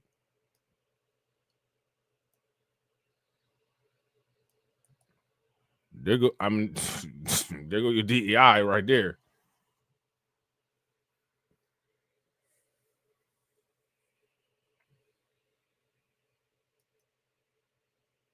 In 1977, WASP members were granted veteran status. So they flew non-combat missions and they gave these women veteran status.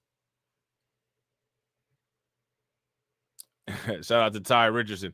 Ty Richardson says, now comes the name calling when the excuses run dry. Just a pure monolithian.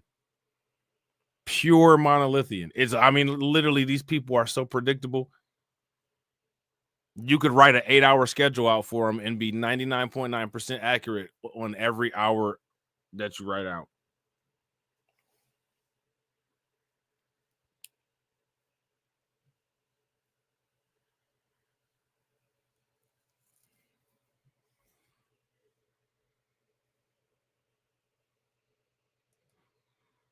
Shout out to Black Free Thinker. Black Free Thinker said either crashes or in overseas operations. Facts.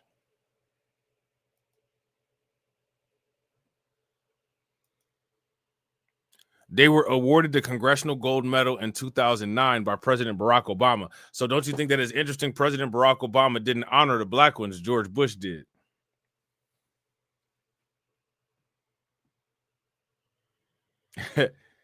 George Bush honored the black ones. You know what I'm saying? President Obama hit the women up.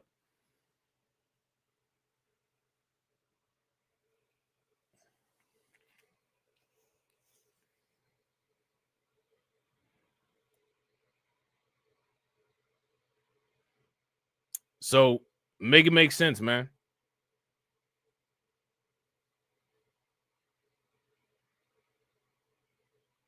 Now, Pete Hedge says that this has been immediately reversed, right? But that's not what happened.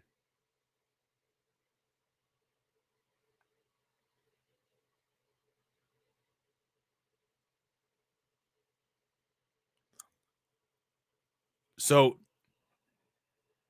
here it says the San Antonio Express News was first to report that the Tuskegee Airmen video and the one on WASP had been withdrawn from the basic training curriculum. The story was published online Friday evening, January 24th.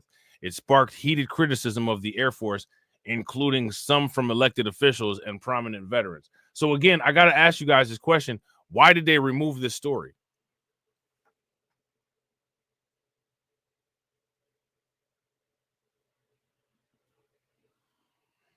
Shout out to NY State of Mind. What's good with you, bro?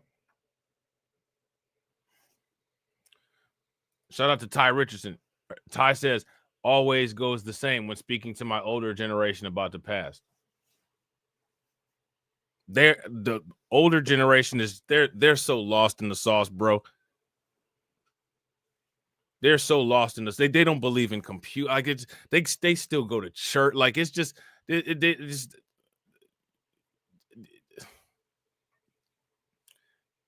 they think that it's a flex to kick the kids out at 18. Like it just they got so much wrong with them. So much wrong with them. I hate to say it, like, you know what I'm saying? Like, I mean, it's a lot of irredeemableness with that. And then, but the one thing about them though is that they definitely stand. They blindly stand on their failures and shortcomings. I mean, you let them tell it. They didn't do anything wrong, and they did everything right, but don't have a damn dime to show for anything. Don't have a damn dime to show for it. This is the generation that thought that saving money was putting it in a mattress. I'm gonna put this money in a mattress and do what exactly? Get less interest than you would get on it in the bank?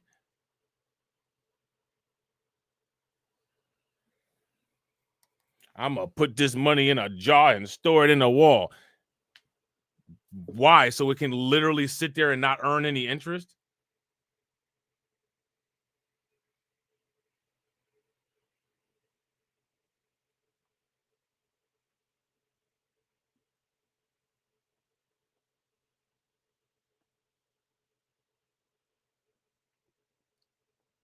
Somebody make it make sense. I don't understand why eliminating history is going to make a difference, said retired Colonel Olga Castillo from San Antonio. See, look, here go. Who's got the crowbar?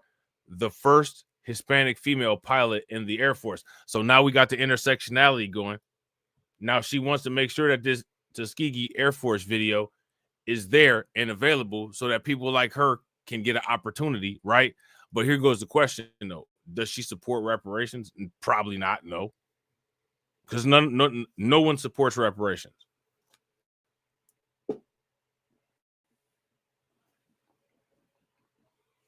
I'm us in here. We're the only one. No one else supports reparations. Everybody else false flagging. Everybody else just say it because it sounds good.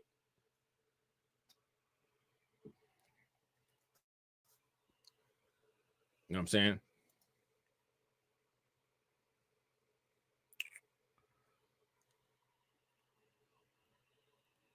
So this person said,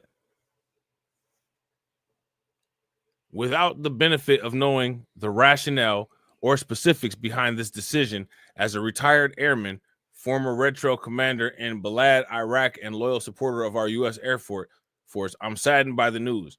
I, along with thousands of airmen, served in combat and drew great strength and inspiration from the enduring legacy of the 332nd Fighter Group, Tuskegee Airmen. So again, we got to ask the question, why is it that the Tuskegee Airmen are not looked at as American airmen, and they're looked at as diversity, equity, and inclusion?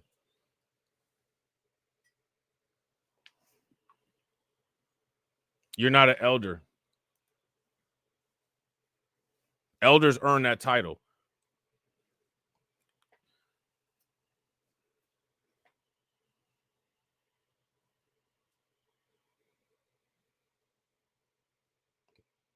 Just because you're stale milk doesn't make you an elder.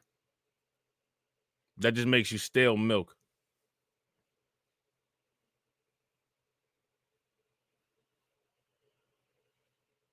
You want a lot of unearned credit.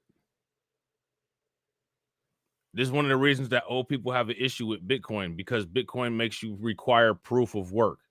You don't have no proof of work. And the proof of work that you've provided here is not adequate for you to be given any type of title that's short of a swear word.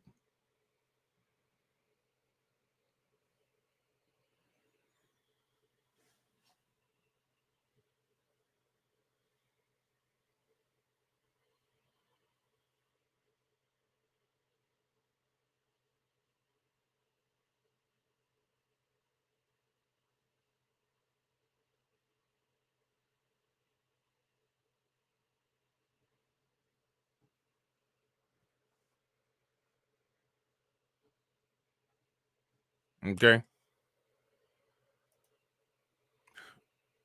So here goes another one. U.S. Representative Joaquin Castro, a San Antonio Democrat, called the decision, quote unquote, white nationalism at work, while this Joaquin Castro is himself white.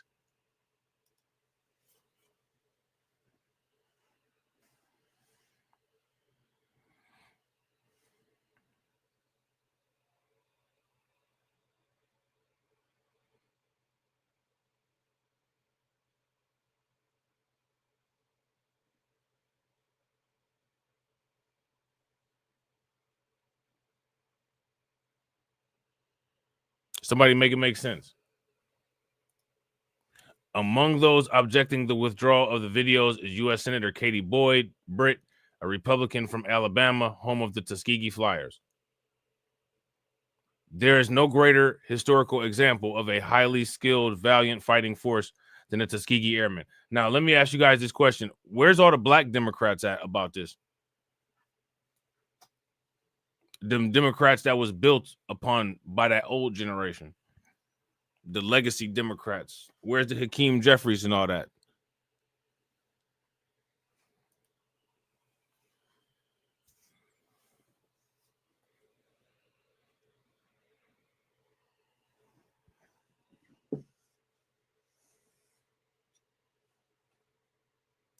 Being old doesn't have anything to do with being an elder. You're lazy. People think that just because you sucked up a bunch of oxygen for a certain amount of years, you get to have a title. It's not how that works.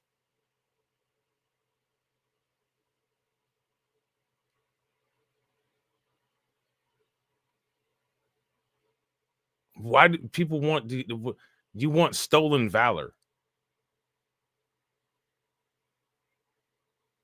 Elder, like, man, go seriously? Stolen valor.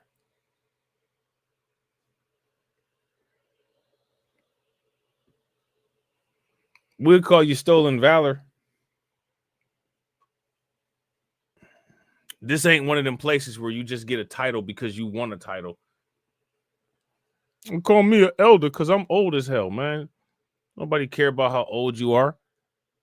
All that means is that you sucked up oxygen for a certain duration of time. That your age don't mean anything else.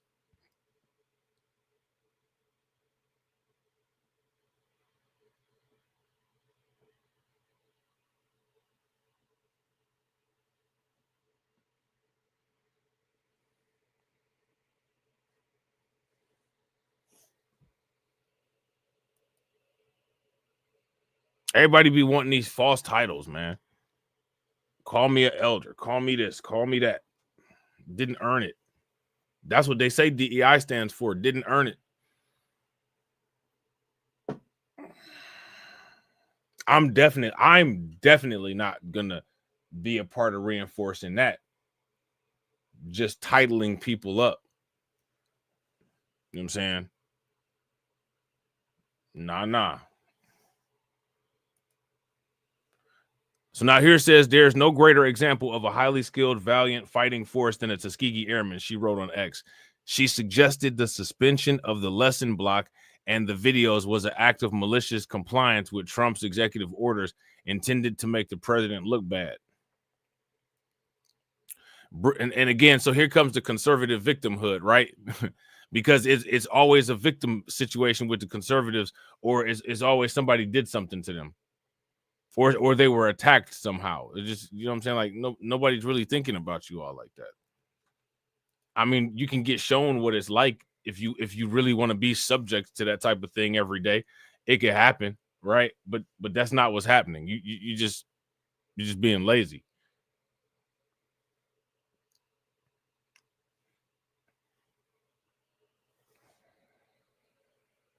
Right?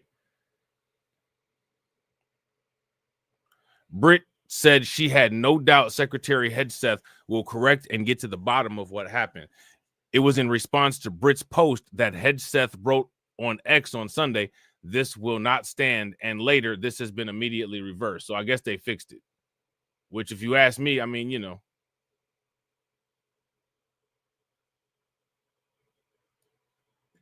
I got my own idea.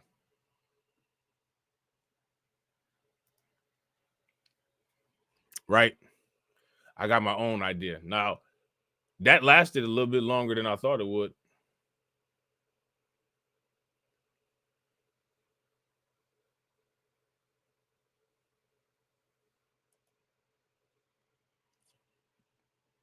Now, what do y'all think about that?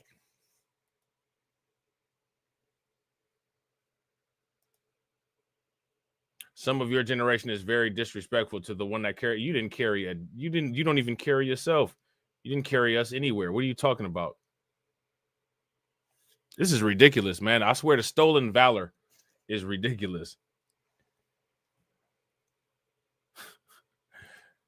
The stolen valor is ridiculous. The generation that passed down zero generational wealth. That's disrespectful. I'm not trying to be funny, man, but the amount of nothing that the past generation has passed down all these other generations with, that's actually disrespectful. You know what I'm saying? You lucky people just don't start doing stuff to y'all when they see you in the street. So people very respectful to y'all generation, man.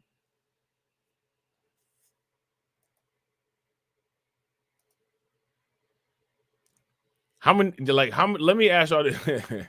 How many N-word passes did the ignorant ass past generations give out? How many N-word passes did they give out, man?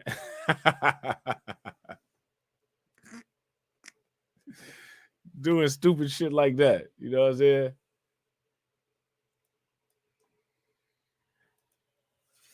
How much black and brown coalition did the past generations do, man? Like,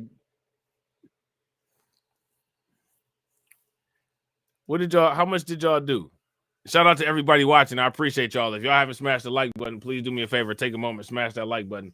Also, if you guys haven't hit the bell, please make sure you guys hit the bell and share the stream to your social media.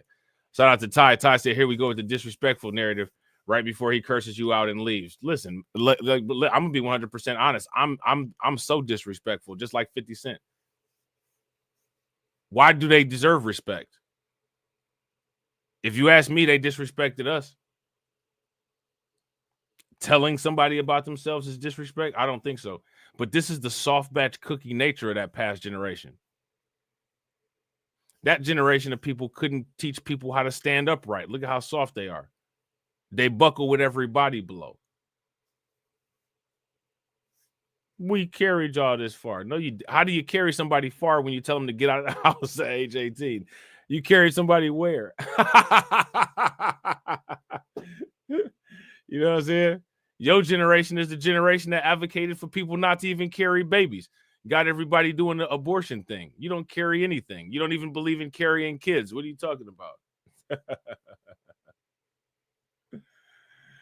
Oh, man. Shout out to Intuitively Wise. Intuitively Wise said, I think the conversation is designed to create violence against the elder. If I was directing violence towards you, you would know it. And if you're confused about it and you don't think so, then clearly you're not in any danger. What I think is going on is that this conversation is showing signs that you have early onset dementia. Go get yourself checked out. Suspected gang member is now under arrest in connection to a gun trafficking operation that prosecutors say spanned across multiple boroughs. Nearly 36 guns were seized and 50 grams of pink cocaine. Fox 5 Jessica Formosa joins us live from Kew Gardens, Queens, where the charges were just unveiled, Jess. Natasha and Steve, that's right. It's a slew of charges that they face. This was a 120-count indictment. Now the DA says 8 of those alleged gang members are now in police custody. 2 are on the loose. These gang members are allegedly from the Venezuelan gang Tren De Argua. Please take a look at this video. Go ahead. This is the moment the NYPD makes the arrest. Among those handcuffed, 2 women. Authorities say the alleged gang members were trafficking guns and drugs, not only throughout New York City, but as far as Texas and Oh, man, never mind. Colorado, with plans to expand their network to Colombia. The DA says this was a years-long investigation. 34 guns were recovered, including 4 semi-automatic pistols, 2 assault weapons, and a ghost gun during the takedown that took place yesterday in the Bronx. 6 of these weapons were reported stolen from other. Look, Intuitively Wise is Intuitively Wise is trolling like a motherfucker, man. Intuitively Wise said, you might be fight about the dementia. No, I might be right about the dementia. You have to fight against the dementia. There's states across the country, including Colorado, Pennsylvania, and Texas. TDA is a dangerous transnational gang that is specialized in murder, trafficking, and mayhem. The defendants, using WhatsApp, helped traffic and sell weapons in Queens, the Bronx, and elsewhere. They relied on use of rental vehicles to come up the iron pipeline and sell them to people in the city of New York. The defendants range in age from 19 to 31 years old. They face multiple charges, including criminal sale of a firearm, criminal possession of a weapon, conspiracy, and other crimes. According to the NYPD, Tren De Argua has a presence all over New York City and other states such as Florida. We are told when they are wanted in one city, they move on to the next. This crew alone has previous arrests for attempted murder, firearms trafficking, assault on a police officer, gun possession, robbery, burglary, grand larceny, and sex offenses. And to be clear, during yesterday's case takedown, one of these perpetrators fractured the arm of one of the detectives so severely that he's scheduled to have surgery later this week. And the NYPD says they have 67 Tren De Argua gang members in the criminal database so far. The chief says there may be even more.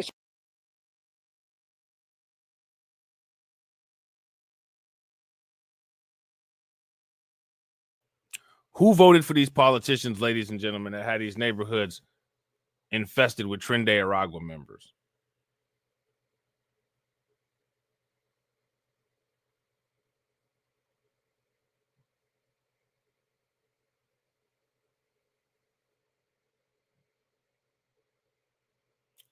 Who?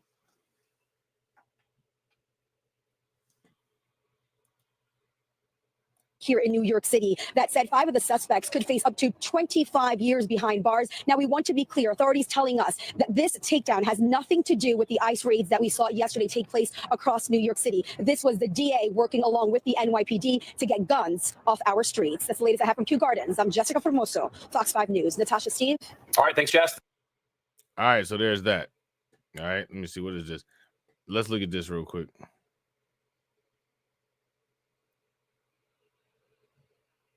Well, now to an exclusive you'll see only right here on Fox 5. We were there, and the only TV crew. Oh, this I actually we actually seen this. We actually looked at this on Crimecast. That video was hilarious. Now let's check this out right here. And shout out to everybody watching. I appreciate you guys. If you all haven't smashed the like button yet, please do me a favor. Take a moment, smash that like button. Also, if you guys haven't hit the bell, please take a moment, hit that bell. And also, please share the stream to your social media. All right. We're going to take a quick look at this. There's no lack of understanding. There's a lack of doing, right? The civil rights movement was all in all ineffective. And it was a poor judgment, and it was a coddling act.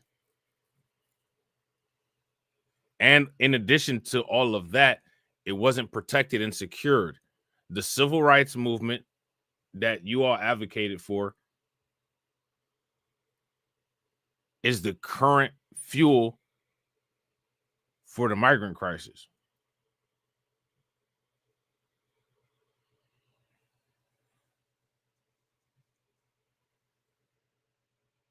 What you have a problem with is actually you have a problem with the fact that you don't like the stain on your legacy. There's nothing I can do about that. That's something you got to deal with. Trump's immigration crackdown. This afternoon, he signed the Laken Riley Act into law, a key part of his plan to curb illegal immigration. The bill requires federal authorities detain immigrants who lack legal status and are accused of crimes, including several misdemeanor offenses with the potential for deportation. Now, I want you guys to answer this question in the comment section, right? Shout out to everybody in the comment section. What is the link between voting Democrat and the civil rights movement? Isn't there some type of link that's there? If there's some type of link between people voting Democrat and the civil rights movement, give me a thumbs up. If not, then give me a thumbs down.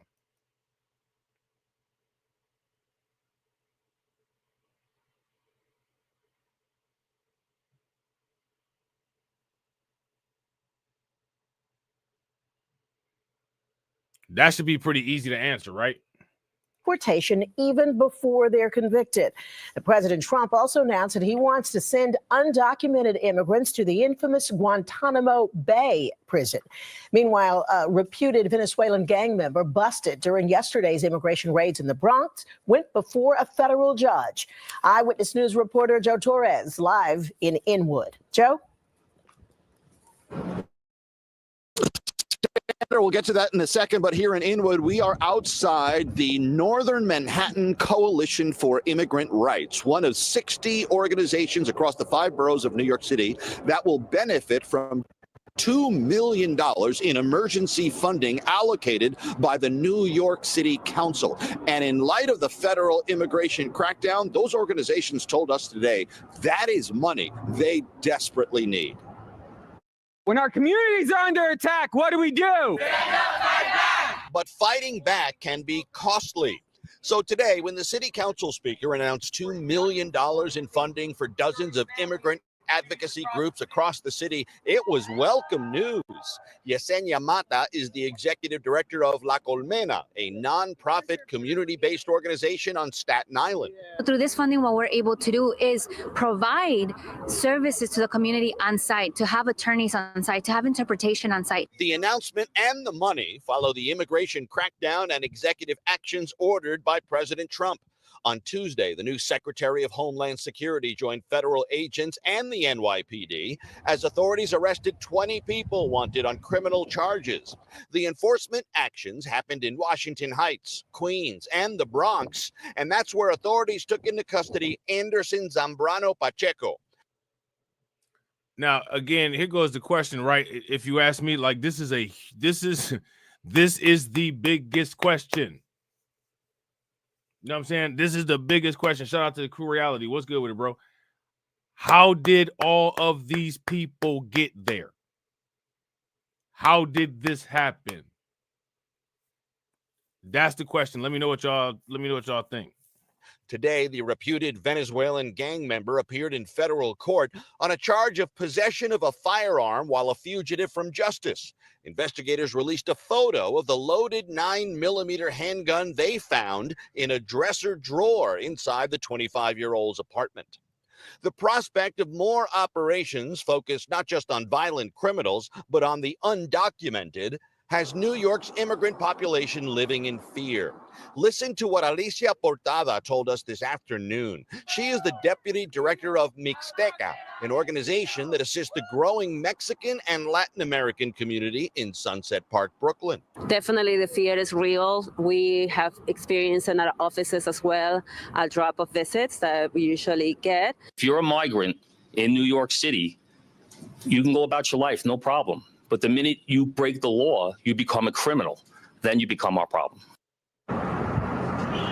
Now, the New York City Council today also announced the allocation of $1.4 million for the creation of something it calls the New York City Community Interpreter Bank. That is another service that will benefit many undocumented immigrants. It's a service that allows them to access information, understand documents, take advantage of resources in their preferred language.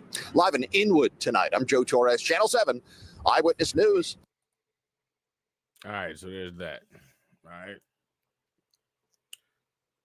Donkey Kong says, respect your elders. No. Everybody, just because they're old doesn't make them an elder. Elder and old are not synonymous. Elders are given the title of elder because they have significant knowledge and have put in significant work to improve conditions and education for the generation after them. Shout out to Donkey King. Donkey King says we've got to support our brown brothers and sisters. Well, first and foremost, we're not brown. And second of all, we're not inbreds. So we're not brothers and sisters. And third of all, we don't have to support anybody just because. You got to earn support. I don't support people just because. I know that's a popular narrative. I don't care how popular it is. I'm not supporting somebody just because. I don't have time to be supporting somebody just because. Shout out to my man, U-Law. What's good with you, bro?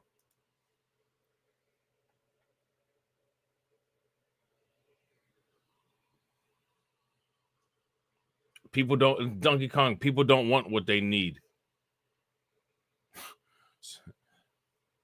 It's not, good luck. You know what I'm saying? Good luck trying to influence people to quote unquote get or have what they need. You know what I'm saying? You're going to mess around and have a heart attack and nobody going to be there to help you.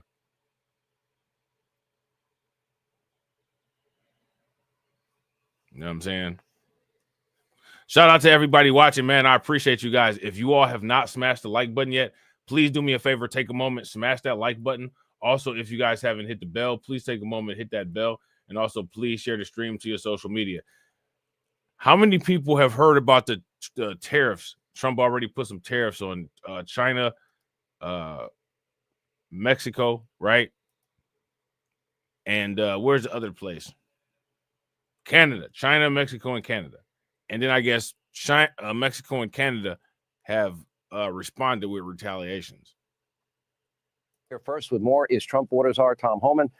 First, I guess I got to ask your reaction to Selena Gomez. I didn't see any postings of tears for all of the women and American citizens murdered, all the people that were raped, including children, all the other victims of violent crime, the American taxpayers putting out billions of dollars. I didn't see any tears on any of those issues. What was that all about? Look, that was the best monologue I heard you do in years. That was your straight on. I can't say it better myself. We got 250,000 Americans dead from fentanyl across that open border. Where's the tears for them? I've met with hundreds of angels, moms, and dads who were separated from their children because they buried them because they're killed by illegal alien. We got 500,000 children who are sex trafficked into this country, separated from their families, put in the hands of criminal cartels to be smuggled into the country. This administration can't find over 300,000. Where's the tears for them? Excellent monologue. I agree with you 100%. Yeah, I mean, how many children do we think are missing now? Some 350,000? How many known terrorists do we know are in this country, or do we even know? How many known cartel members are in the country, or do we even know, or gang members? Do you know? We have no idea. We got 2.2 million known gotaways. We know because they're on video, drone traffic, eccentric traffic, 2.2 million people cross the border. We don't know who they are, where they came from, or why they're here. But they paid more to get away. They didn't want to turn themselves in and get a free airline ticket to the city of their choice, a free hotel room, 3 meals a day, free medical care. They paid.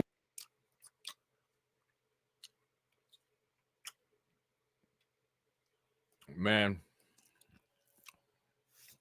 I just had to go grab this buffalo chicken tender real quick and throw this tangy barbecue sauce on it. It should taste amazing. Shout out to Ty. I appreciate you, bro. Now, listen. Shout out to Donkey Kong, right?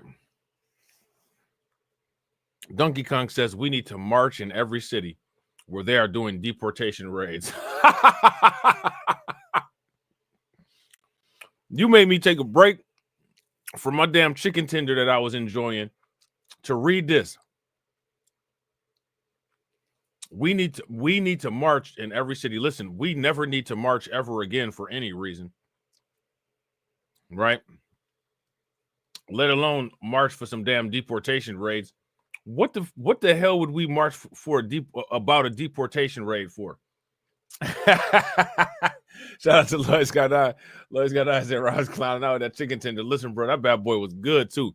And he made me take a break from that bad boy. Listen, I usually eat really fast, right? That bad boy was tasting so good, I had to slow it down because I only got 2 of them left. You know what I'm saying? And he made me take a break from it to come in here and read this. Like, seriously? What are you talking about? We need to march in every city where they're doing deportation raids.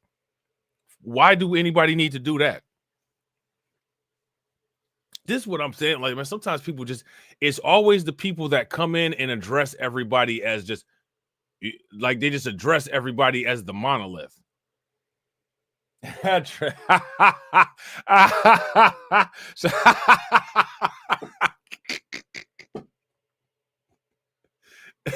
Shout out to Trigger Warning. Trigger Warning said the 10-man march for migrants. Right.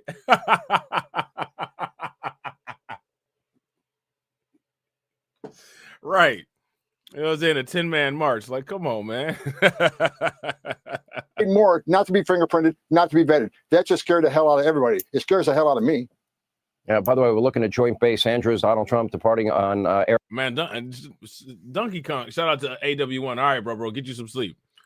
Listen, man, Donkey Kong got to be someone that we know clowning and playing around, man. He said we must support our allies. They will have our backs one day. You sound crazy. You sound crazy. Donkey Kong said, I see you are not a true warrior, son. You crazy as hell. I guess not. If that's what being a warrior is, to fight for a bunch of people that don't care about you and got names for you in their language, I guess not. I never applied to be a warrior anyway.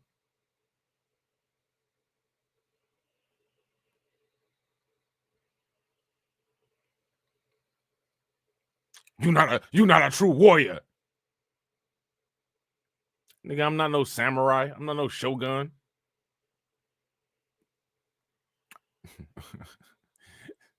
You know what I'm saying? No one, listen, let me tell you something. It's 2024. No one's a warrior.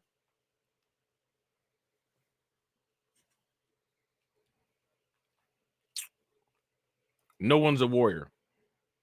Air Force One. Sometimes, occasionally, the media is there. If he does take any questions, it looks like he's going straight to Marine One, or maybe walking past it. I'm not really sure. If he goes to the microphones, we will cover that live. I'm watching you being interviewed, and it's a little bit surprising to me they're worried about the cost. Well, how much does it cost to feed and house and offer health care and education? And Kamala Harris wanted to give taxpayer-funded sex change operations to illegal immigrants. How much did that cost, Tom Homan? We're spending multiple $1 billion every year on free hotel rooms, free plane rides, health care, our school systems, our hospitals, our trauma centers, our social services, and that's in perpetuity for probably 20 million illegal aliens. This operation is going to be expensive, but at the end of it, we're going to save the taxpayers billions of dollars, plus we're going to protect our national security, plus overdose of fentanyl is going to drop, illegal alien crime is going to drop, sex trafficking of women and children is going to drop. It's worth the investment. It's a one-time cost to secure this nation and make America safe again. My biggest fear, and I've asked you this question before, is we do have these known terrorists and cartel members and gang members in the country. We do know they're here. We don't know where they are. We don't know where a lot of them are. It was good to see that your guys were able to get the Tren De Argua, 50 of those guys this past weekend, I believe, in Colorado.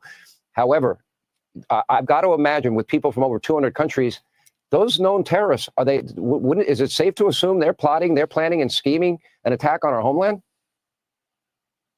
Absolutely. We already caught 8 from Tajikistan planning a terrorist attack. Luckily, the intelligence community caught them on a chatter. But the intelligence community is not perfect. They missed Afghanistan. They missed 9/11. They're not perfect. So I agree with Christopher Wray, even though I have no respect in Christopher Wray. Me and him agree on one thing. What they've done in southern border is the biggest national security vulnerability this nation ever seen. We see more red flags than ever before. Something's coming. And I hope President Trump's in the Oval Office when something does come, because he'll take control of it. I've been saying it's a matter of when, not if, and I pray to God that I'm wrong. What do you know about the Border Patrol agents exchanging gunfire with Mexico drug cartels from earlier? They've taken gunfire, and it's going to get worse, Sean, because man, Donkey Kong got me rolling, man. I had to finish up my chicken tender real quick so I can get back in here and look at this. Cruz said Mario them hit Donkey Kong too. Them hit Donkey Kong with too many barrels, right?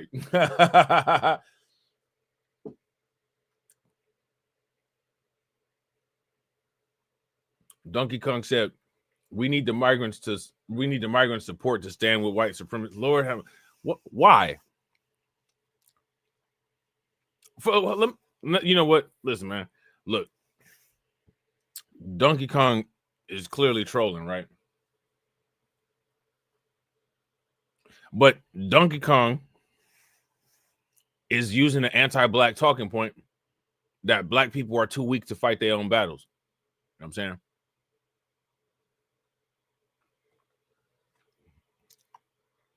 Is that how you got down growing up? You needed to jump everybody that you got in the fight with? We need the migrants to stand against white supremacy. Is that big and bad that we need a whole worldwide coalition for this shit, huh?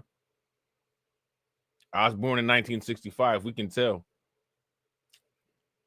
We can tell. Trigger warning said Donkey wants some fentanyl. Facts. Hit him with the fentanyl like they did. Like Kanye said. Like Kanye said on Drink Champs that they did to George Floyd. Hit him with the fentanyl. That shit's crazy, man. This is what I'm saying. I don't know about these old people, man. President Trump's going to seal that border. He's going to put the cartels out of business. He declared them a terrorist organization. We got the whole of government is going to dismantle these people and wipe them off the face of the earth. They're not going to go. They're not going to go lightly. We're taking them out of the trafficking business. We're taking them out of the smuggling business. We're taking them out of the dope business. There's going to be more violence on the southwest border. That's why Trump committed to calling the terrorist organization. He has. That's why the entire United States government is going to take care of those people and abolish them. We're going to attack them not just in Mexico, but in the 42 countries that Jalisco cartel are currently residing in. The Trump administration is going to take them on just like he did the caliphate, and we're going to destroy them. All right, Tom Homan, great job. First week on the job. Terrific. We really appreciate it. Look, shout out to Crew Reality. Crew Reality said, except Black Americans are the only people that consistently fight with white supremacy, the only, and never flee. I don't know about that. I wouldn't say as a group. I wouldn't say as a group, Black Americans are the only people that consistently fight white supremacy. I would say as when it comes to non-white people, the majority of people don't fight white supremacy. And I'm not trying to be funny, man, but like the collective of Black people don't get to get credit. You know what I'm saying? They don't get to get credit for quote unquote fighting white supremacy. Like Black people as a collective don't fight white supremacy, in my opinion. Black Americans included in that. It might be like 0.5% of people that do, But as far like the whole group ain't getting credit for shit. I'm sorry, man. You know what I'm saying?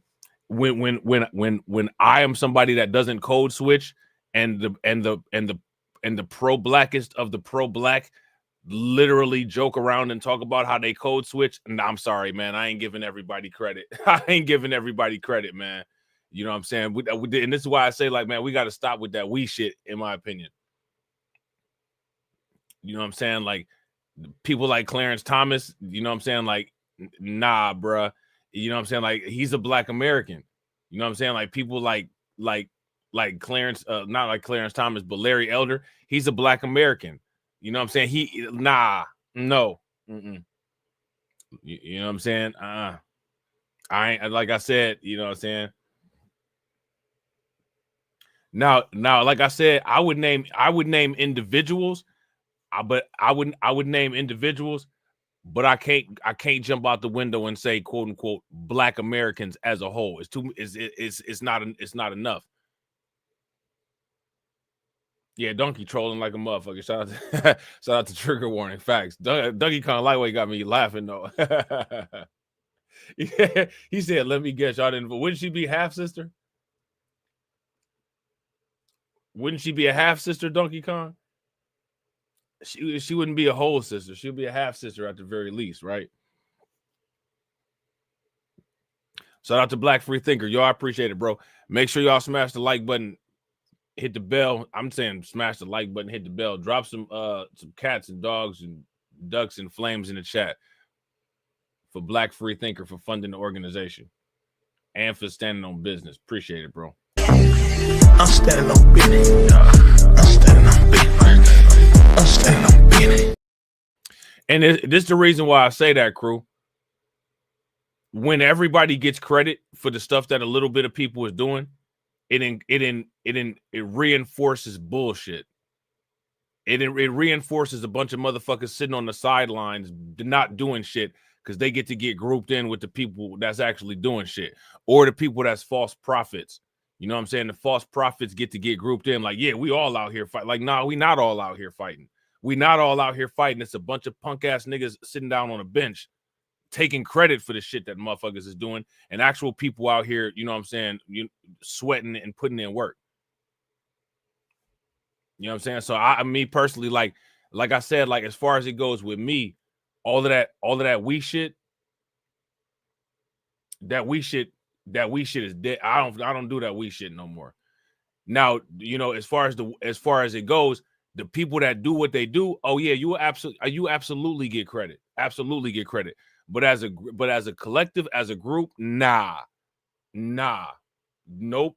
And I've said that, and shout out to ULaw. ULaw been here since the beginning. I'll be the first one to tell you, I don't believe in unity. I don't believe in unity. I believe in the 80-20 principle. I believe in the Puerto principle. And with the Puerto principle, it says that 20% make 80% of the impact. So I think that it's false profiteering for the Wakandaism. I call that shit Wakandaism. Or this idea of this collective and this big mob brain. Like, none of that's gonna happen. That don't work anywhere. Where does any situation work where there's this idea of quote unquote a collective conglomerate of leaders? Where is that happening at? Shout out to DJ Elmo. DJ Elmo said, all skin folks ain't kin folks. Facts. There's no situation that exists on the planet where a large majority of people are unified as leaders. That don't happen anywhere.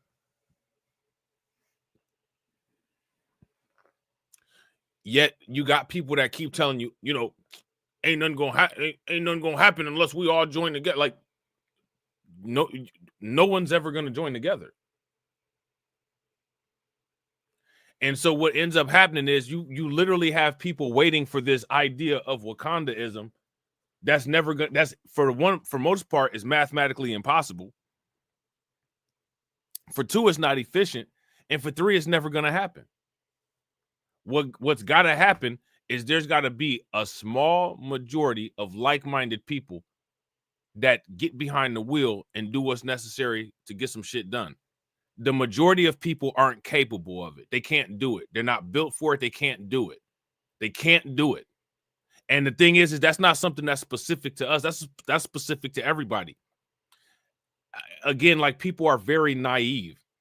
I don't understand. Why do the pro-blacks give all white people credit for white supremacy? They didn't all make that shit up. It was a small collective of them. And honestly, it was a small collective of them in cooperation with some of them people that got kicked out of Spain during the Inquisition.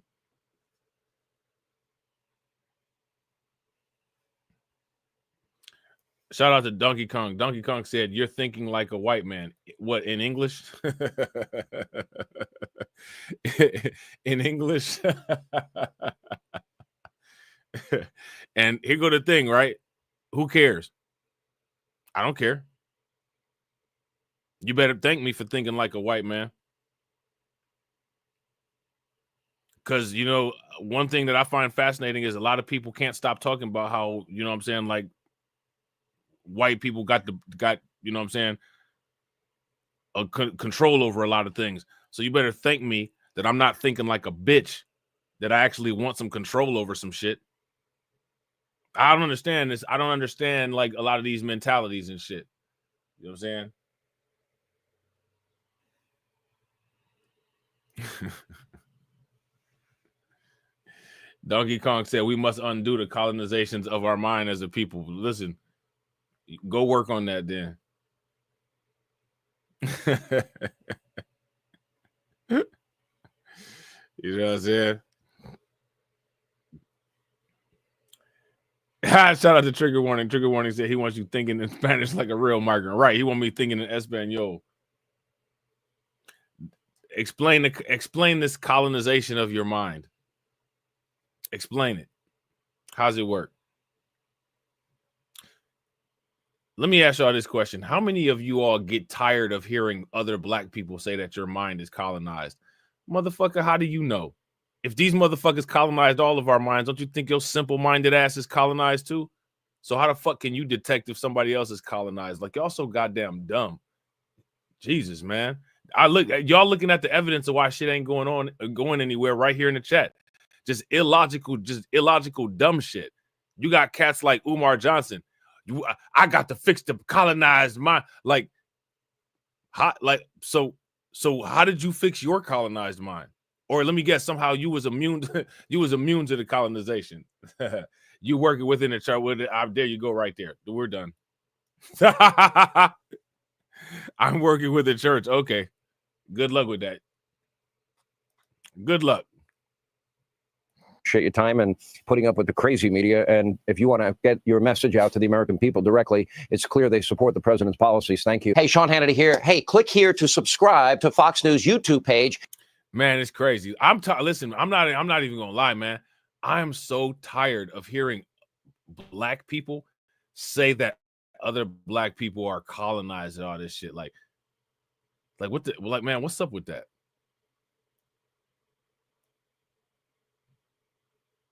I'll tell you, man, listen, listen, man, if it's one thing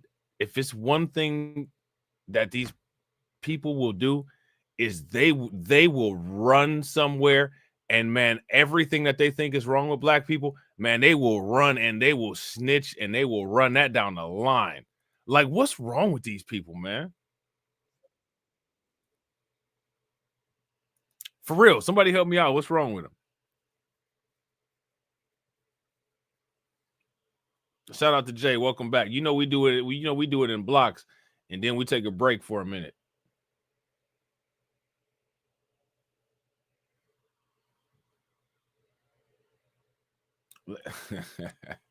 Hey, look, there you go, right there. Look, there it is. Blacks used to do business more and marry during the Jim Crow era. We were united. So, have you thanked white people for racism then lately? You and Byron Donald, have you thanked any white people for racism? That's that shit Jesse Lee Peterson talking about.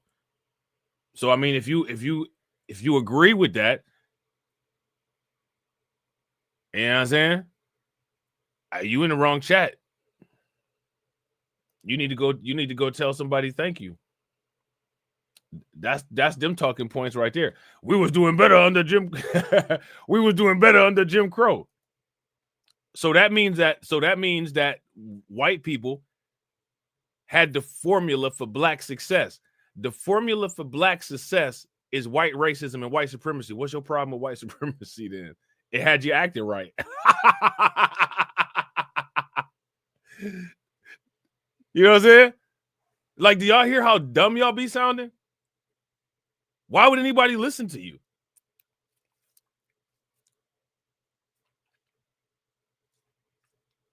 That shit crazy, man.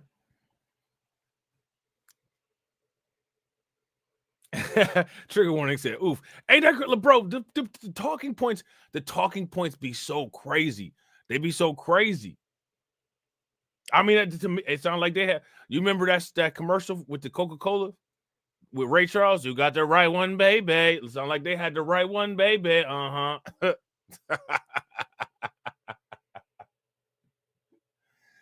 Like, that shit's crazy, man. This is what I'm saying, man. Like, all these, like this, people got to realize this. Everything that everybody has been doing up until today is entirely wrong. All of that shit got to get scrapped. All of it. It's all got to get scrapped. It's all wrong. Look at this. Donkey Kong said, black people do the best when under pressure.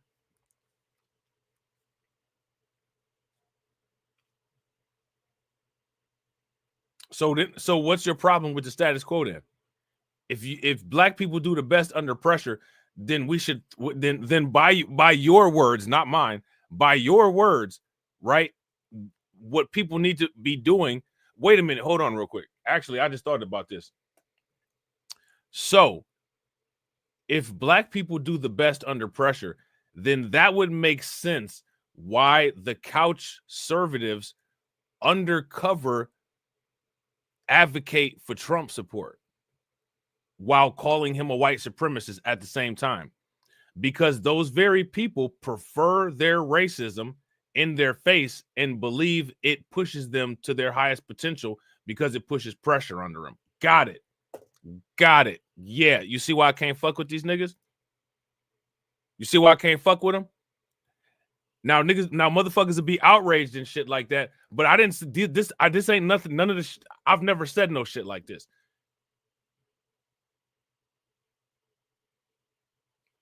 I've never said anything like this. Donkey Kong says, I'm simply stating facts, young brother. I've been alive since 1965. So then what's your problem with the status quo? What is your problem with the status quo then? We are individuals here in this chat. We have an issue with the way that the status quo is. You should not. Right?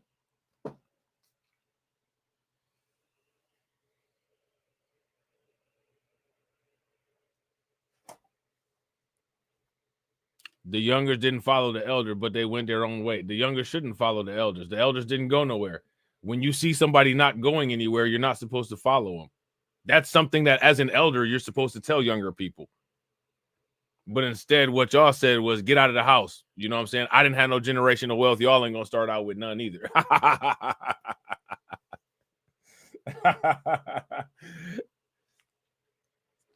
know what I'm saying? We didn't have no generational wealth, and y'all definitely ain't getting none either. The country is falling, brother. We will all be slaves once again. No, your punk ass is going to be a slave. You're going to choose being a slave like Kanye West said with your dumb ass. You know what I'm saying? And if you do, you deserve it. Scary ass. Matter of fact, why don't you get started early and be my slave? Go make me some money so I can buy some Bitcoin. It's down. You want to get started early on being a slave since you think that's what's about to happen? Come be my slave. I'll put you to work right now. How about that? I got a job for you. Go make me some money so I can get some Bitcoin. It's under $100,000 right now.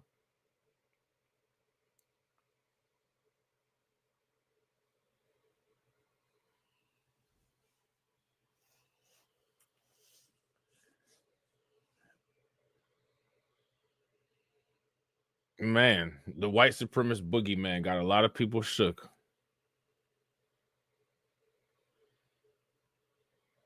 That shit's crazy.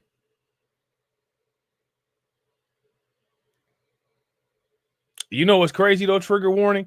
Like Donkey Kong is hilarious, right? Because he's clearly trolling. He loving this shit. He at the house laughing his ass off, man. He like, I'm about, because I know what he doing and shit. You know what I'm saying?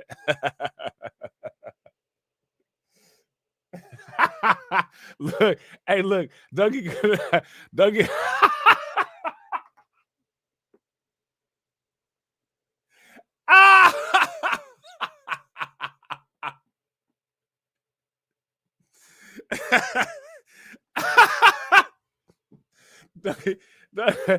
Oh man, Donkey Kong said, "Are you serious?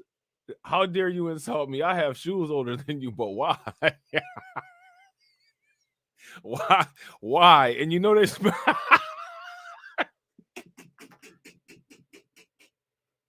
Man, you know them motherfuckers smell like Fritos too.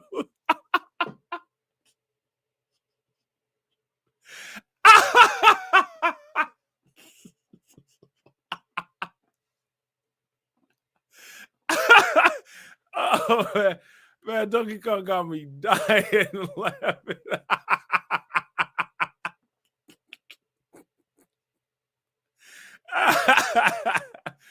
Oh shit. Oh man, this cat said, I got shoes older than you, bro. But why? Why do you have them, man? Why do you have 44-year-old pairs of shoes? This man got the Earl to Pearl Monroes instead of a pair of Jordans.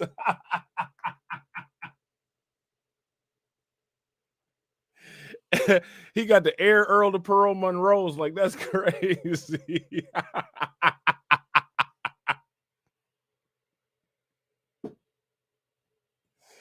Oh man, that's wild. Man, go get you some new shoes, man. Please.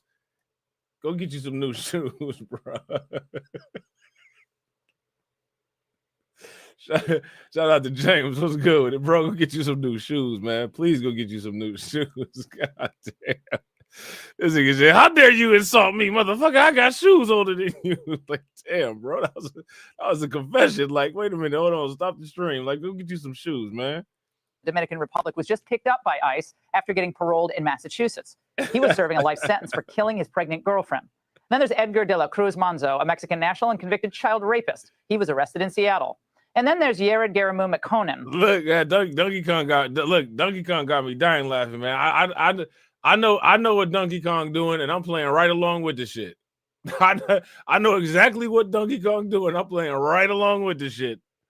An Ethiopian national and convicted sex offender. He was arrested in New Orleans. Now, more than 5,500 criminal aliens have been arrested since Trump took office. Where they headed? Well, Gitmo. Joining me now, Kristi Noem, Secretary of Homeland Security. Secretary Noem, thanks for joining us. How soon will Gitmo be ready? We kind of floated this idea a couple of nights ago because obviously they had all the Haitian refugees there. But how soon will the facility be ready to take in these illegals? You know, it won't take very long at all. We already have some dangerous criminals there that are illegal aliens. And so the facilities can be stood up quite quickly. They're soft-sided. And we have the space. We just got to get to work. What do you think of these? Man, Donkey Kong is look, Donkey Kong is hilarious, man. Look, Donkey Kong is hilarious. Donkey Kong is one of them motherfuckers. Donkey Kong is one of them motherfuckers that watches every single stream and like he writes down all like the retarded talking points, and then he goes into other chats and just types that shit in just to see what people say. I appreciate it, man. Like, I appreciate it. I ain't got no problem with Donkey Kong, man. Donkey Kong got me dying laughing. That's why I say I know exactly what Donkey Kong is doing, and I'm playing right along with that shit. Keep it coming. Officials from blue cities like Minneapolis, St. Paul, that are essentially saying, don't even think about worrying. We got you, to the aliens. Well, they're not taking care of their people. Clearly, we want to come in and help make their streets safer. It was amazing to me the other morning when I was in New York City. It was 5, 6 o'clock in the morning. And the community members were walking past us on the streets and saying, thank you. Thank you for being here. Thank you for getting these folks out of these apartment buildings, these dangerous criminals. They're walking their kids to school at 7 o'clock in the morning. I can't imagine doing that when these drug dealers and weapons dealers. So now here's my question, right? This is the question that I got for everybody. What is everybody's plan, right? Like, what is the political plan for 2028? What are people planning on doing for 2028? I know I know it's too early. And in some sectors, people haven't been authorized to have those discussions, right? But let's just ask that question. Shout out to my man Win Lose the Rug. What's good with it, bro? The Win Lose the Rug said literally the worst takes in history, bro. Look, Donkey Kong.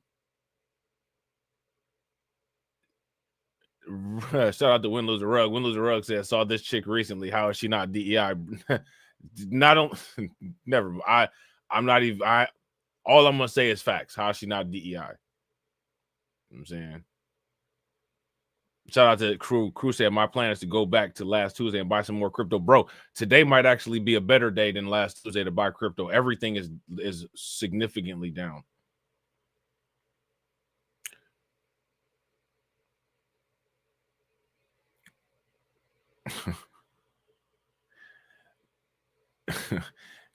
Christy Nome looked like a OnlyFans model / NFL wife in a military costume. And rapists and murderers were on the streets. So you got 15 million, at least, people to remove from the country. Right. 5,500, there's a lot of really bad people in that group, but that pace is going to have to be picked up by about 15-fold in order to remove that many people. Can you do that? We can, but we're going to need partnerships. And we've got a lot of folks coming out of retirement that want to be a part of these task forces. We've got retired sheriffs, law enforcement officers.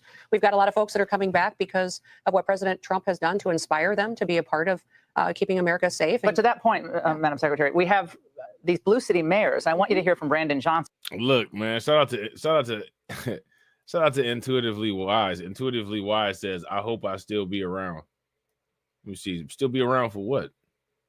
Donkey Kong, you know why some of the younger generation will be homeless. Yeah, because your generation kicked them out at 18 and thought it was a flex. So they couldn't build any generational wealth. You know what I'm saying? Shout out to Donkey Kong. Donkey Kong said, my opinion is mine, young brother. Donkey Kong got me dying laughing, man. My opinion is mine, young brother. I am simply trying to reach out to the misguided youth. I still work within the church. Hey, I appreciate you, bro. I appreciate you. About whether they're going to comply. If you go to the trouble of getting a subpoena to pick up a child sex offender, this was his response.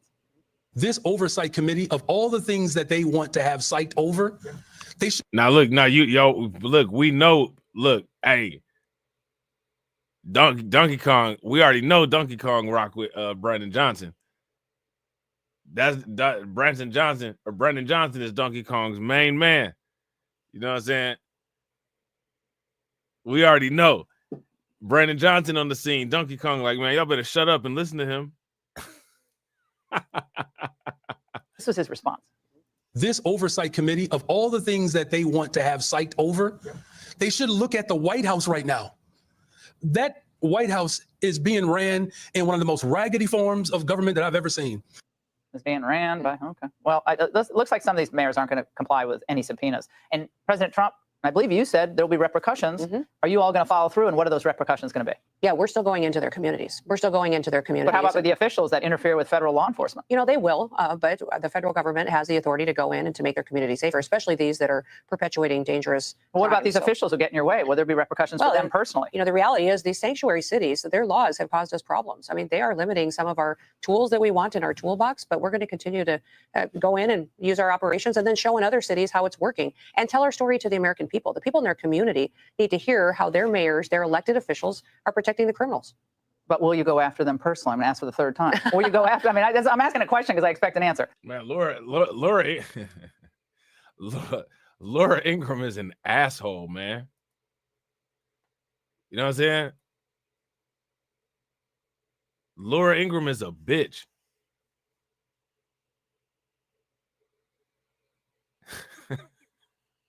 You know what I'm saying?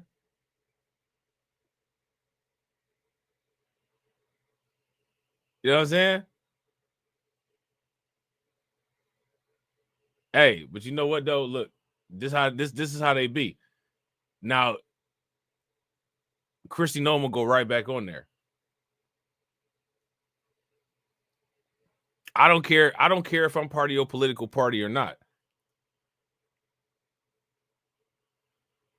You know what I'm saying? Yeah, I know. I heard what you said. I can count. That, you know what I'm saying? Like that wouldn't have flew. That wouldn't have went very well.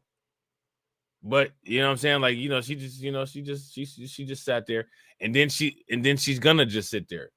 Like, you know what I'm saying? Like these people are so phony.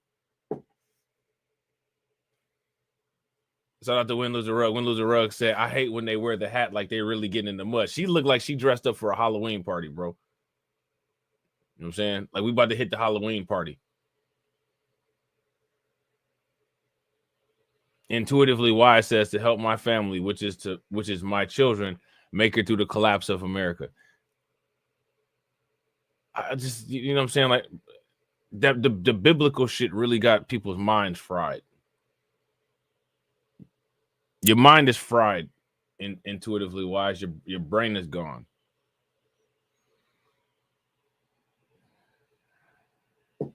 You know how many people have been wishing for the fall of America for so long? And the only reason why you wish for the fall of America is because you're not capable of influencing America in the way that you want to. That's the only reason why you hope for it to fall. And that's a pathetic submission to me. Sit around and talk about the fall of America because you're too weak to do anything to put America in the kind of place you want it to be.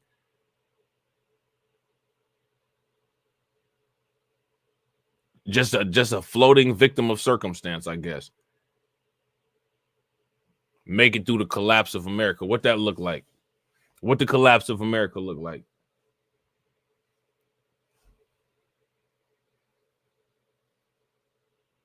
What makes you so certain you're gonna make it?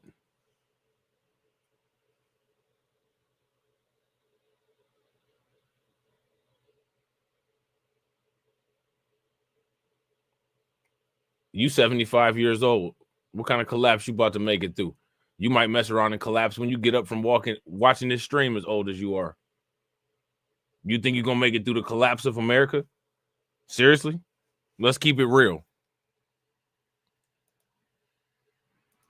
But will you go after them personally? I'm going to ask for the third time. Will you go after? I mean, I'm asking a question because I expect an answer. Will you go after these individual mayors who are saying essentially they are going to thwart federal authority? You guys have the authority over immigration enforcement. They don't. Listen, Laura, nobody's above the law. Of course we will. But that's up to President Trump. President Trump gives us a direction. I don't sit here and make up a decision on what I do. I follow the law. That's my job. Is we treat everybody the same in this country now that we have President Trump in the White House, and he's going to give us direction on how we're going to go after these individuals. You were up north. You were in New York. Where are you going next? I was in Vermont today and on the Canadian border talking about some of the challenges that we.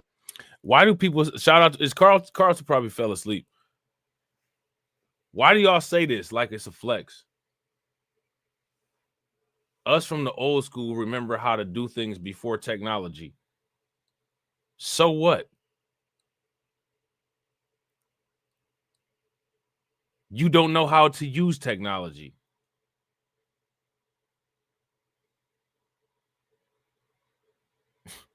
Like, just imagine if you was in 6th grade and be like, us in 6th grade remember how shit was done in 5th grade, and then you turn around and fail 6th grade. Shout out to Intuitively Wise. Intuitively Wise said, you might be right. I already did my part. Now I can only talk. I mean, I would say that you do what you feel you're fit to do, but I don't understand the idea of the wishful America collapse wishes. I don't understand that, because the thing is that the people that want America to collapse is the same people that pride themselves on being American. You know what I'm saying?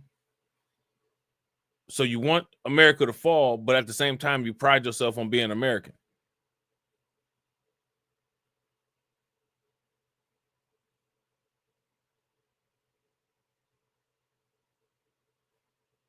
Do that make any sense?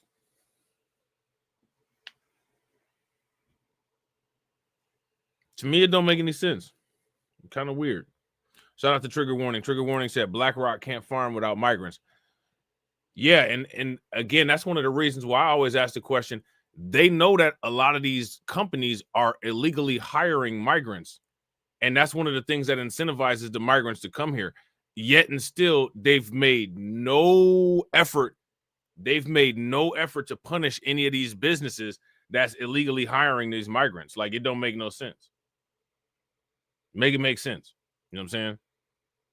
We've had. I think most people are worried that we're going to steal resources from the northern border in order to secure the southern border, and that's not what we're going to do. You're going to seal it all down. Yeah, we'll reinforce. You have your work cut out for you. We'll be watching every step of the way. Yeah. Thank you so much for coming in. Great to see you. Thank you. You bet. Man, she just sat there and let Laura Ingraham talk to her crazy. Like, man, you wow for that. Now, how many people heard about this particular situation here? Hold on real quick. Let's see.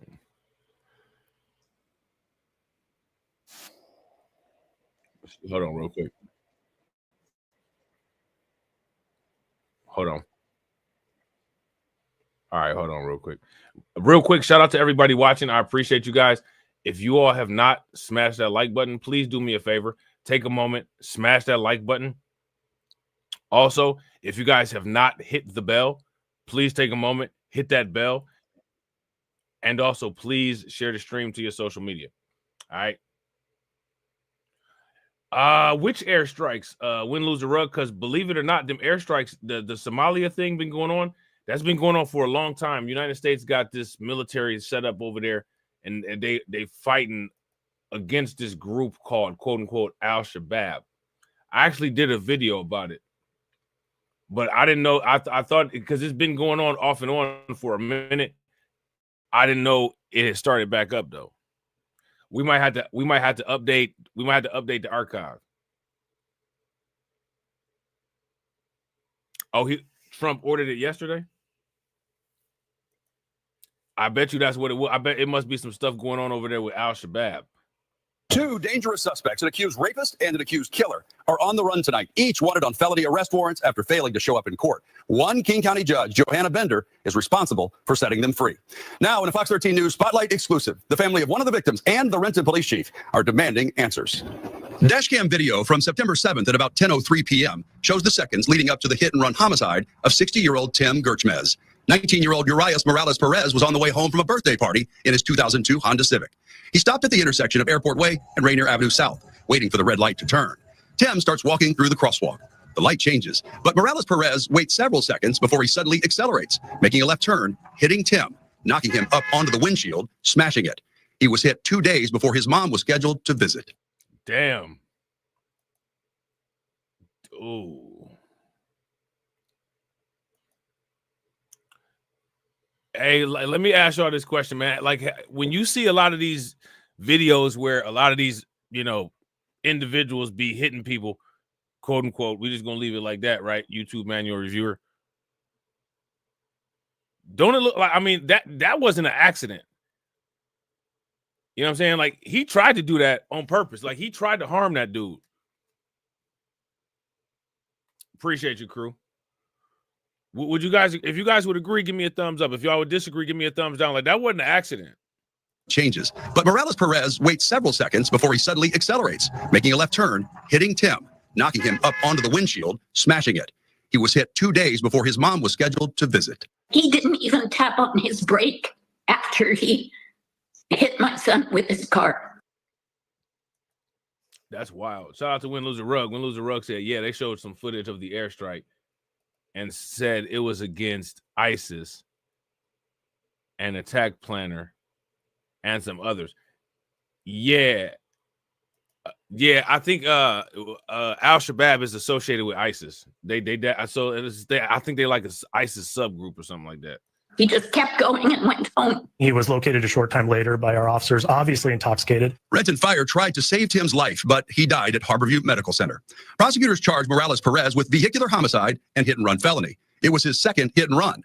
Bail was initially set at $100,000. But then, at his arraignment 2 weeks later, Judge Johanna Bender agreed to lower it to $10,000, with only $1,000 cash needed to post bond. She made that decision before realizing that Tim's sister and mother had joined the court hearing via Zoom. Were there any other conditions that the state wanted to address? Yes, before the victim's family was on Zoom, and they also wanted to speak. Oh, of course. I apologize. Beth McIntyre argued against releasing Morales Perez. I feel, and I think my family feels, that he remains a danger to the community and should stay in jail so he doesn't kill anybody else until his sentencing. So again, I got to ask you this question, right? Why, what judge would rationalize letting this dude go? Why did they let him go? And this is, yeah, shout out to Crew. Second hit and run. You know what I'm saying? Like, this is what I'm saying. Like, when it comes to this, like, when you look at these local news reports, because like this is one of the stories that it didn't get real big, right? But like, why would you let this? What would make you think that this individual needs to be out on the street? I guarantee you the judge wouldn't let anybody else out like that. I didn't even want him to have an ankle monitor. He killed somebody. He should have been in jail until his sentencing. Judge Bender stood by her decision. The law requires that I presume. Now look at this woman right here. Look at this. Look at this. Now look at this. Look. Now you know that's a liberal right there. You don't have to ask. You don't have to read anything. You don't have to know no background. That is a liberal.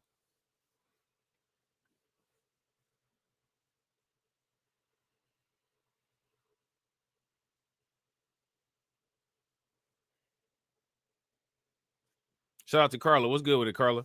If y'all would agree, that is a liberal. Give me a thumbs up. If y'all would disagree, that's not a liberal. Give me a thumbs down. That is a textbook right out the dictionary. If there's an illustration for what a liberal is, liberal, if I ever seen one. This woman right here would never order food from a Chick-fil-A. Shout out to Jada Informant. Jada Informant says, I see a strong woman that doesn't need a man. I see a strong woman that cosplays a man. Oh, man. You know she got a girlfriend. My girlfriend got a girlfriend. You know what I'm saying?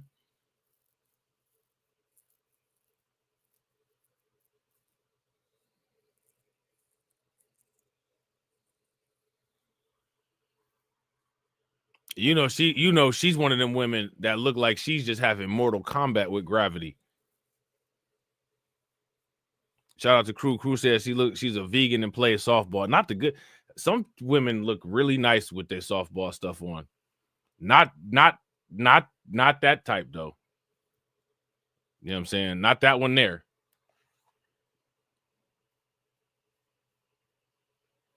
You know what I'm saying? I really like women in their athletic apparel a lot. She the type that'll mess it up. You know what I'm saying? She the type that be having them have extra urine tests. Make sure they fighting the right person. It don't matter because they can fight whoever now. You know what I'm saying? But it's not really, there's no divisions anymore. You know what I'm saying? Like it is what it is. Judge Bender stood by her decision. The law requires that I presume that anybody accused of a crime is innocent unless and until they are convicted or plead guilty. And related to that, the law requires that I presume that people should be released from jail before trial.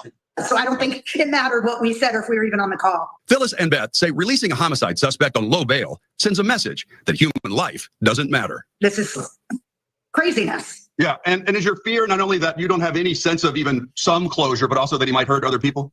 Well, that was the biggest thing is I was like, why would you let a young 19-year-old go that killed a 60-year-old man and then not expect him to do it again? The next month, Morales Perez was back in court, where prosecutors asked Judge Bender to remand him to jail because the county had a backlog on setting up his electronic home alcohol monitor. She ruled it's not his fault and denied the request to hold him. So I'm going to allow your client to remain in the community, and in a significant exercise of trust on my part, I am going to believe that he is going to continue to engage in the good law-abiding behavior that he has been engaging in. Then the good law-abiding behavior that ended with somebody dead, like what?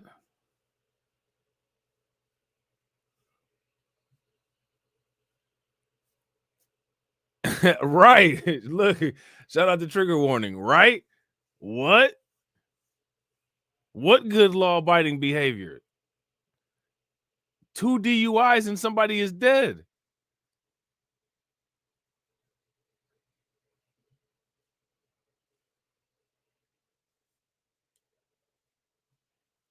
Somebody make it make sense. On November 8th, Morales Perez failed to show up for a plea hearing, so a $200,000 warrant was issued for his arrest. Out of concern for the safety of his community, Renton Police Chief John Schultz emailed this letter to Judge Bender challenging the comments she made in court, writing, "Good law-abiding behavior. Let's not forget he killed a member of our community while operating a motor vehicle impaired," and asking for clarification on her decision.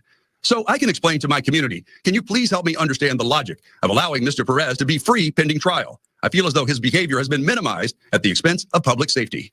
Now here go my question: how many of y'all agree with this post right here? If you guys agree with this post, give me a thumbs up. If y'all disagree, give me a thumbs down. I agree with this. Like, to me, like I don't. This doesn't make any sense. I don't understand why she would have. I do. I get why she did it. I just can't justify why she did it.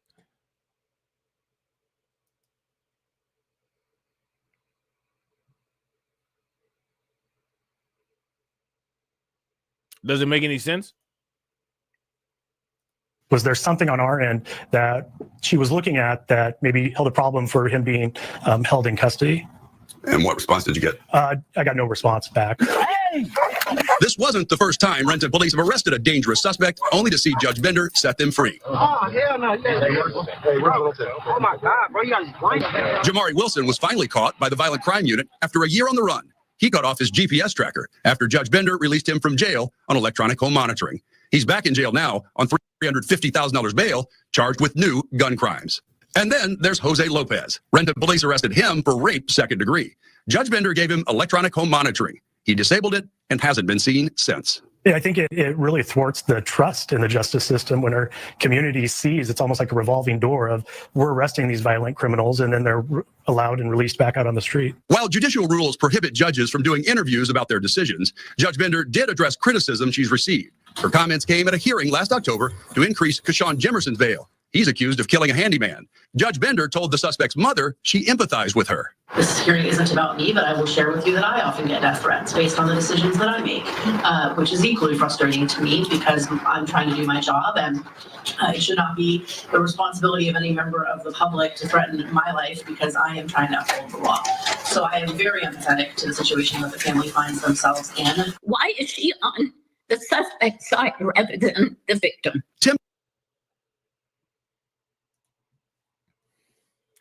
Somebody make it make sense.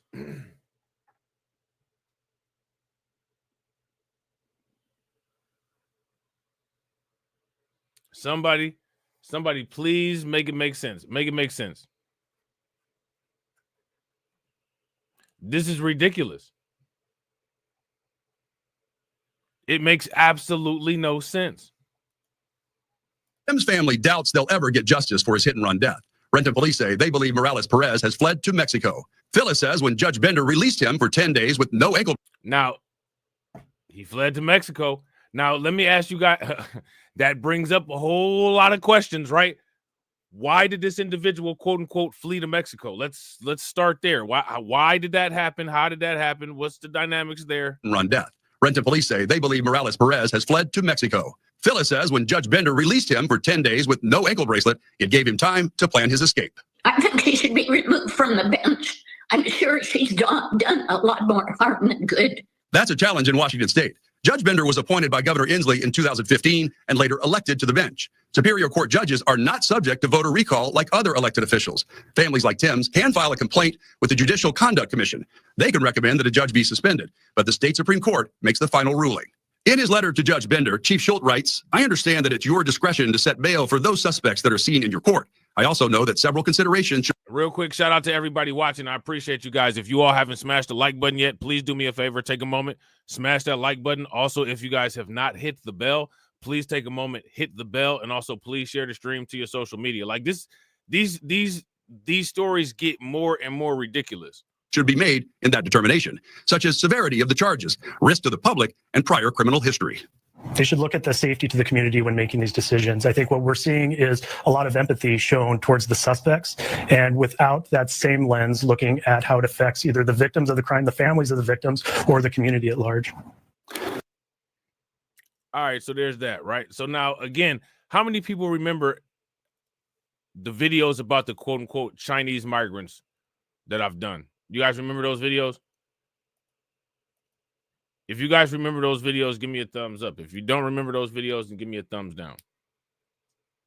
What's going on with this quote unquote Chinese migrant situation?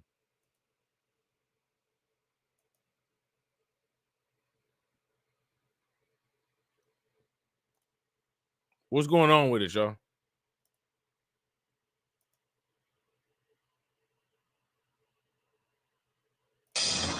All right, when we talk about illegal immigration, a lot of people assume all those illegal immigrants are from Latin America, but that's not the case. Illegal immigrants are actually from all over the world, including China. Encounters with Chinese nationals coming here illegally grew by 5,000% just from 2021 to. The amount grew 5,000%. Shout out to Trigger Warning. Trigger Warning said turning the U.S. into a crime Disneyland. Facts.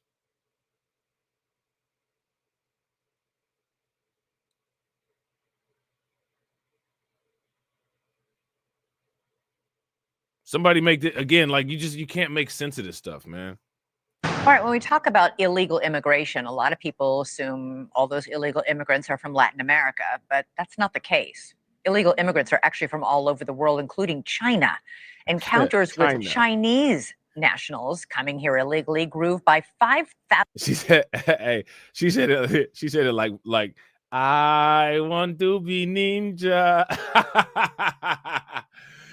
Oh man, she said it like I want to be ninja. 1,000% just from 2021 to last year. That's more than a blip. It's a trend. And it's playing out all over the country, including in Florida, where Chinese migrants are being smuggled into the state. For the second time this month, police stopped vans carrying migrants in Coral Gables, a wealthy Miami suburb, and 26 Chinese nationals and 2 smugglers were arrested. Are these simply desperate individuals looking for a better life, or are they potentially spies or saboteurs sent as agents of the Chinese Communist Party? Joining us now is senior national correspondent Brian Anton with more details on the Florida arrest. Do we have any idea where all these Chinese migrants are coming from and why?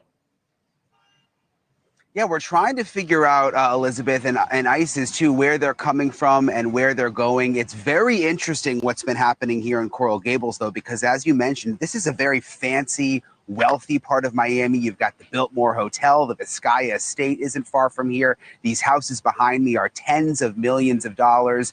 And now for the second time in 2 weeks, there were these white vans pulled over here in the neighborhoods of Coral Gables, and inside them were dozens and dozens of Chinese migrants and also smugglers. They were stopped yesterday, and then 2 weeks before that, very, very similar. Shout out to Dre D. What's good with it, bro? Another white van. The police chief here says they believe that these migrants were dropped off somewhere in the area along the water, along the Atlantic Ocean here. And it's interesting when you dig into it, there's this issue with the Caribbean right now, Elizabeth. China is buying up thousands and thousands of acres of land in the Caribbean, places like.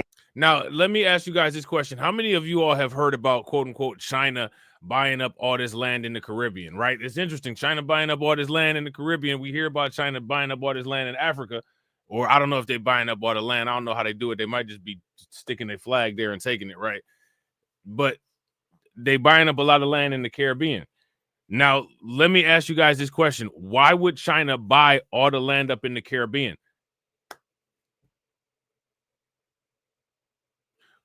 Let me ask you guys a question. Is this an issue that you think we should start paying attention to? I think that it is. Now, if you ask me, one of the reasons why China would want to buy up land in the Caribbean is because they need to have a situation here in our hemisphere similar to the situation that the United States has with Taiwan to grow its global presence. And I think that the United States is aware of that. Now, will the United States do anything about it? Who knows? Who knows? What do you guys think?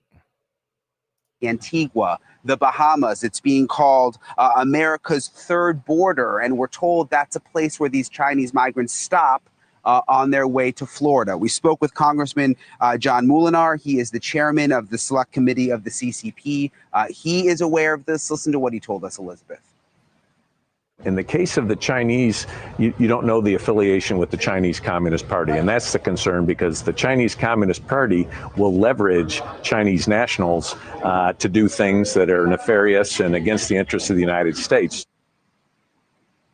And an interesting twist here in Coral Gables, Elizabeth, is it's actually neighbors who have been tipping off authorities. They've been calling 911. In the recent case, a neighbor actually thought there was a kidnapping happening, saw them moving these Chinese migrants from a car into the white van right on the street, called the police, said, I think I see a kidnapping. Police come out and realize that it's this smuggling operation. Yeah, Elizabeth? and Brian, it's not just Florida. We've seen video of Chinese migrants walking across the border in California as well from Mexico. It's unclear. Yeah, do you guys remember that? Now, again, if you subscribe to BLR1, on BLR1, actually, I think it's on BLR1. I think there's one video on BLR1 and there's two videos on BLR2 where we go in depth into the, shout out to Win, Lose, or Rug, the elaborate network that the Chinese have that's highly efficient for helping them get into the United States. Yeah, shout out to Carla. Facts. If you guys agree with Carla, give me a thumbs up. If y'all disagree, give me a thumbs down. Carla says they own a lot of land here in the U.S. too. Yeah. Yeah, facts. From what I understand, a lot of land in California. Here, how many of these people are trying to escape the Communist Party in China, and how many of these people might be working on behalf of the Communist Party in China?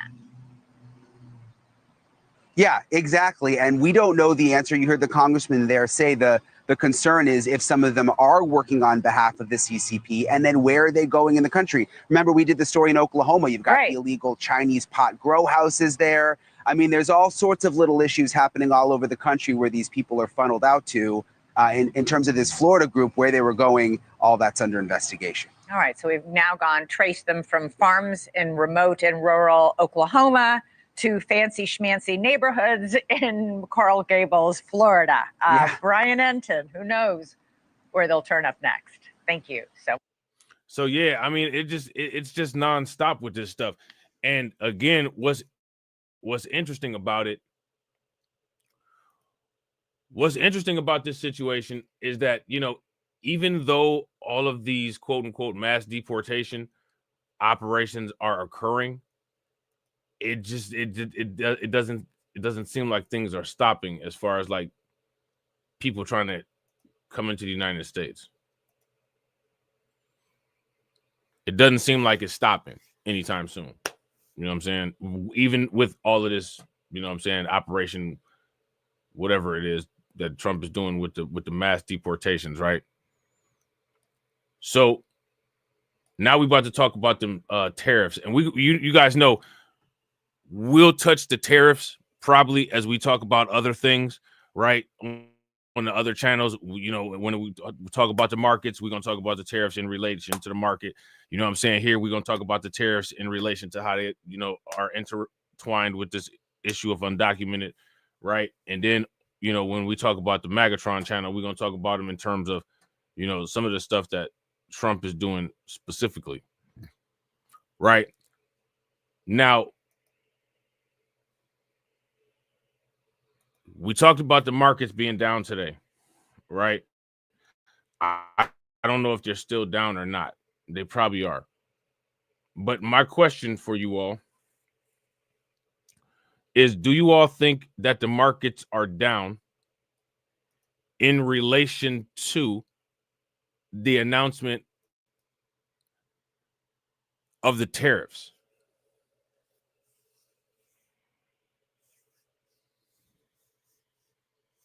Do you guys think that the markets are down in relation to the tariffs? Trump officially ushers in long-awaited tariffs on Canada, Mexico, and China. Here's how it could affect ordinary Americans, all right?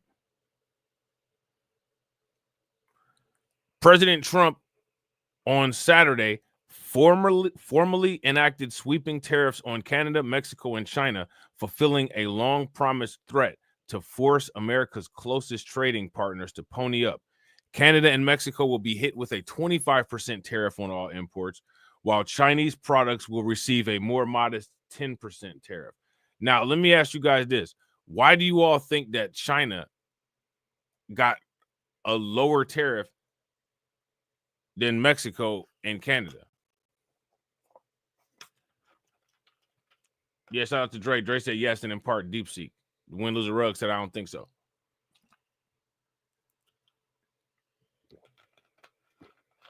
Yeah, the DeepSeek was definitely a big part of it in tech. We talked about DeepSeek. How many of y'all do y'all want to talk more about DeepSeek today? If y'all want to talk more about DeepSeek today, let me know. If we're pretty good on the DeepSeek issue, you know what I'm saying, and let me know.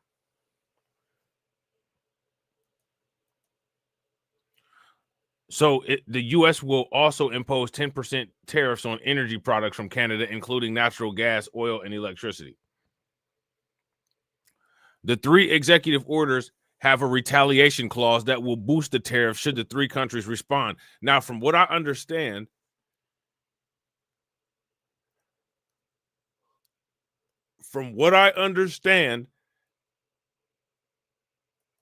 Mexico and Canada have responded with tariffs.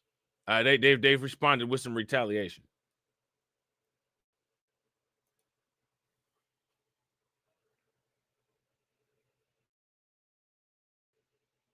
So since they've responded with some retaliation, I'm pretty sure this retaliation clause will get enacted. All right. I'm pretty sure that's what's going to happen. The 3 executive orders have a retaliation clause that will boost the tariffs should the 3 countries respond. The tariffs are in response to the 3 nations' tolerance of illegal immigrants and fentanyl, the later of which has flooded the United States in recent years, leading to the deaths of tens of millions of Americans. White House spokeswoman Caroline Leavitt said on Friday, "We need to protect Americans, and it is my duty as the president to ensure the safety of all. I made a promise on my campaign to stop the flood of illegal aliens and drugs from pouring across our borders, and Americans overwhelmingly voted in favor of it," Trump said on Truth Social. The tariffs are being brought down through the International Emergency Economic Powers Act, which authorizes the president to regulate imports during a national emergency declared under the National Emergencies Act.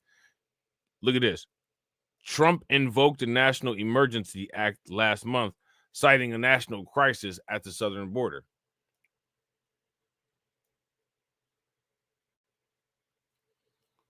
Okay. Senate Minority Leader Chuck Schumer blasted Trump over the tariffs, which he said would only make life harder for Americans. All right. Now, let me ask you guys this question. How many of y'all think that these tariffs are going to make your life significantly harder?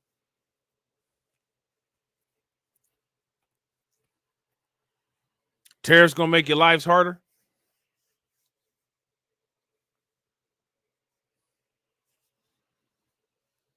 Yeah, shout out to Trigger Warning. Jeff Bezos did. He went and kissed the ring.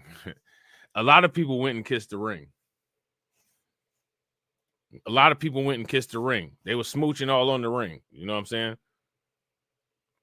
It would be nice if Donald Trump could start focusing on getting the prices down instead of making them go up, he told CNN, adding that tariffs will likely hit Americans in their wallet, and said lawmakers should instead be focusing on going hard against competitors who rig the game like China rather than attacking our allies. Well, I'm pretty sure China got a tariff too, right? So he just kind of ignored that. But it's interesting how China did get the lightest tariff.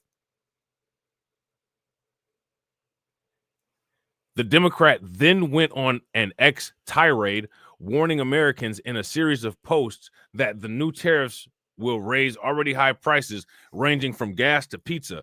Wait until Trump's tariffs will raise your pizza prices. Trump's trade war on Canada is expected to officially kick in Tuesday, by imposing the 25% tariff on nearly all goods from the U.S.'s northern neighbor. Canada, however, was expected to hit back later Sunday with Prime Minister Justin Trudeau announcing retaliatory tariffs against the United States, its biggest customer for trade, the outlet reported. It was unclear Saturday when the United States will begin imposing tariffs on Mexico and China. Trump has long been a fan of taxing imports from other nations as a way to correct trade imbalances, raise revenues, and be used as leverage for unrelated policy battles. Earlier this month, when Colombia initially refused to accept a plane load of their citizens in the United States illegally, Trump vowed to implement tariffs as high as 50%, a move that would have likely sent the small Colombian nation into depression. Colombia's president, Gustavo Petro, immediately buckled under pressure and even offered his presidential plane to assist in the deportations. I mean, I'm sorry, but you got to be you got to be the biggest coward. I'm not going to do this. I ain't about to do it. Ooh, let me send my plane to do it. And then just did it in 2 hours. Like, bro, you should have just said at the beginning like you was going to do it.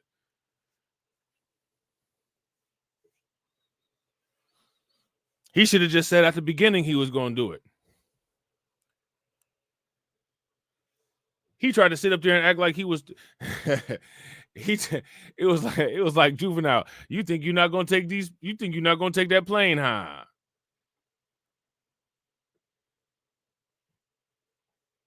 You think you're not going to take that plane, huh? You changed your mind and then said, "Here, I'll send you my plane, huh?" Like, for real? What?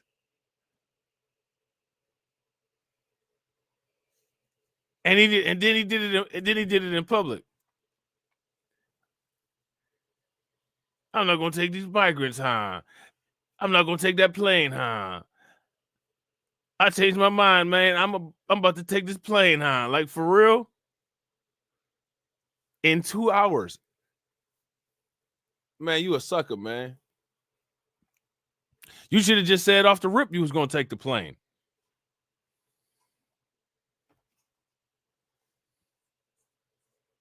Shout out to Dre D. I don't know, bro. Like, I don't know if that's power. I don't know if that's power. I don't know if this Gustavo character is just a chump. He dancing around. You know what I'm saying? Dancing around like he on some hot coals. Ooh, let me send you my plane. Like, for real? You know what I'm saying? Dancing around on some hot coals, doing the hot foot. Ooh, let me get the plane to you. Let me get the plane to you quick.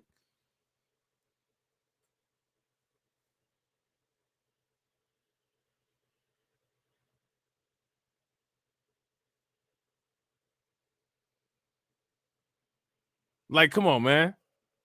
You know what I'm saying? So now here it says the tariffs could mean significant price increases for ordinary Americans on everyday products, cars and car parts.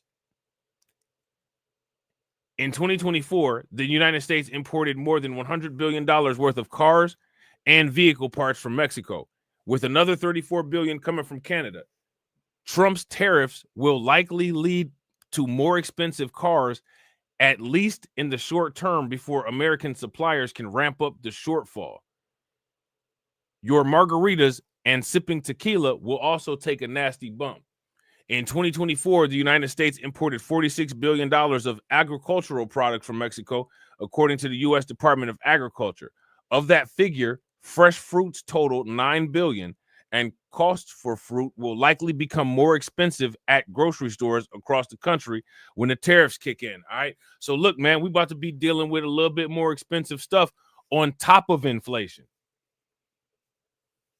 On top of inflation, we about to be dealing with more expensive stuff. Okay. Consumer electronics is about to go up.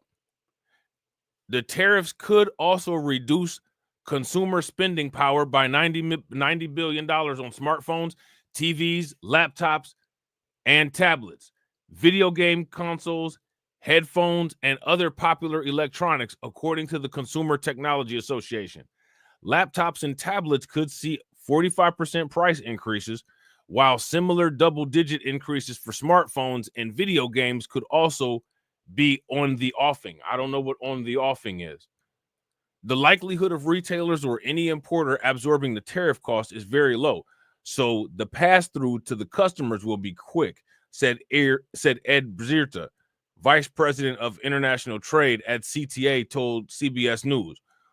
On all the products we looked at, there are going to be price increases. The Peterson Institute has estimated Trump's proposed tariffs would cost the typical U.S. household over $2,600 a year. Now, let me ask you guys this question. So for the most part, right, if you have a typical U.S. household, it's going to cost you over $2,600 per year. My question for you is, what can you do to be able to insulate yourself from that $2,600 that you may end up dealing with?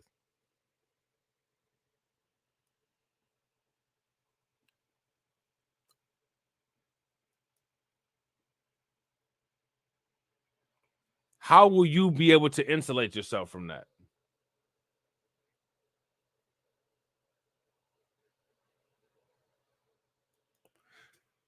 So, like we said, right, then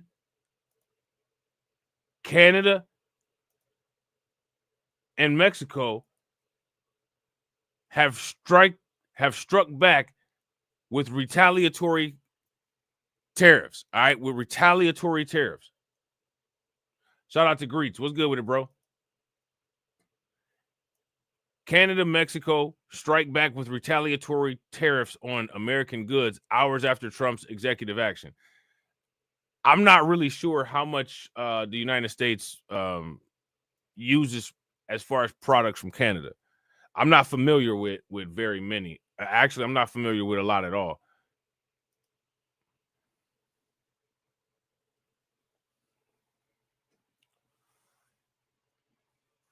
Let me ask y'all this: what kind of products do the United States get from China and Mexico, or get from?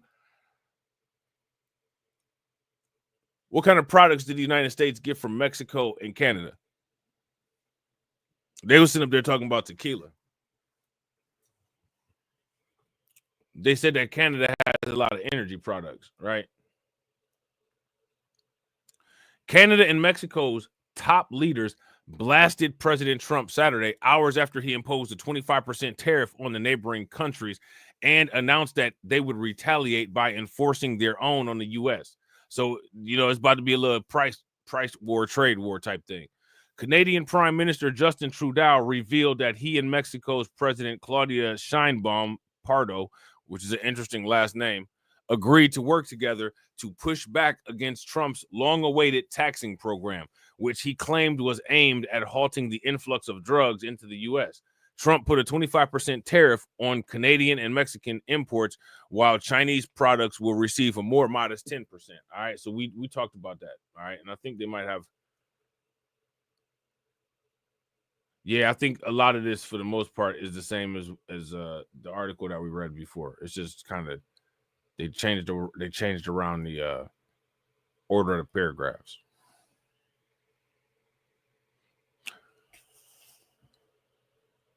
All right. So, what do y'all think about this, man? What do y'all think about this?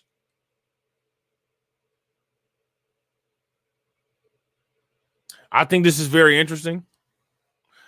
I think that Tuskegee study situation, or that Tuskegee Airmen situation, is wild. You know what I'm saying? I think that whole Tren De Argua and all the gangs getting arrested is crazy. You got to ask yourself the question, like, how did all these gangs get here in the United States? How did, like, you know what I'm saying?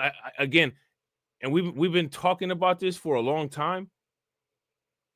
How did, like, it's just huge concentrations of gangs. How did that happen? Like, make it make sense. And shout out to everybody watching. I appreciate you guys. If you all haven't smashed the like button yet, please do me a favor. Take a moment, smash that like button. Also, if you guys haven't hit the bell, please take a moment, hit that bell, and also please share the stream to your social media.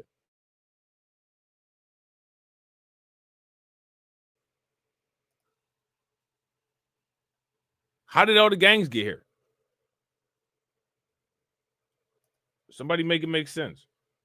We're learning more about a drug enforcement raid where 49 people were taken into custody over the weekend. Federal agents interrupted a party in Adams County early Sunday morning. They say 40 people who were arrested were undocumented, and some are connected with a violent criminal gang from Venezuela known as Tren De Argua. New York CBS Colorado investigator Brian Moss joins us right now in studio. And Brian, you spoke to the DEA today. And what they did is they offered a lot more information to us today about what happened Sunday morning there in Adams County. They said most of the undocumented people arrested Sunday were from Venezuela, but there were also people from Mexico, El Salvador, Honduras, Cuba, Romania, and Italy who were rounded up. Rounded up after federal agents surprised nearly 50 people. Again, like, look, that's a lot of people getting rounded up, like they said. Lot of people getting rounded up. Like, what's how many people knew all these people was here?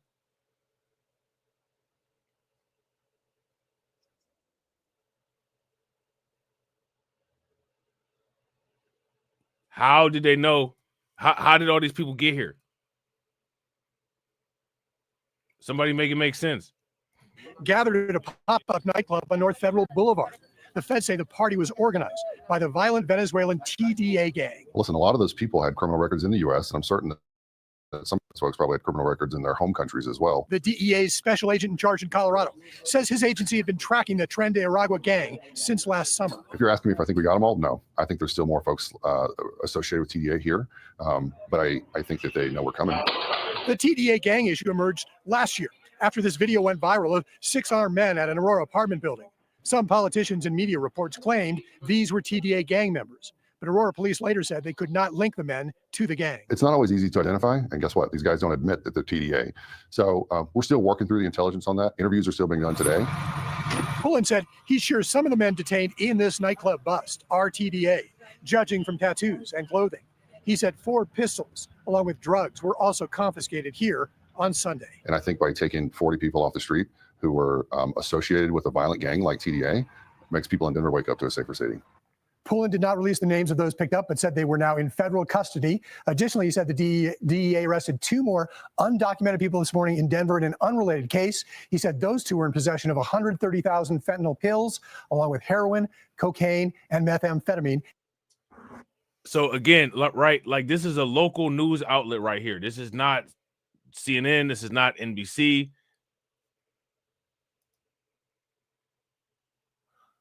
What was they doing with all that dope?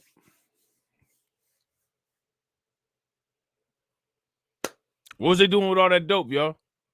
With a violent gang like TDA, makes people in Denver wake up to a safer city. Pullen did not release the names of those picked up, but said they were now in federal custody. Additionally, he said the DEA arrested 2 more undocumented people this morning in Denver in an unrelated case. He said those 2 were in possession of 130,000 fentanyl pills, along with heroin, cocaine, and methamphetamine. And he said they are affiliated with Mexican drug cartels. This is probably just a start. Brian, thank you. All right. So Today, Governor Polis asked about the raids that have happened in our state, and he said Colorado will always cooperate with federal agencies on criminal matters. Colorado fully cooperates with any valid federal warrant, federal order. We cooperate in any way we can to get criminals off the street. Governor Polis emphasized that the bulk of law enforcement is local in Colorado, and federal immigration laws are enforced by federal agencies. So again, it's just interesting, right? Like a lot of these quote unquote, like the Democrat governors, the Democrat mayors, none of them are on the same page.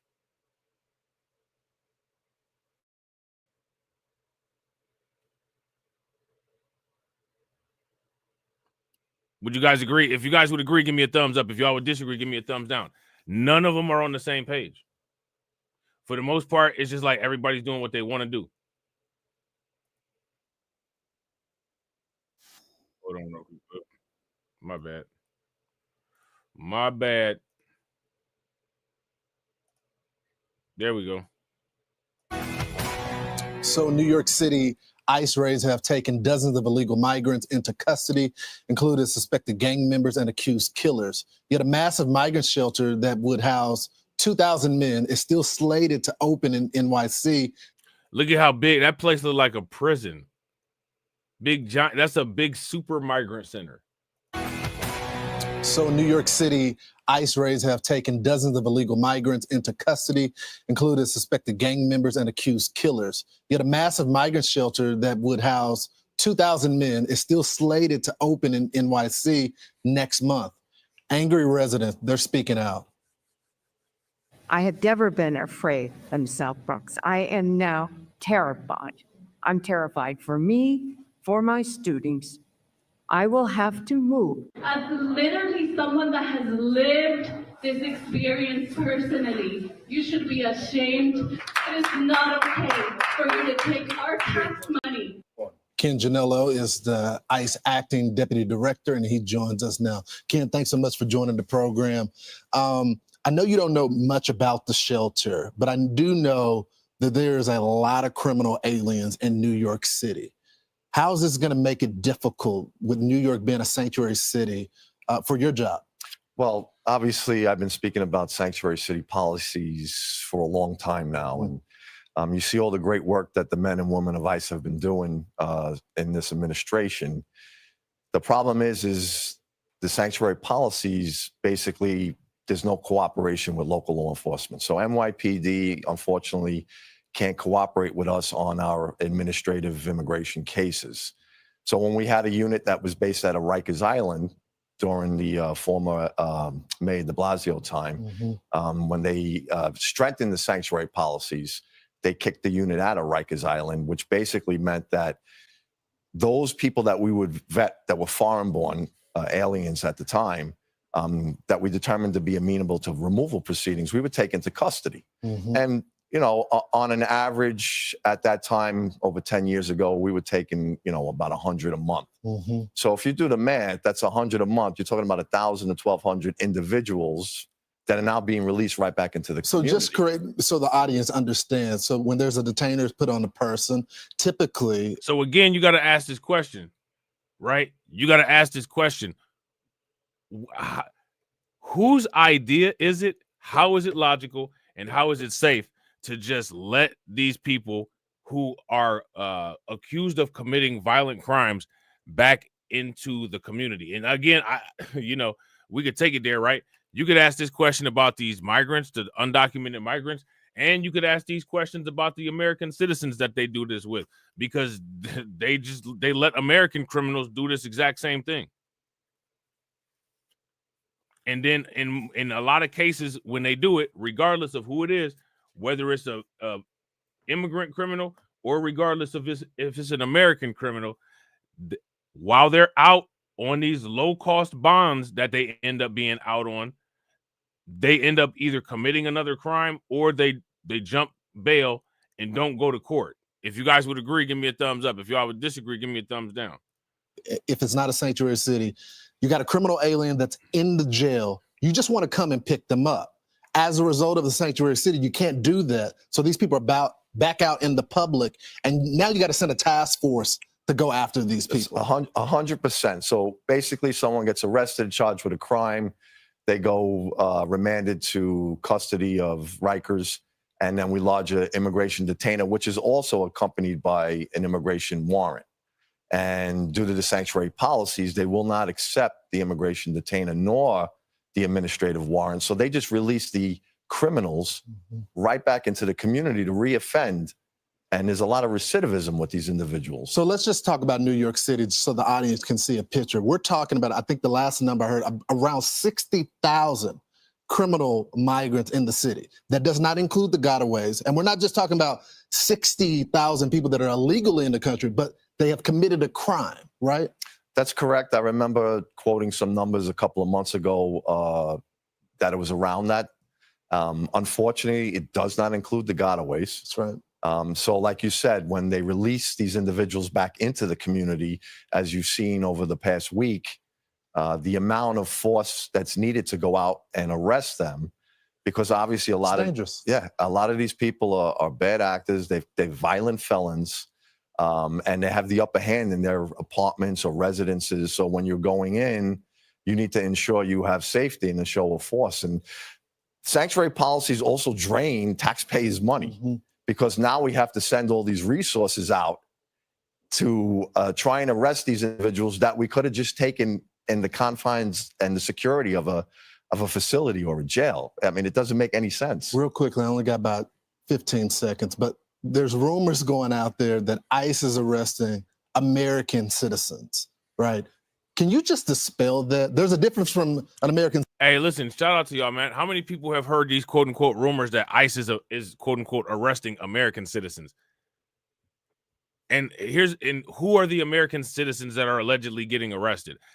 I haven't heard anything about American citizens getting arrested. I heard that there was an American who ended up getting detained as a result of some type of raid or something like that went on in Virginia. You know what I'm saying? From what I understand, he was just detained, held at the spot where that raid was. I don't know if he ended up going to jail or to prison, if I'm not mistaken. But I haven't heard anything about it. Shout out to Dre D. Dre D said Navajo in Arizona natives. Now, did that person end up spending any time in jail or in prison or no? Let me know.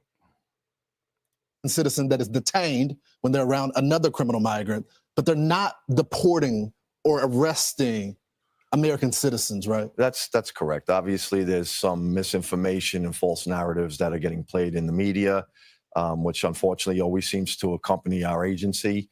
But ICE does not arrest U.S. citizens unless they have a specific criminal warrant for a U.S. citizen. But on an immigration enforcement for the civil immigration cases, we do not arrest U.S. citizens. We focus on criminal aliens and those that present a danger to national security. Sir, thank you for all that you do. Your men and women are doing a great job out there. I want them to stay safe. Thanks, Thank you, sir. Appreciate it. All right, so there's that. All right. So yeah, man, very interesting. Very interesting. All right.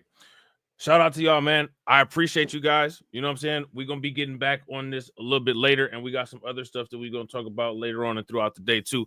So I hope you guys enjoyed. All right. Make sure that you guys show love to the stream sponsors. Definitely appreciate each and every one of them. All right.